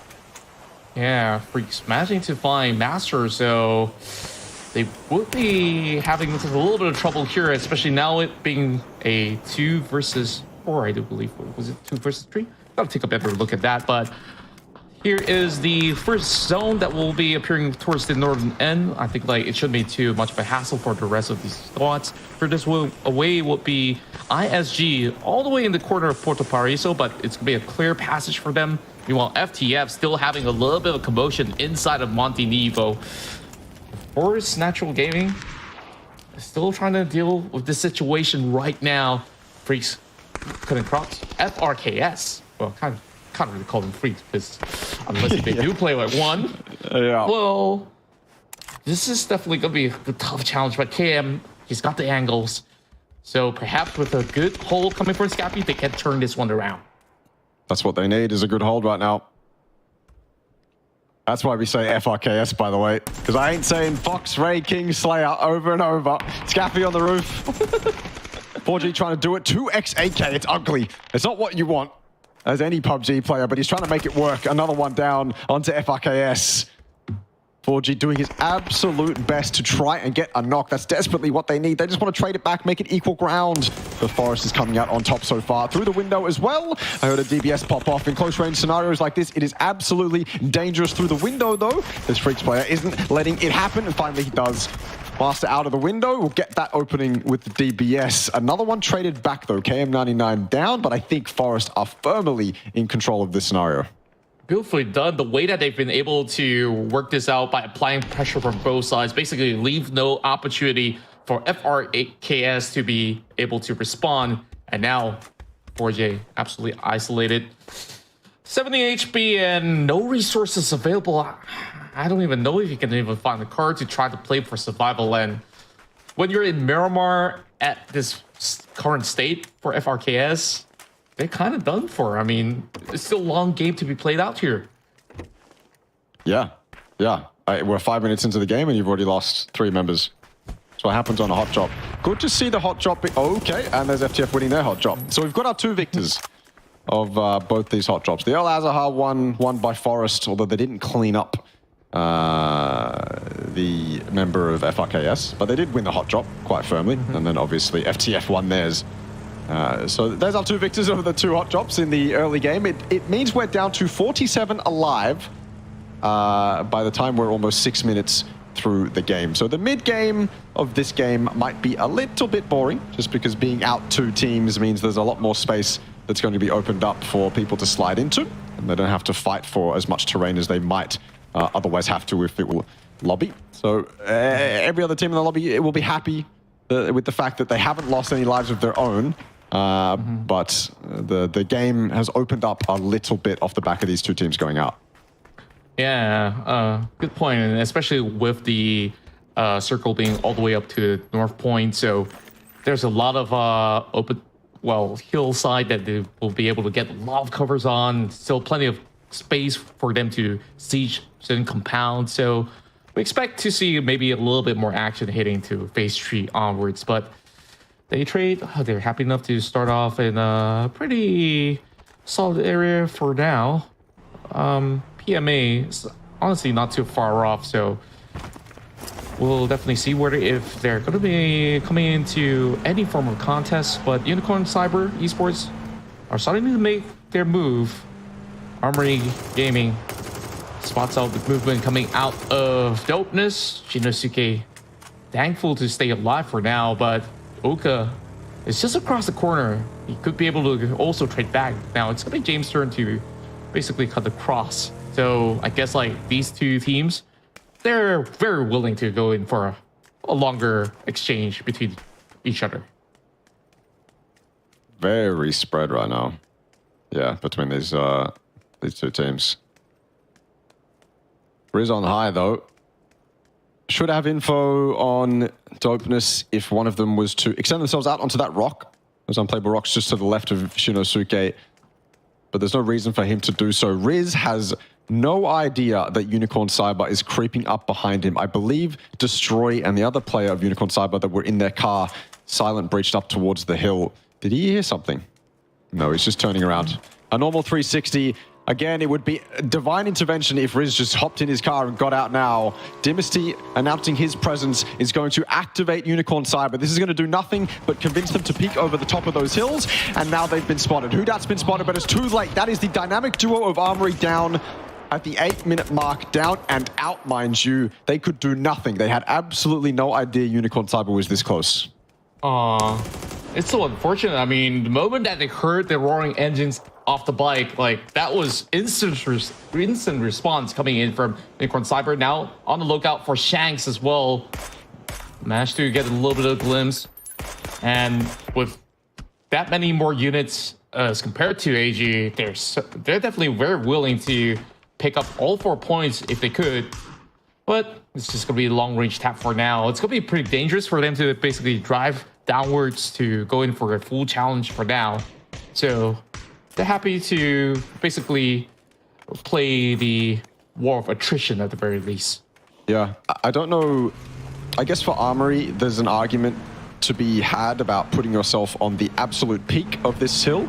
But obviously for Riz, it's he wants to be as close as possible to his teammates who are currently, potentially going to fight with dopeness, or at least he wants to be able to catch out D&E when they leave San Martin, right? Or he just wants to gather info. And if he's on the very peak of that hill, he's less close. He's a bit further away. You can probably still gather info. You might not be able to hit the shots you want if your teammates do get involved in a fight. So arguments to be had either way. FRKS do finally go down. 𝐿 is firmly in the control of Forest. They do win that fight quite convincingly. Losing 1 in trade for 4 is something you'll take every day of the week, especially on these hot drops. And ISG is getting a little bit involved, and Scappy's seen him. That little alt look, he saw the tip of the head, the little rogue pixel from Tay9, and Scappy decides to back off a little bit and then choose his timing to cross the road safely.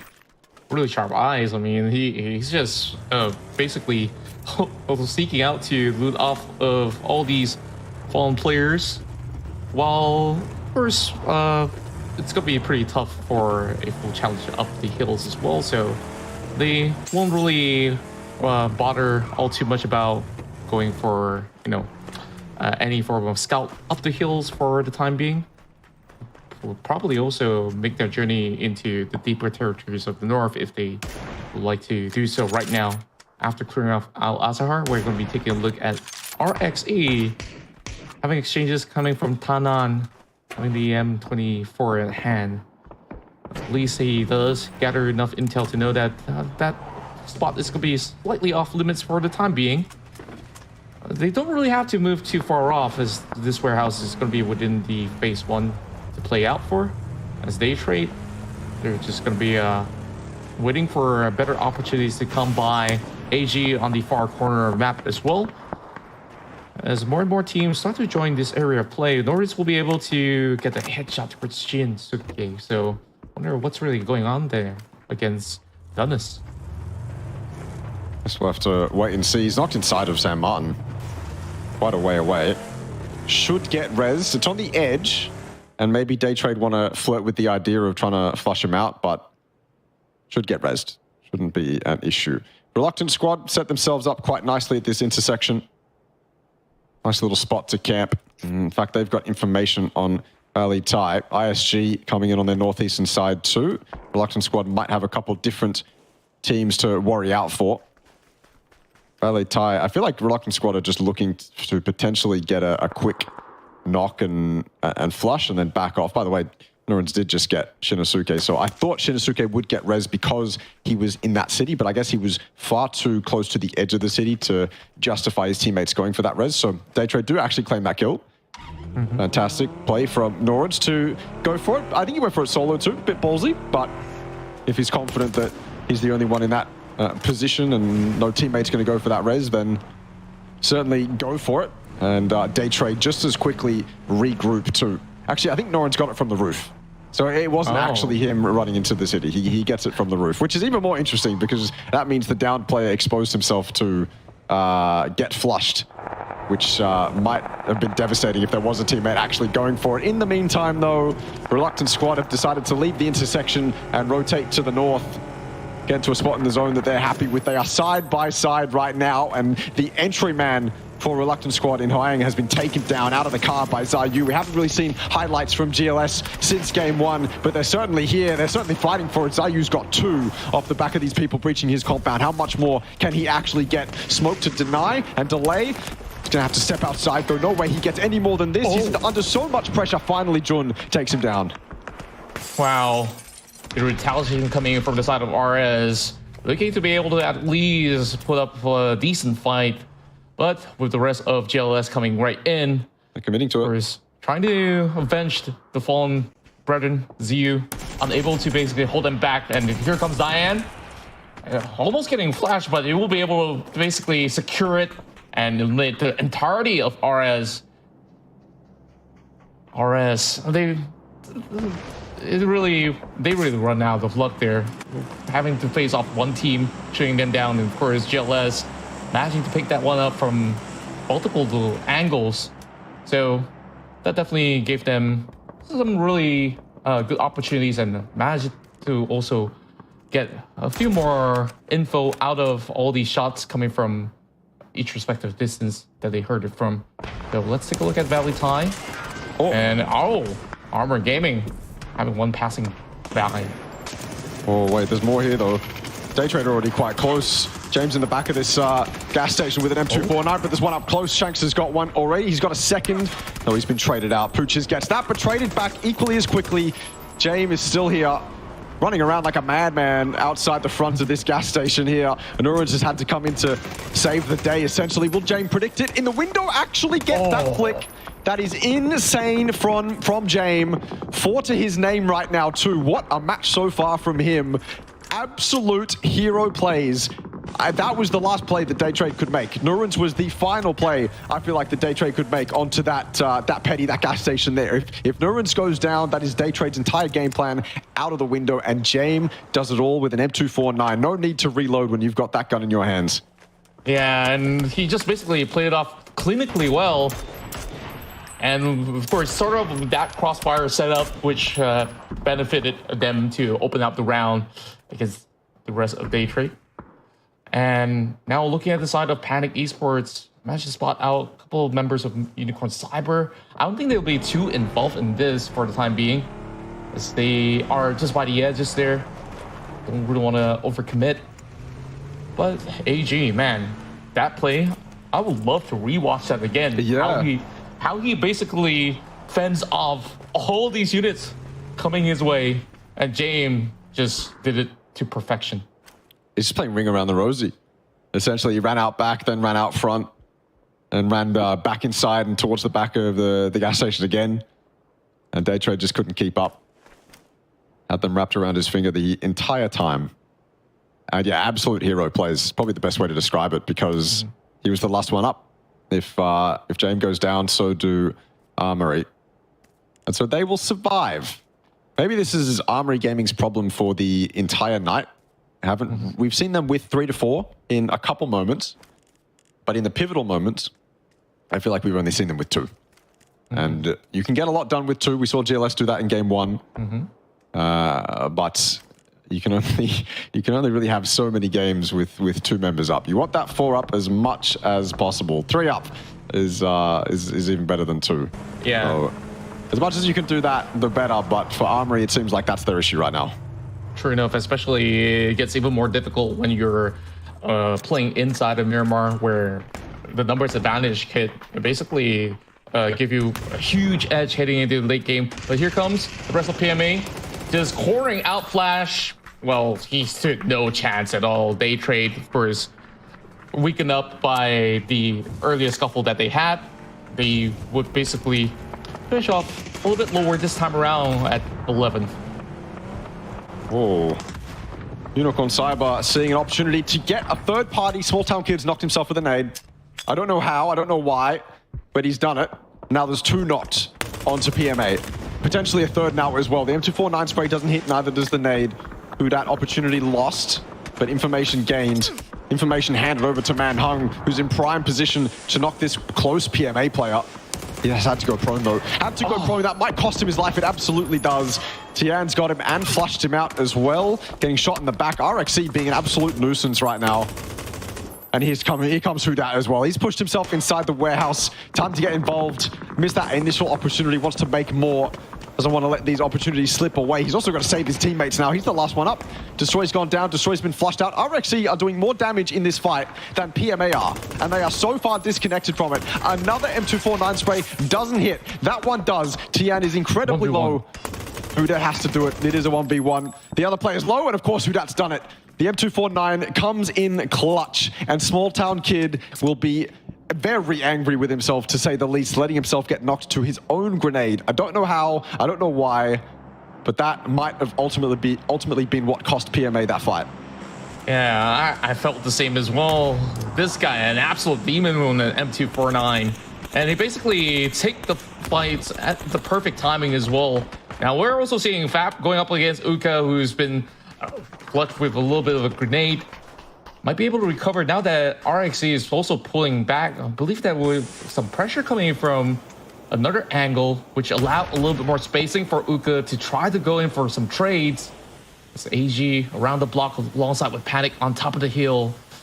So that buys a little bit more time for D&E.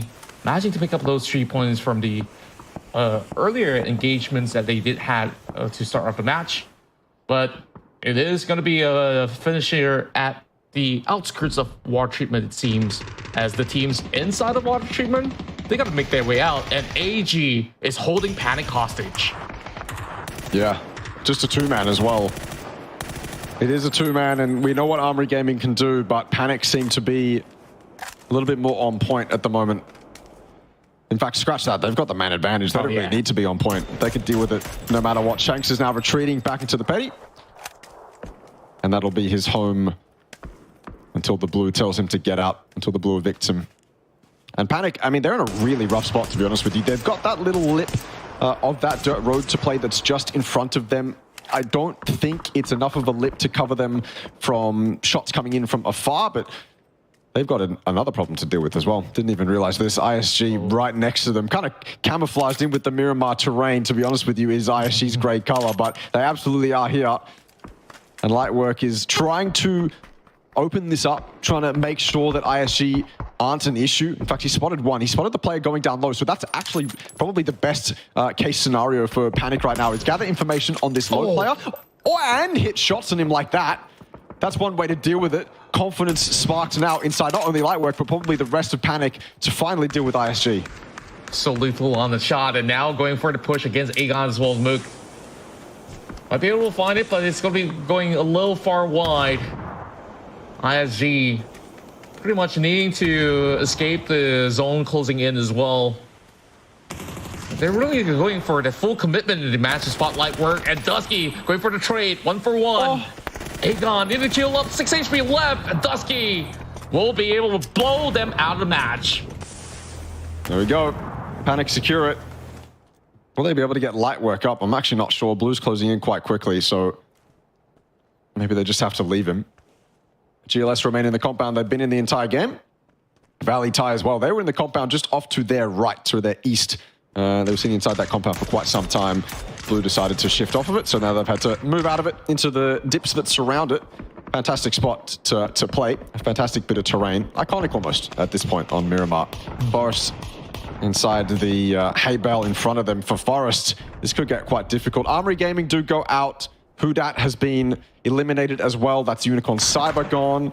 And we end in a zone, to be honest with you, that I haven't seen in a while. If this goes south and prioritizes the field, it could get quite spicy, but it could also get quite boring, just because that field, you don't really have anything else to play other than the hay bales. Forest have already set themselves up in those hay bales, and so they currently own at least part of that real estate, but there's plenty more to be taken. Panic, I said that they may not have many options. I don't think that lip is high enough for them to survive behind, so it's just Suspect alive. Maybe he can prone on that dirt road, but I don't think so. I think the far angles are going to be far too much for him to deal with, and even then he's lost his teammates. So what more can Suspect really do, even if he does survive to the end of this zone? Yeah, still got a little bit to cover to run right in.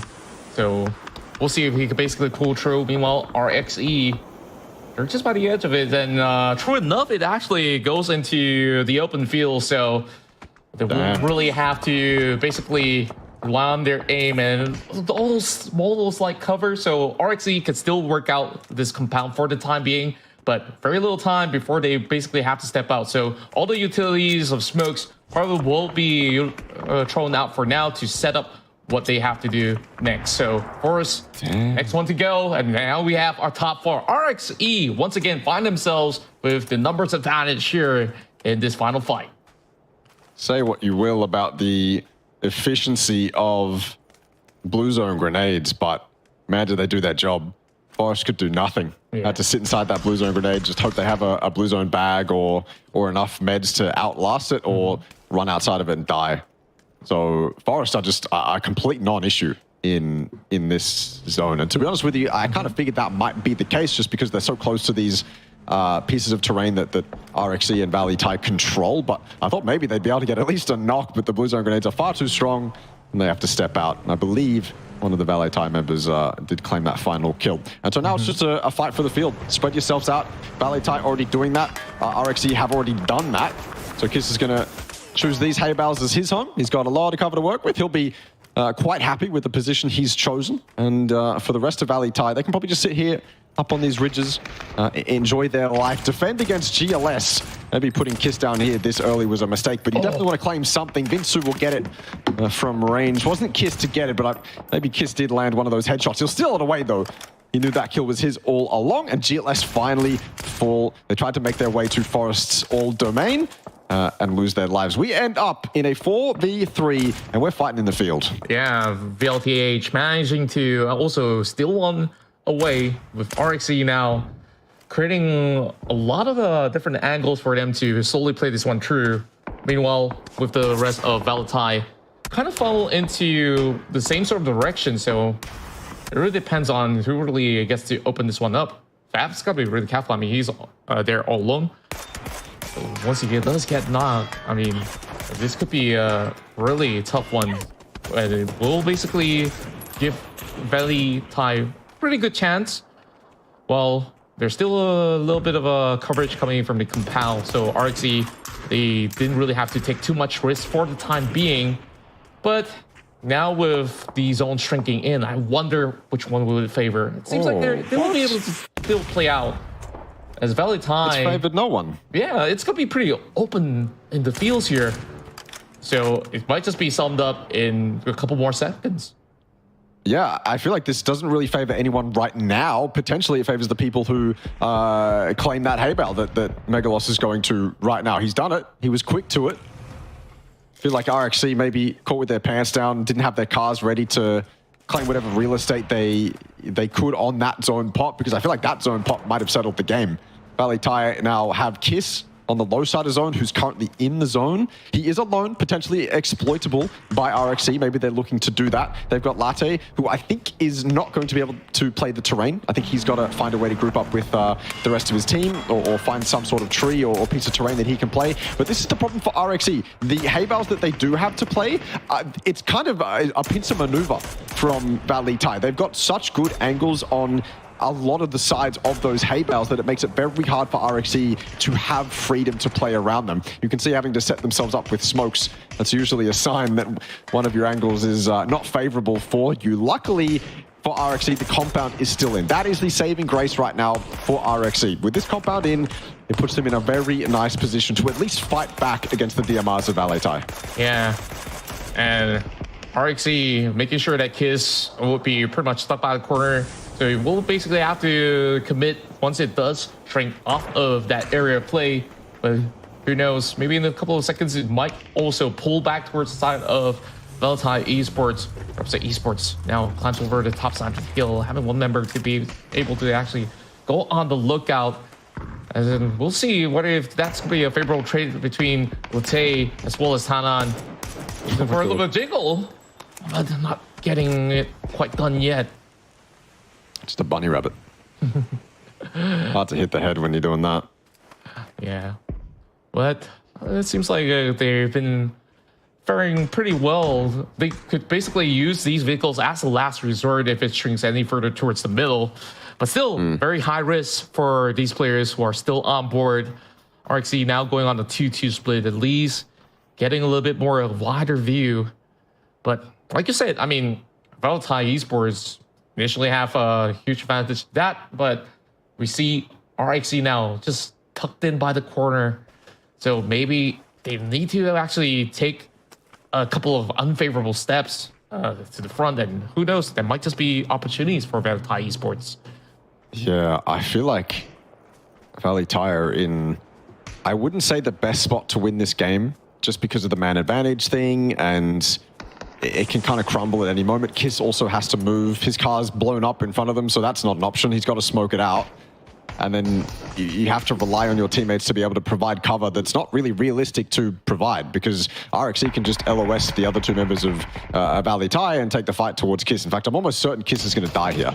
He should go down. I don't think this smoke wall is going to be enough. Decent damage done to prevent 𝐼𝐸 from looking his way, but you can't damage all four members at the same time. 𝐾𝐆 has managed to get inside zone, but I think the best case scenario for him is finding himself at a very small 𝐏𝐆𝐒, one of those individual 𝐏𝐼𝐿s. He certainly does not have enough smokes to smoke his way all the way to his teammates. Not a chance. He's got none left, and so you're asking for the rest of Valee Thai to throw smokes at him, and I don't think they've got enough smokes for that either. He's found himself at a tractor. The big wheel of the tractor is going to have to be his reprieve at the moment, his little home, until things change up. Nades coming out from the compound now. They've saved this utility, have 𝐼𝐸. They've waited. These players have been in that spot for quite some time. Just now, they're deciding to use those grenades out of the compound. He's got the blue zone bag.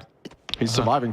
That's the one counter to the blue zone grenade. It's ran out of battery though, ran out of juice, and so he's got to pop that heal. He should survive here though. So far, 𝐾𝐆 is surviving that onslaught, that gauntlet that he had to make. Yeah, lucky for him with him equipped with that, he will be able to outlast the overwhelming damage from the blue zone grenade. So for now, Valee Thai Esports, they get the angle, might be able to find the Zeal. He does. 𝐿𝐷𝐻 goes for a 1-for-1 exchange. Meanwhile, 𝐾𝐆 is going to be down and out. And another catch onto 𝐿𝐷𝐻. 𝐸XE now with Tree. They're going to look to close it out, going for a confident push against 𝐿𝐷𝐻. 𝐿𝐷𝐻, can he basically find the catch here? Seems like 𝐸XE playing this one very carefully.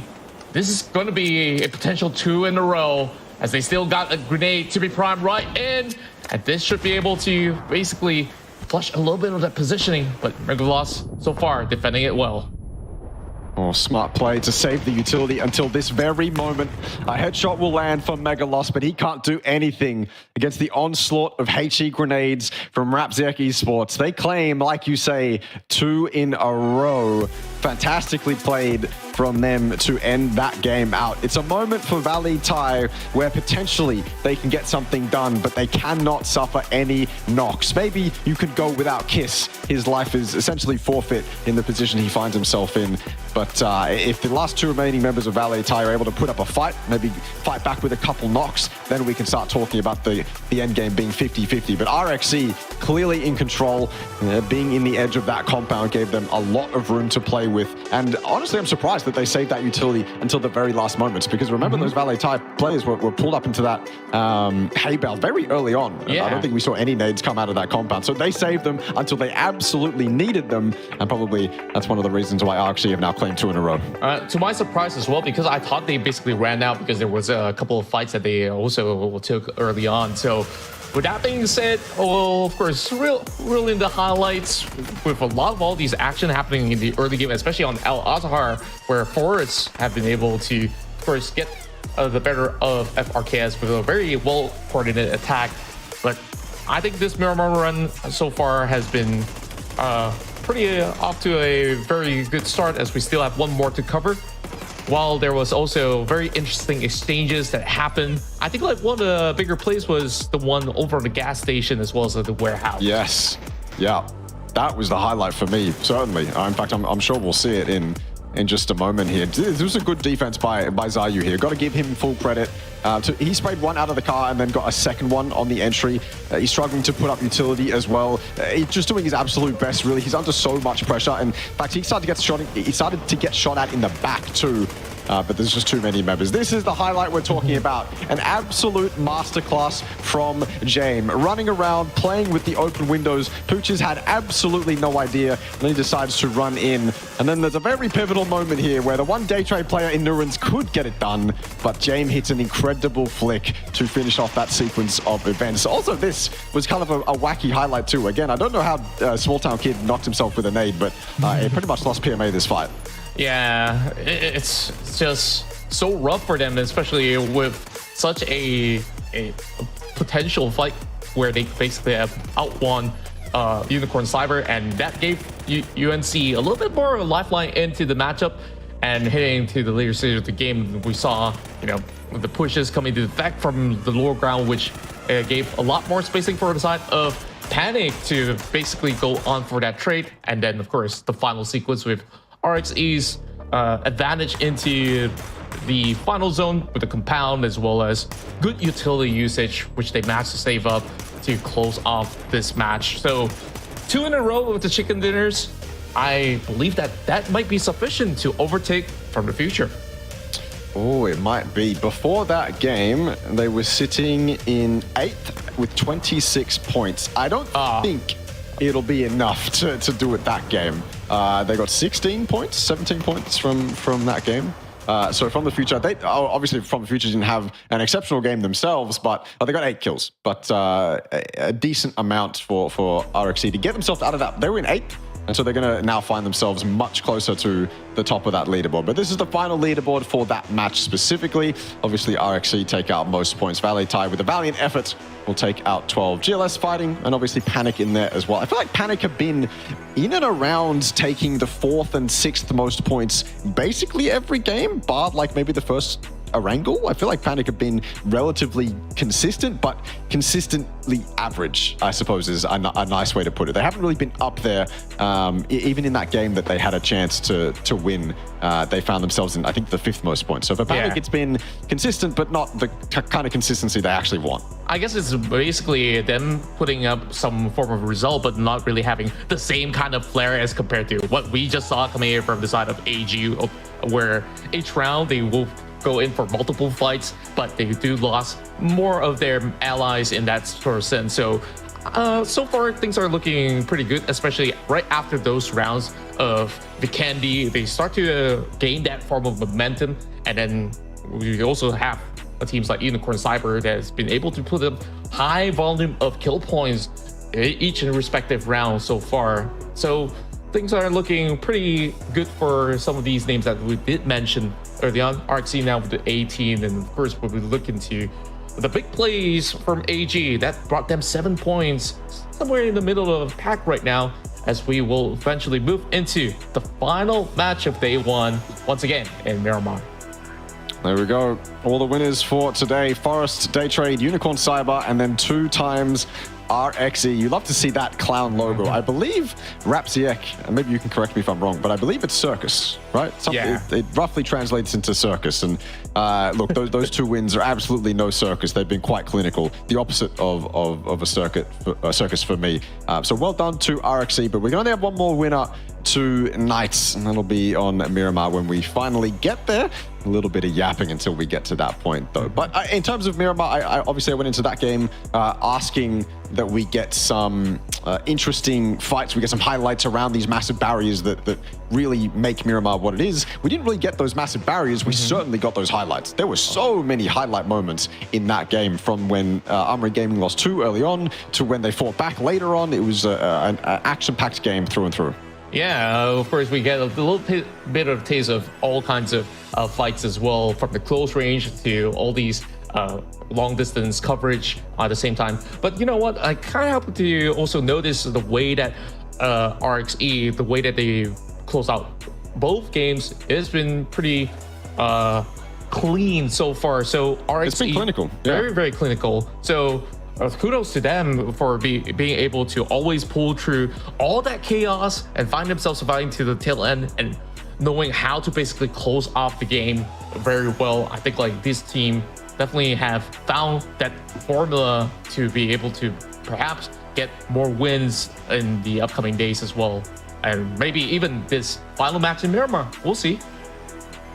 Yeah, RXE, again, when we were watching RXE in the Super Cup, we very friendly named them a team that was having a lot of fun. But again, as I said a couple times already, I believe that RXE, even when they were doing all these wacky plays and having a bunch of quote-unquote fun, they were still popping off. They had absolute highlight moments. And it was clear to us that they had some solid individuals on that team. And so to see them convert that those fundamentally talented players into 2 wins today has been exceptional to see. So I'm loving it from RXE, and if they keep this up, not only are they going to secure top 8, but maybe they can deal some real damage in the stacked lobby that is going to be that grand final lobby. Yeah, and just can't wait to see what really goes down in the finals. Of course, teams are fighting to survive to secure a top 8 finish before we even get to the final stages, where we'll also include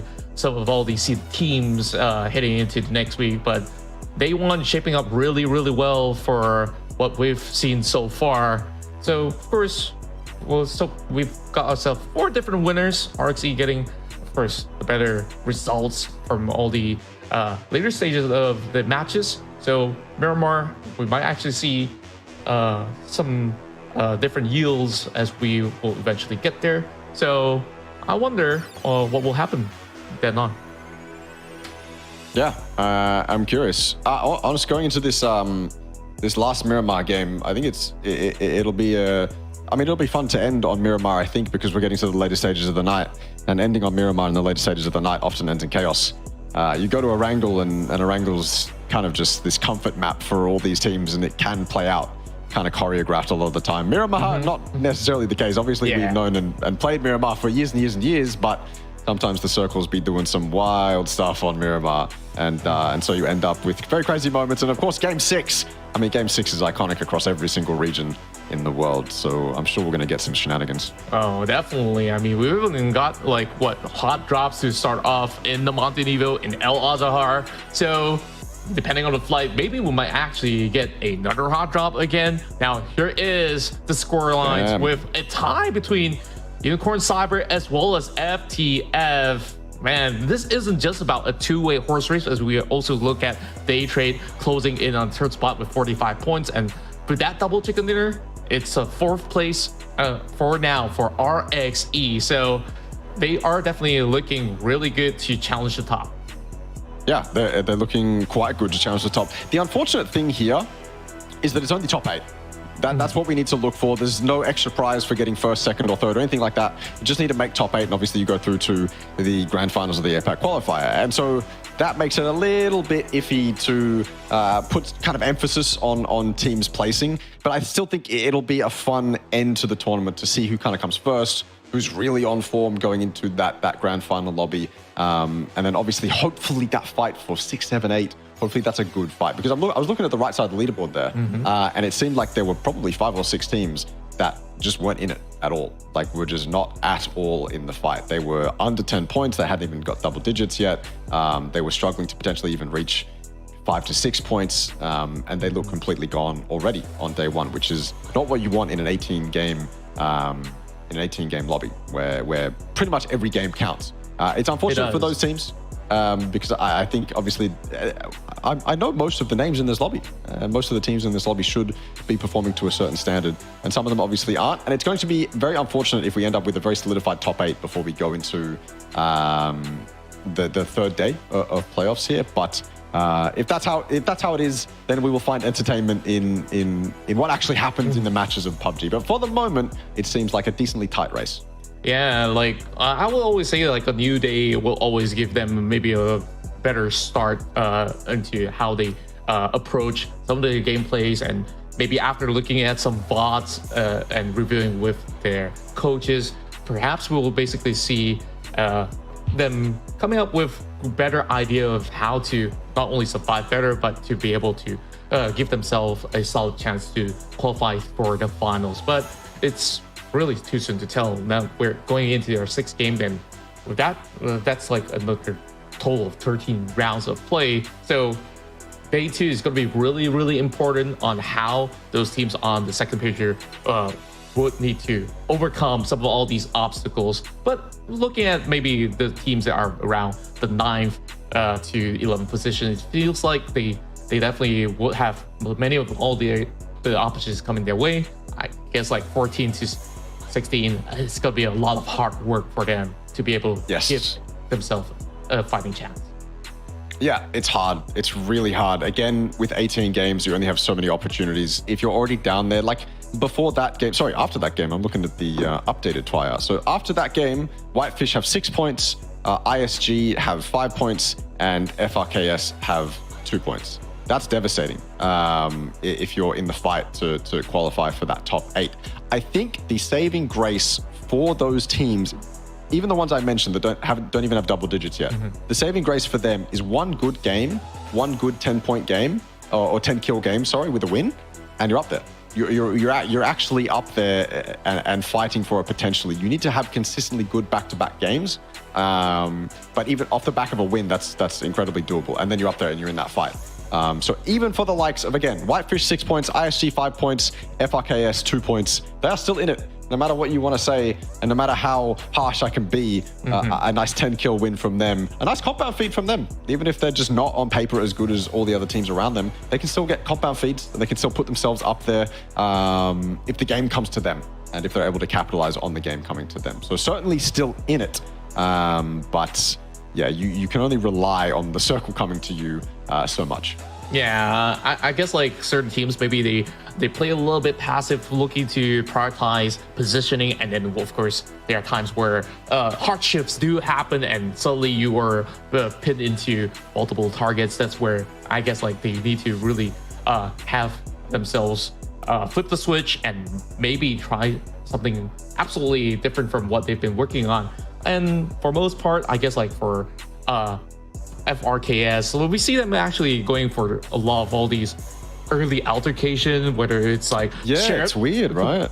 Shared compounds in certain cities, and I think like that's not really doing them any good at all here in day one. So I believe that there's going to be a lot of changes when it comes down to planning where exactly to kick off day 2, changing cities or so. So I guess like by then they will be having better runs. So meanwhile, I guess like when it comes down to decision making on rotations, that's where it's really about timing, honestly. So let's see if they're going to be able to at least get some good runs running heading into the final game of the night, ladies and gentlemen, here in the APAC qualifiers.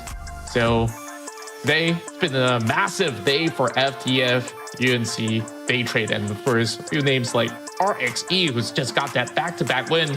Triple dinner? Who knows? What's going to happen here? Let's find out together. Yeah, let's do it.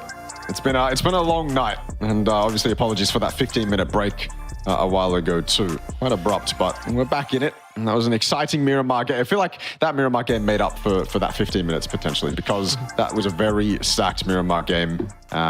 Lots to... I mean, look, if you want to go back and just look at the highlights from that game, then I don't think you'll be disappointed. But on to Miramar now, the final time, the final game of the night. Will we see any silly business? Will we see any game 6 shenanigans? It's not scrims, but that little 6 number doesn't really do any wonders for the game that it's behind anytime, I feel like, even at international tournaments. But we'll see. We will have to see. I believe this is Partona down on the south, I think. It is. Look at that. Nice, beautiful Partona name. Oh, yes, Partona. Almost patron, but no, Partona. Nice fountain in the middle of it as well. Nice flybys. Yeah. Shout out to the production crew working hard to late night, as we will bring you the final chicken dinner of day 1. Rhapsody Esports really picking up the pace towards the second half of the matches, and now we see a flight starting off from the southern side of Puerto Paraíso, heading all the way to El Pozo, and we're already seeing FRKS once again locked in with perhaps another team that might be there. Wait, it's just my eyes. They're gonna be safe, so that's good news for them. Wait, is it? No, there is a hot drop between ISG and FRK. Oh, okay. right. So my eyes aren't fooling me.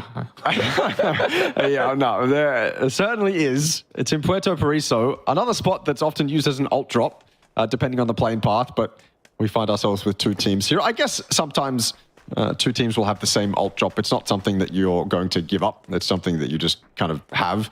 You're happy to give up or fight for your main drop, but your alt spot, you can be a little bit more robust with choosing what you do with it. Either way, ISG and FRKS getting into it early, and FRKS again down there, 2 points. if they want to start the comeback, well, 4 free points off the bat onto ISG is one way to do it, but this is a fight I actually really want to see. Power Grid fights are always so intriguing. They always play out basically the same way. One team goes off to the north, they claim the gym, they claim that northern warehouse, and then they try to get themselves in and amongst all that Power Grid stuff in the middle, and then one team goes to the south. In this case, Whitefish, they claim the printer building, and they claim the southern warehouse as well. We're back to the ISG fight, however. FRKS, you really want to see them pick at least one kill up here. That's a nice little lean from Lucky G. He does claim one. Pixel Stars losing one as well. I think Game 6 is in full effect here, Contra. I think we're seeing some absolute Game 6 shenanigans. FRKS now trying to fight back and secure this win. Oh yeah, we just love to see it, as we see basically a full-on fight from all angles. Bowfish catching a glimpse but not being able to pick one off the wall. 𝐴𝐿 is going to be able to be spotted out. Well, it seems like it's a much better start for FRKS right now, winning the trades or picking up 2 points against ISG. And it's just rough, right? Because they're on 15 and 16 respectively, and there's just no other way than to really duke it all out. Now, of course, on the back foot, Monk, he's honestly got nowhere to run. Yeah. Where do you go? Look at the minimap. I don't think there's any gaps that he can exploit in FRK's net of control around him. He might get an opportunity with a double barrel, but he missed it. He's going to go for the AK. Now that molly might even finish the job if it lands, but it doesn't. Gets away from it in the meantime. Definitely stops him from taking a fight from downstairs. He's got more bullets in that double barrel too, but what a weird angle to even begin to think about taking fights from. He exposes himself in that top floor window, and FRKS are ready for it. This is potentially the comeback we have been looking for from FRKS. They are out of 16th and up into 15th with 4 points in the bank. And a lot of momentum on the back of it too. Power Grid fights often lend themselves nicely to a third party. And look who's here to do exactly that. Armory Gaming aren't happy with 42 points. They aren't happy with their performance right now. They want to ensure success, and they're going to open up the fight. It's not even the two teams that have hot dropped here that will open up the fight. It's the completely separate one in Armory to do it for them. And Armory now on the open fields will be looking for some angles against dopeness, or we'll be looking to the spread of this Power Grid area. Of course, they still have the control of the warehouse at the moment, so it's still not going to be easy to penetrate the defense, but they managed to wither down Olmo. Great sharp shots coming from the side of Tiari. Whitefish being involved as well, so Armory Gaming will have to prepare themselves for a little bit more, as we have a sandstorm going on. Yeah. I'm not going to be able to spot anything at all from the outskirts. It passes quickly too, so a little bit of information probably given up on the side of every team here, really. In fact, it's inspired WF to start making a move, and James spotted Dahlia out. So Dahlia, probably a free kill here for James. They know about Riz, they know about Dynasty off there on the northwest, but they have no idea about James. James got a couple freebies here for sure. Riz will finish off one. Awik has got that S12K. Deadly if you decide to come up. I said James had freebies. He's whiffed. He hasn't done it. He's got one. If he gets two here, this is WF giving it up so badly. James on 9 HP. Dahlia can't even get involved in this either. He's off in the distance with the M249. He's done it, but there's Shanks with the backup. So well played from Armory Gaming. They, again, were not happy with 42 points. And they do their absolute best to get as much as they possibly can. They are probably going to claim majority of the kills here. All 4 onto WF, potentially all 4 onto DNE. In fact, I think they've done it. That's 8 points for Armory Gaming, and we have just passed the 6-minute mark. The coverage from Armory Gaming was just unreal. The way that they basically managed to fight, and the support system that they had just really covers everything off, even despite, you know, James. Of course, we saw him miss a couple of shots, but of course, well-timed assistance came true, and Whitefish kind of have all the members all paying attention to James, and eventually that also makes up enough room for them, but the rest to react. Pixel Stars, meanwhile, will find Manhung pretty much isolated, while FTF is also going to be around this corner here in Montenegro. It seems like they have not given up the city just yet. These two teams are basically locking horns. Pixel Stars first don't really have the numbers to partake this form of commitment between FTF as well as UNC on top of this hill. So we'll have at least some distance in between them, but happy, looking forward for the push. It's got the shotgun at the ready, so hopefully it doesn't get cheesed. Oh, you can see it coming in. I mean, there's already an S12K in the mix as well. Shotgun downstairs, though. They're clearing out the building, which is good because they're doing it essentially in pairs. Mad Pig is just tapping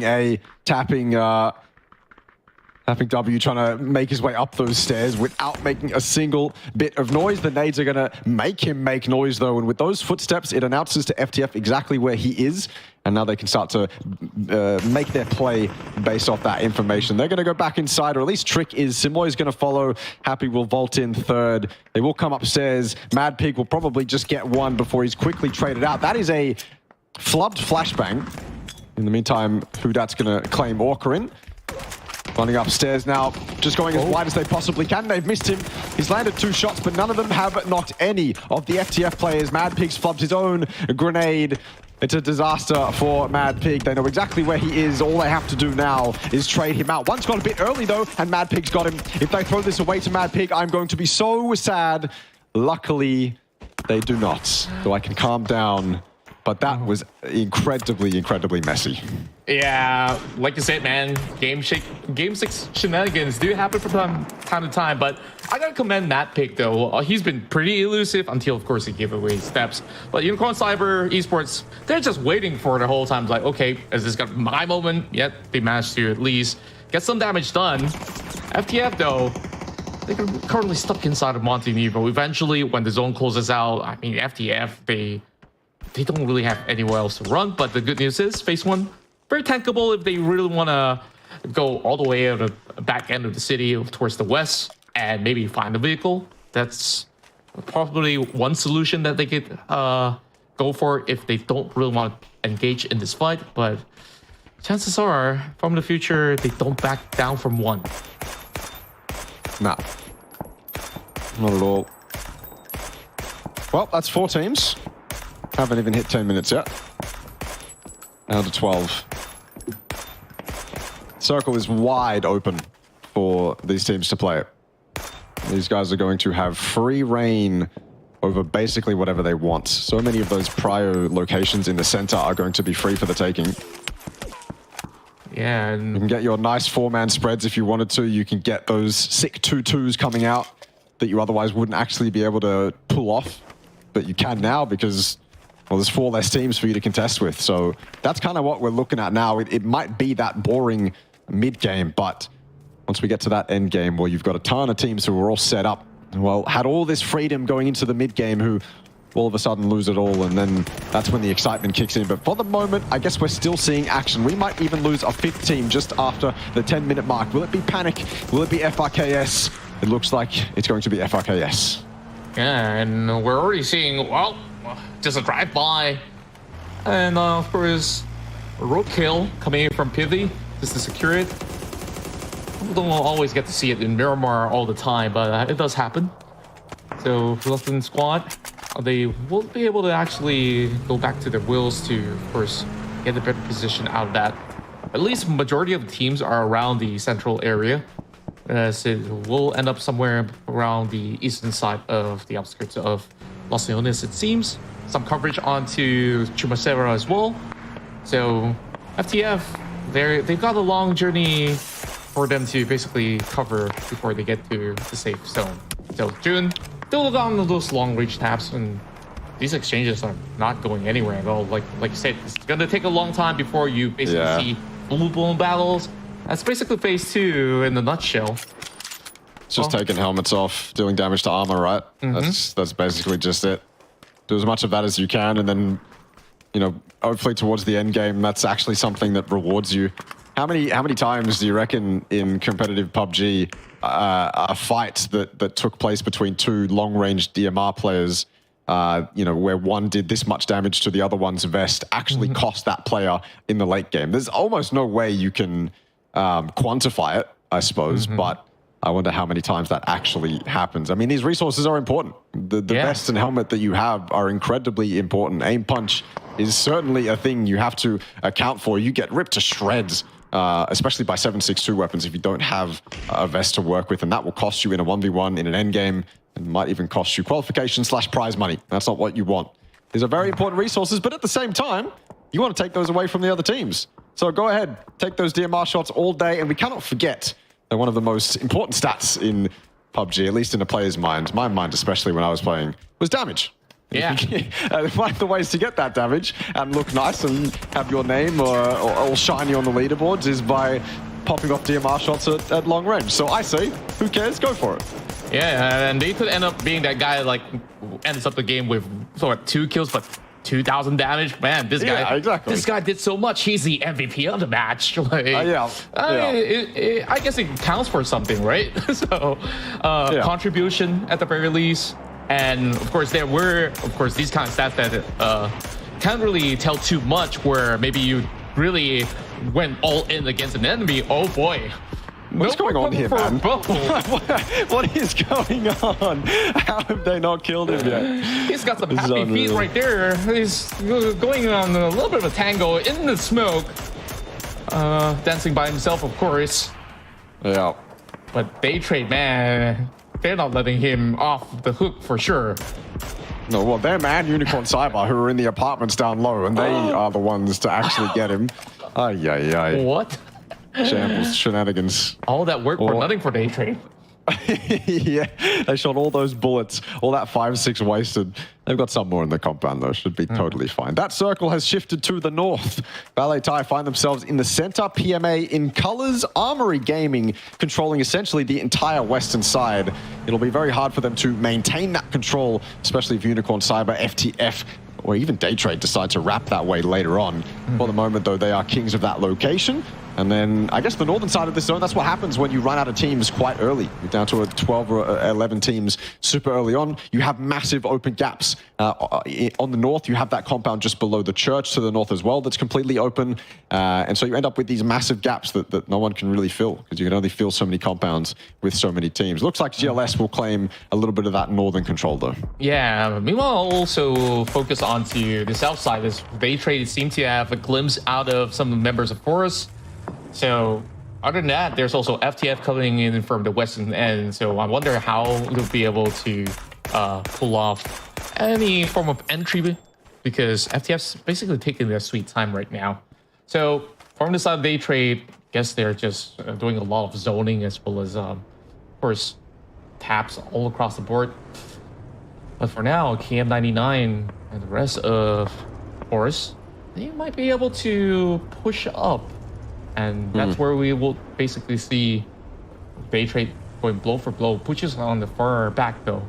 So should be able to still provide a little bit more support if that ever to happen for now. But for Natural, they will be able to go by pretty safely, turning the long way run into perhaps a Los Leones warehouse entry. So that might just be a way to work around it, but there are also a number of teams that will be around that sector over onto the far eastern side, but that's RXE as well as Panic, and they might have actually got themselves into the crosshair of some of these teams out there. So we'll see in a moment's time if that's going to be a fight.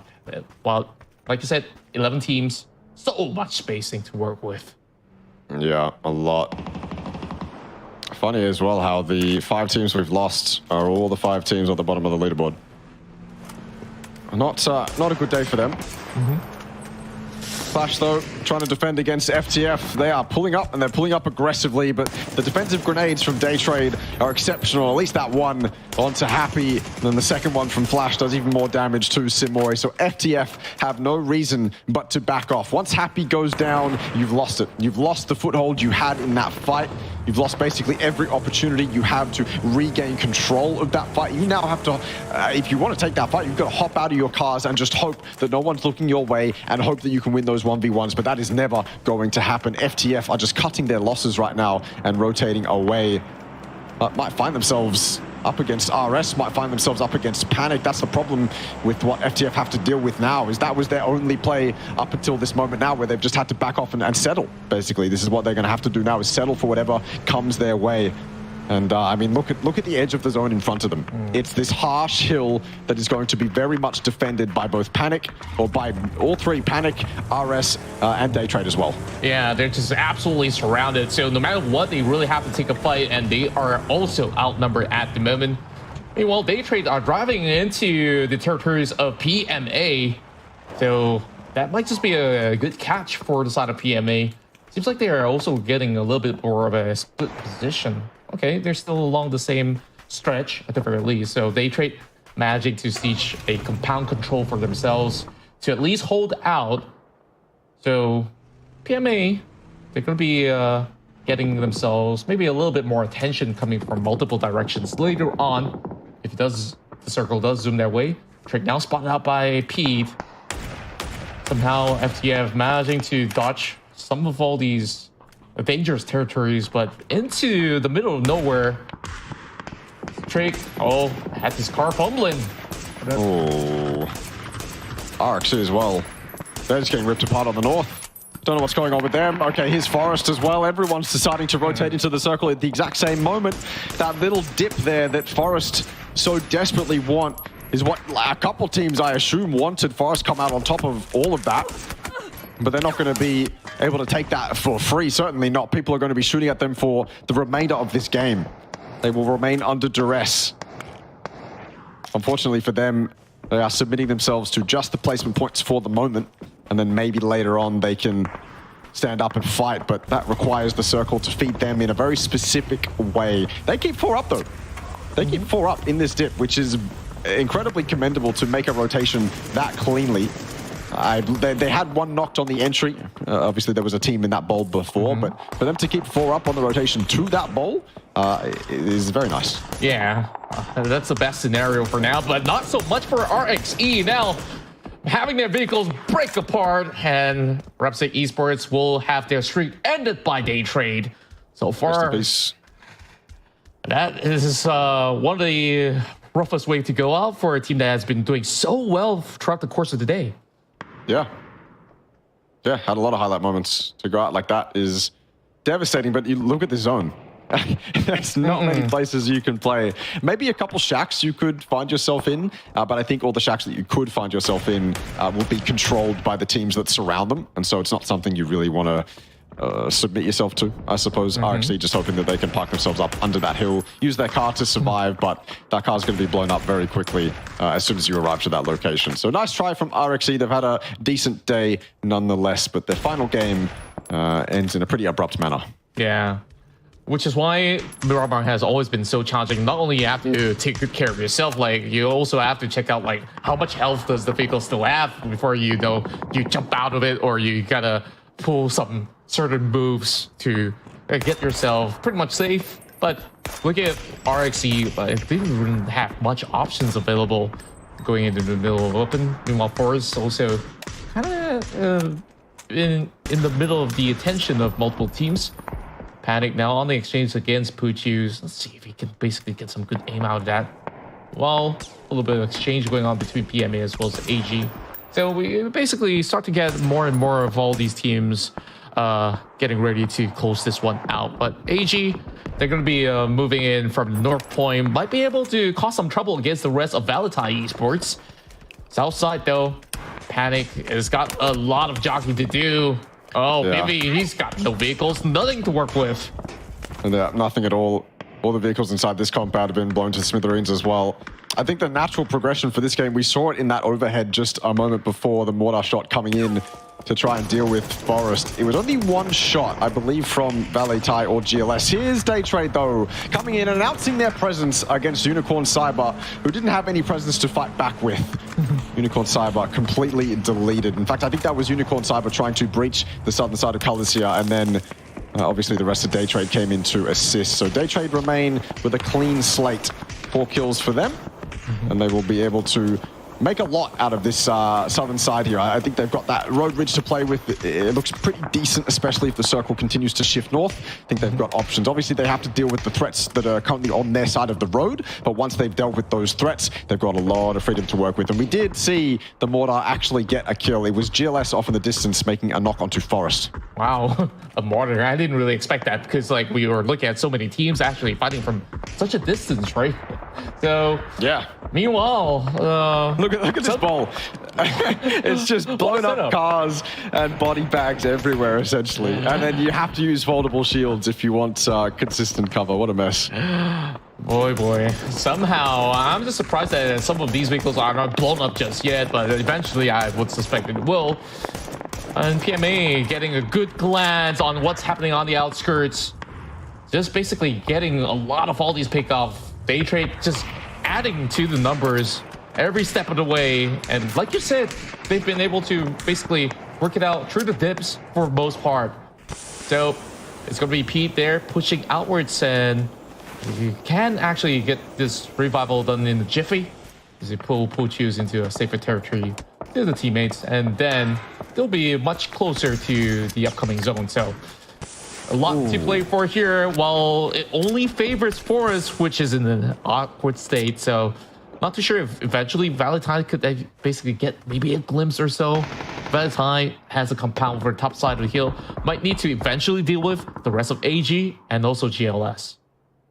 Yeah, this is what happens when we have that boring mid-game where teams are allowed so much freedom to take basically whatever compound they want. We get to this end game, 7 teams alive, 23 minutes gone. It's phase 6. There's a lot of players yet to go out in this game, and the center of the zone is a field. That's the big thing right now, is the center of the zone is basically unplayable. You have to play the outskirts. You have to be where Forest are. You have to be on the hill that Valee own inside that compound, or you're not going to have much to play with. Daytrade just doing their due diligence, cleaning the side of the road that they so rightfully own. It's a nice headshot from Belmoth and a good grenade to follow it up with. 6, 7, 8, 9 down and most likely out. PMA Armory Gaming going at it again like we've seen a couple times tonight, except that's on the western side of zone. That's on the northern side of colors. Daytrade don't have to worry about this one. This is just a fight where both these guys are going to tear into each other until one of them is dead.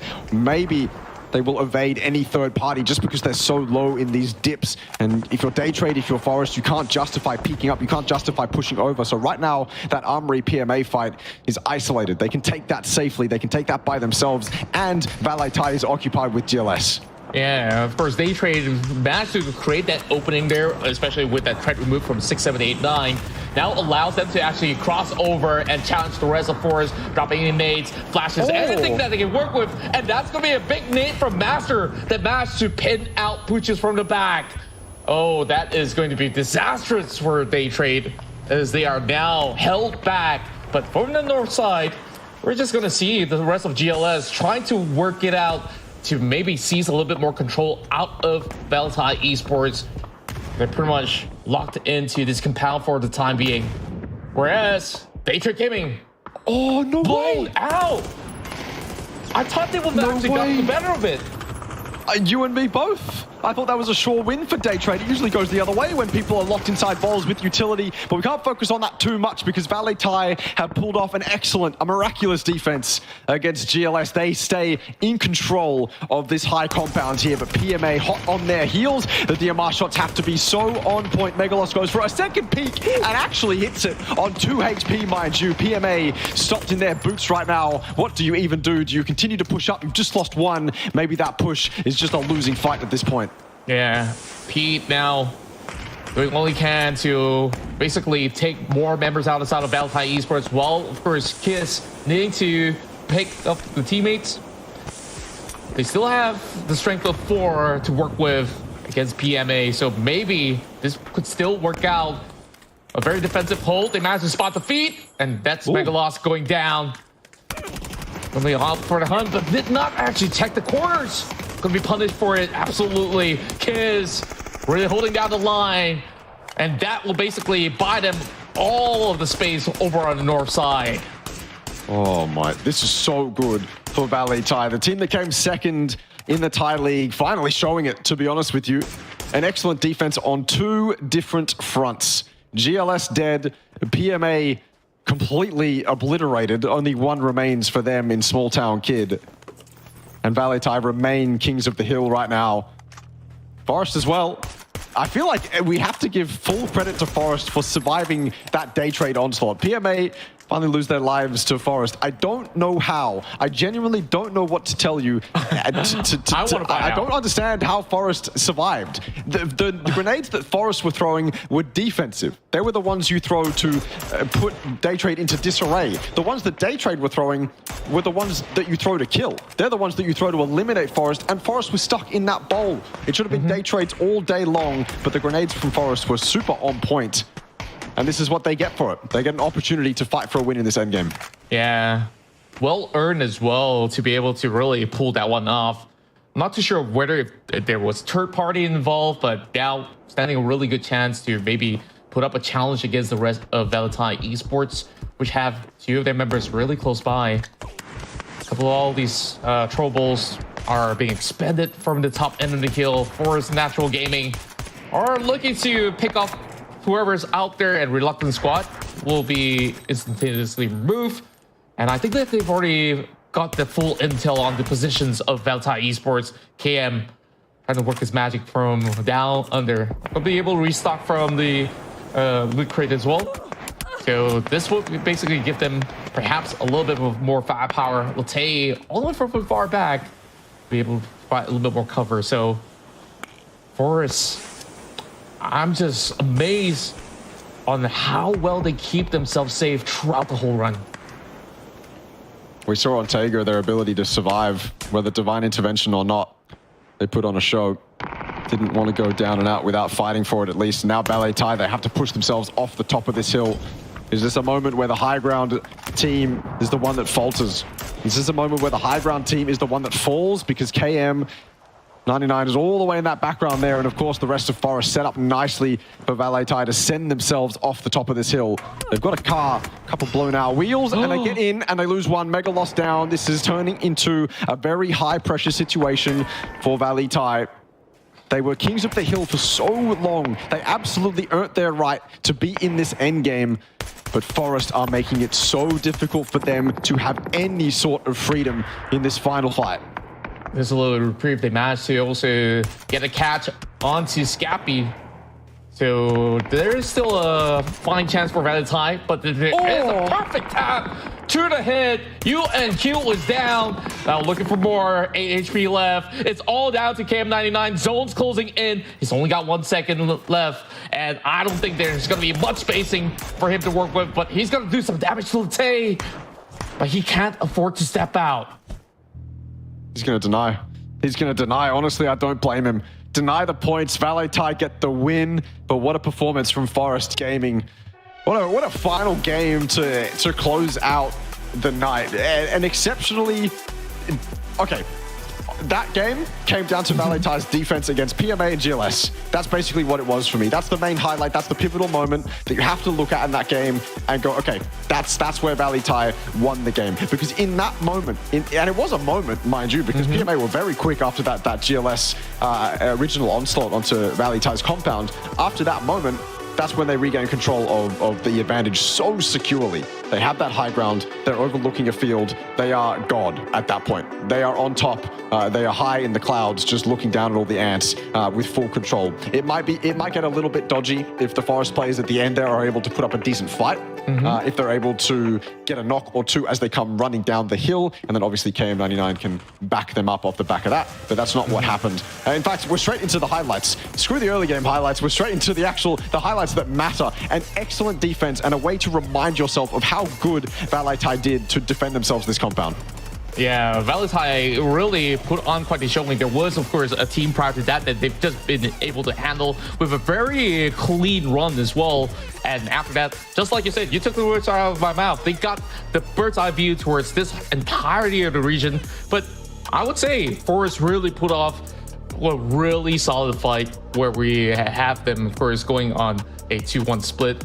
KM still really supplementing the damage numbers and got a couple of knocks. But Valee Esports, this was basically their game to take. Although if they were to buy a couple more seconds on the clock, who knows what will happen if they were forced down that hill, because that could be a really rough spot for 𝐿TH to be at. But they managed to secure the win, and you know, from there second place finish on the first round of Miramar heading into this one. It really goes to show that they really do understand a lot of all these regional plays that they can basically hold out really well. So kudos to them to be able to close it off in a very clean fashion.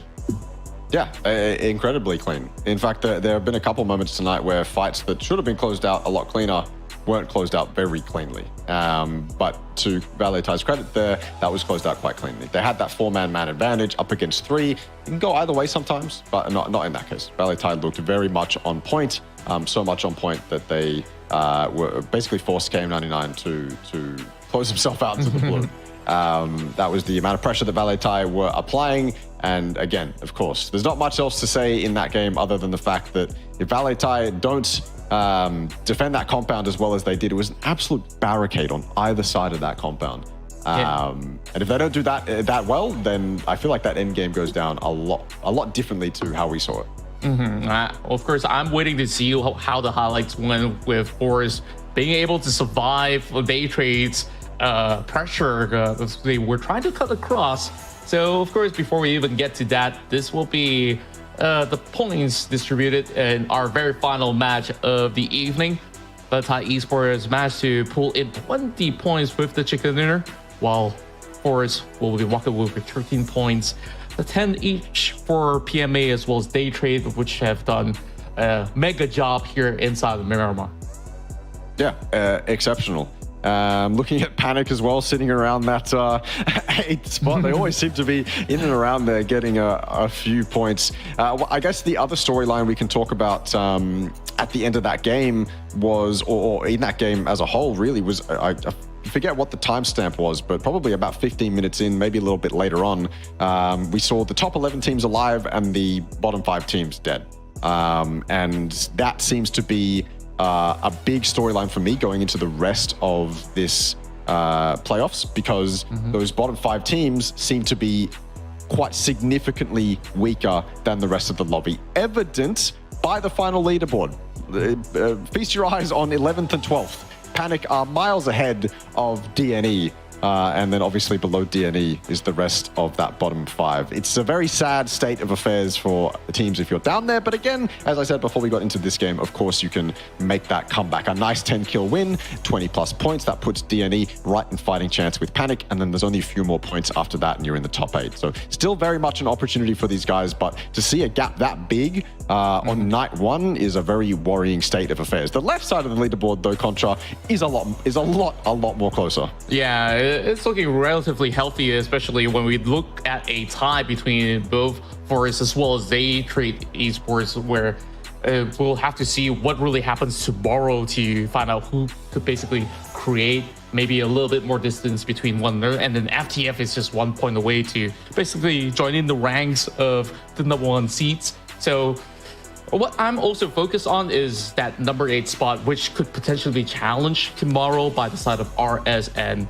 of course, a few other names over onto 12 as well as 13, which, of course, I did manage to get the firm grasp of. But I think I'm pretty satisfied at the very least of what we had for day 1. But yeah, I kind of wish maybe it will be a little bit more competitive until maybe the 14th spot. So we'll see tomorrow whether if they will be having some massive games going their way. So if that does happen, then we'll probably see a lot of shift in the leaderboard. Yeah, that's the problem for me too. That's the part that is unfortunately just how it is, and it might not be super exciting, but it is how it is the fact that top 8 could secure themselves in quite nicely, and then we're only really seeing a fight for maybe even 8th. To be honest with you though, that's exciting enough to make some hype off of, to be honest, because I mean, look, if it's a final fight between 3 or 4 teams for that 8th spot, that's exciting, man. That's really exciting. And of course, we've got fantastic games of PUBG to feast on other than that leaderboard fight. Of course, that top 8 is what matters, but we can also find entertainment in fantastic PUBG. And I mean fantastic PUBG. It was very entertaining tonight. It was thoroughly entertaining. We had some absolute incredible highlight moments on every single map. Erangle started off and we had an absolute banger. Like that was a seriously good Erangle game, and it was banger after banger after banger after banger, including that final Miramar game. So I am very, very happy with the state of affairs going into night 2. Yeah, for myself, my favorite definitely has to be Tego on all the madness that erupts out of that matchup with miracle saves and all kinds of weaponries thrown at each other, or should I just say bullets, basically flying across the board. And for some reason, even FTF, which should not even been able to survive that long, actually squeezing in the top 2, which now puts them at this current state, fighting for that #1 spot still. So, of course, these kind of narratives, of course, has been amazing to basically set the tone for the upcoming days. So, any more words before we close out the night, Extreme? No, honestly, it just, I think I'll repeat what I said before. It was such a fun night. I'm excited to be here. I'm glad that we get to cover these. And I genuinely cannot wait until tomorrow, because I think the amount of action we got tonight can only continue. You know, tonight surely it's not a one-off, right? Surely tonight is not a one-off. So I'm excited to go into tomorrow. I'm excited to be here again, and yeah, I can't wait. Yep, and of course, that is all that we have for day 1. Be sure to tune in once again, same time, same place. We'll be keeping you guys up to speed when we do have it broadcasted. So for now, I hope you guys enjoyed and get some good rest. We'll see you guys tomorrow for more chicken dinners to come.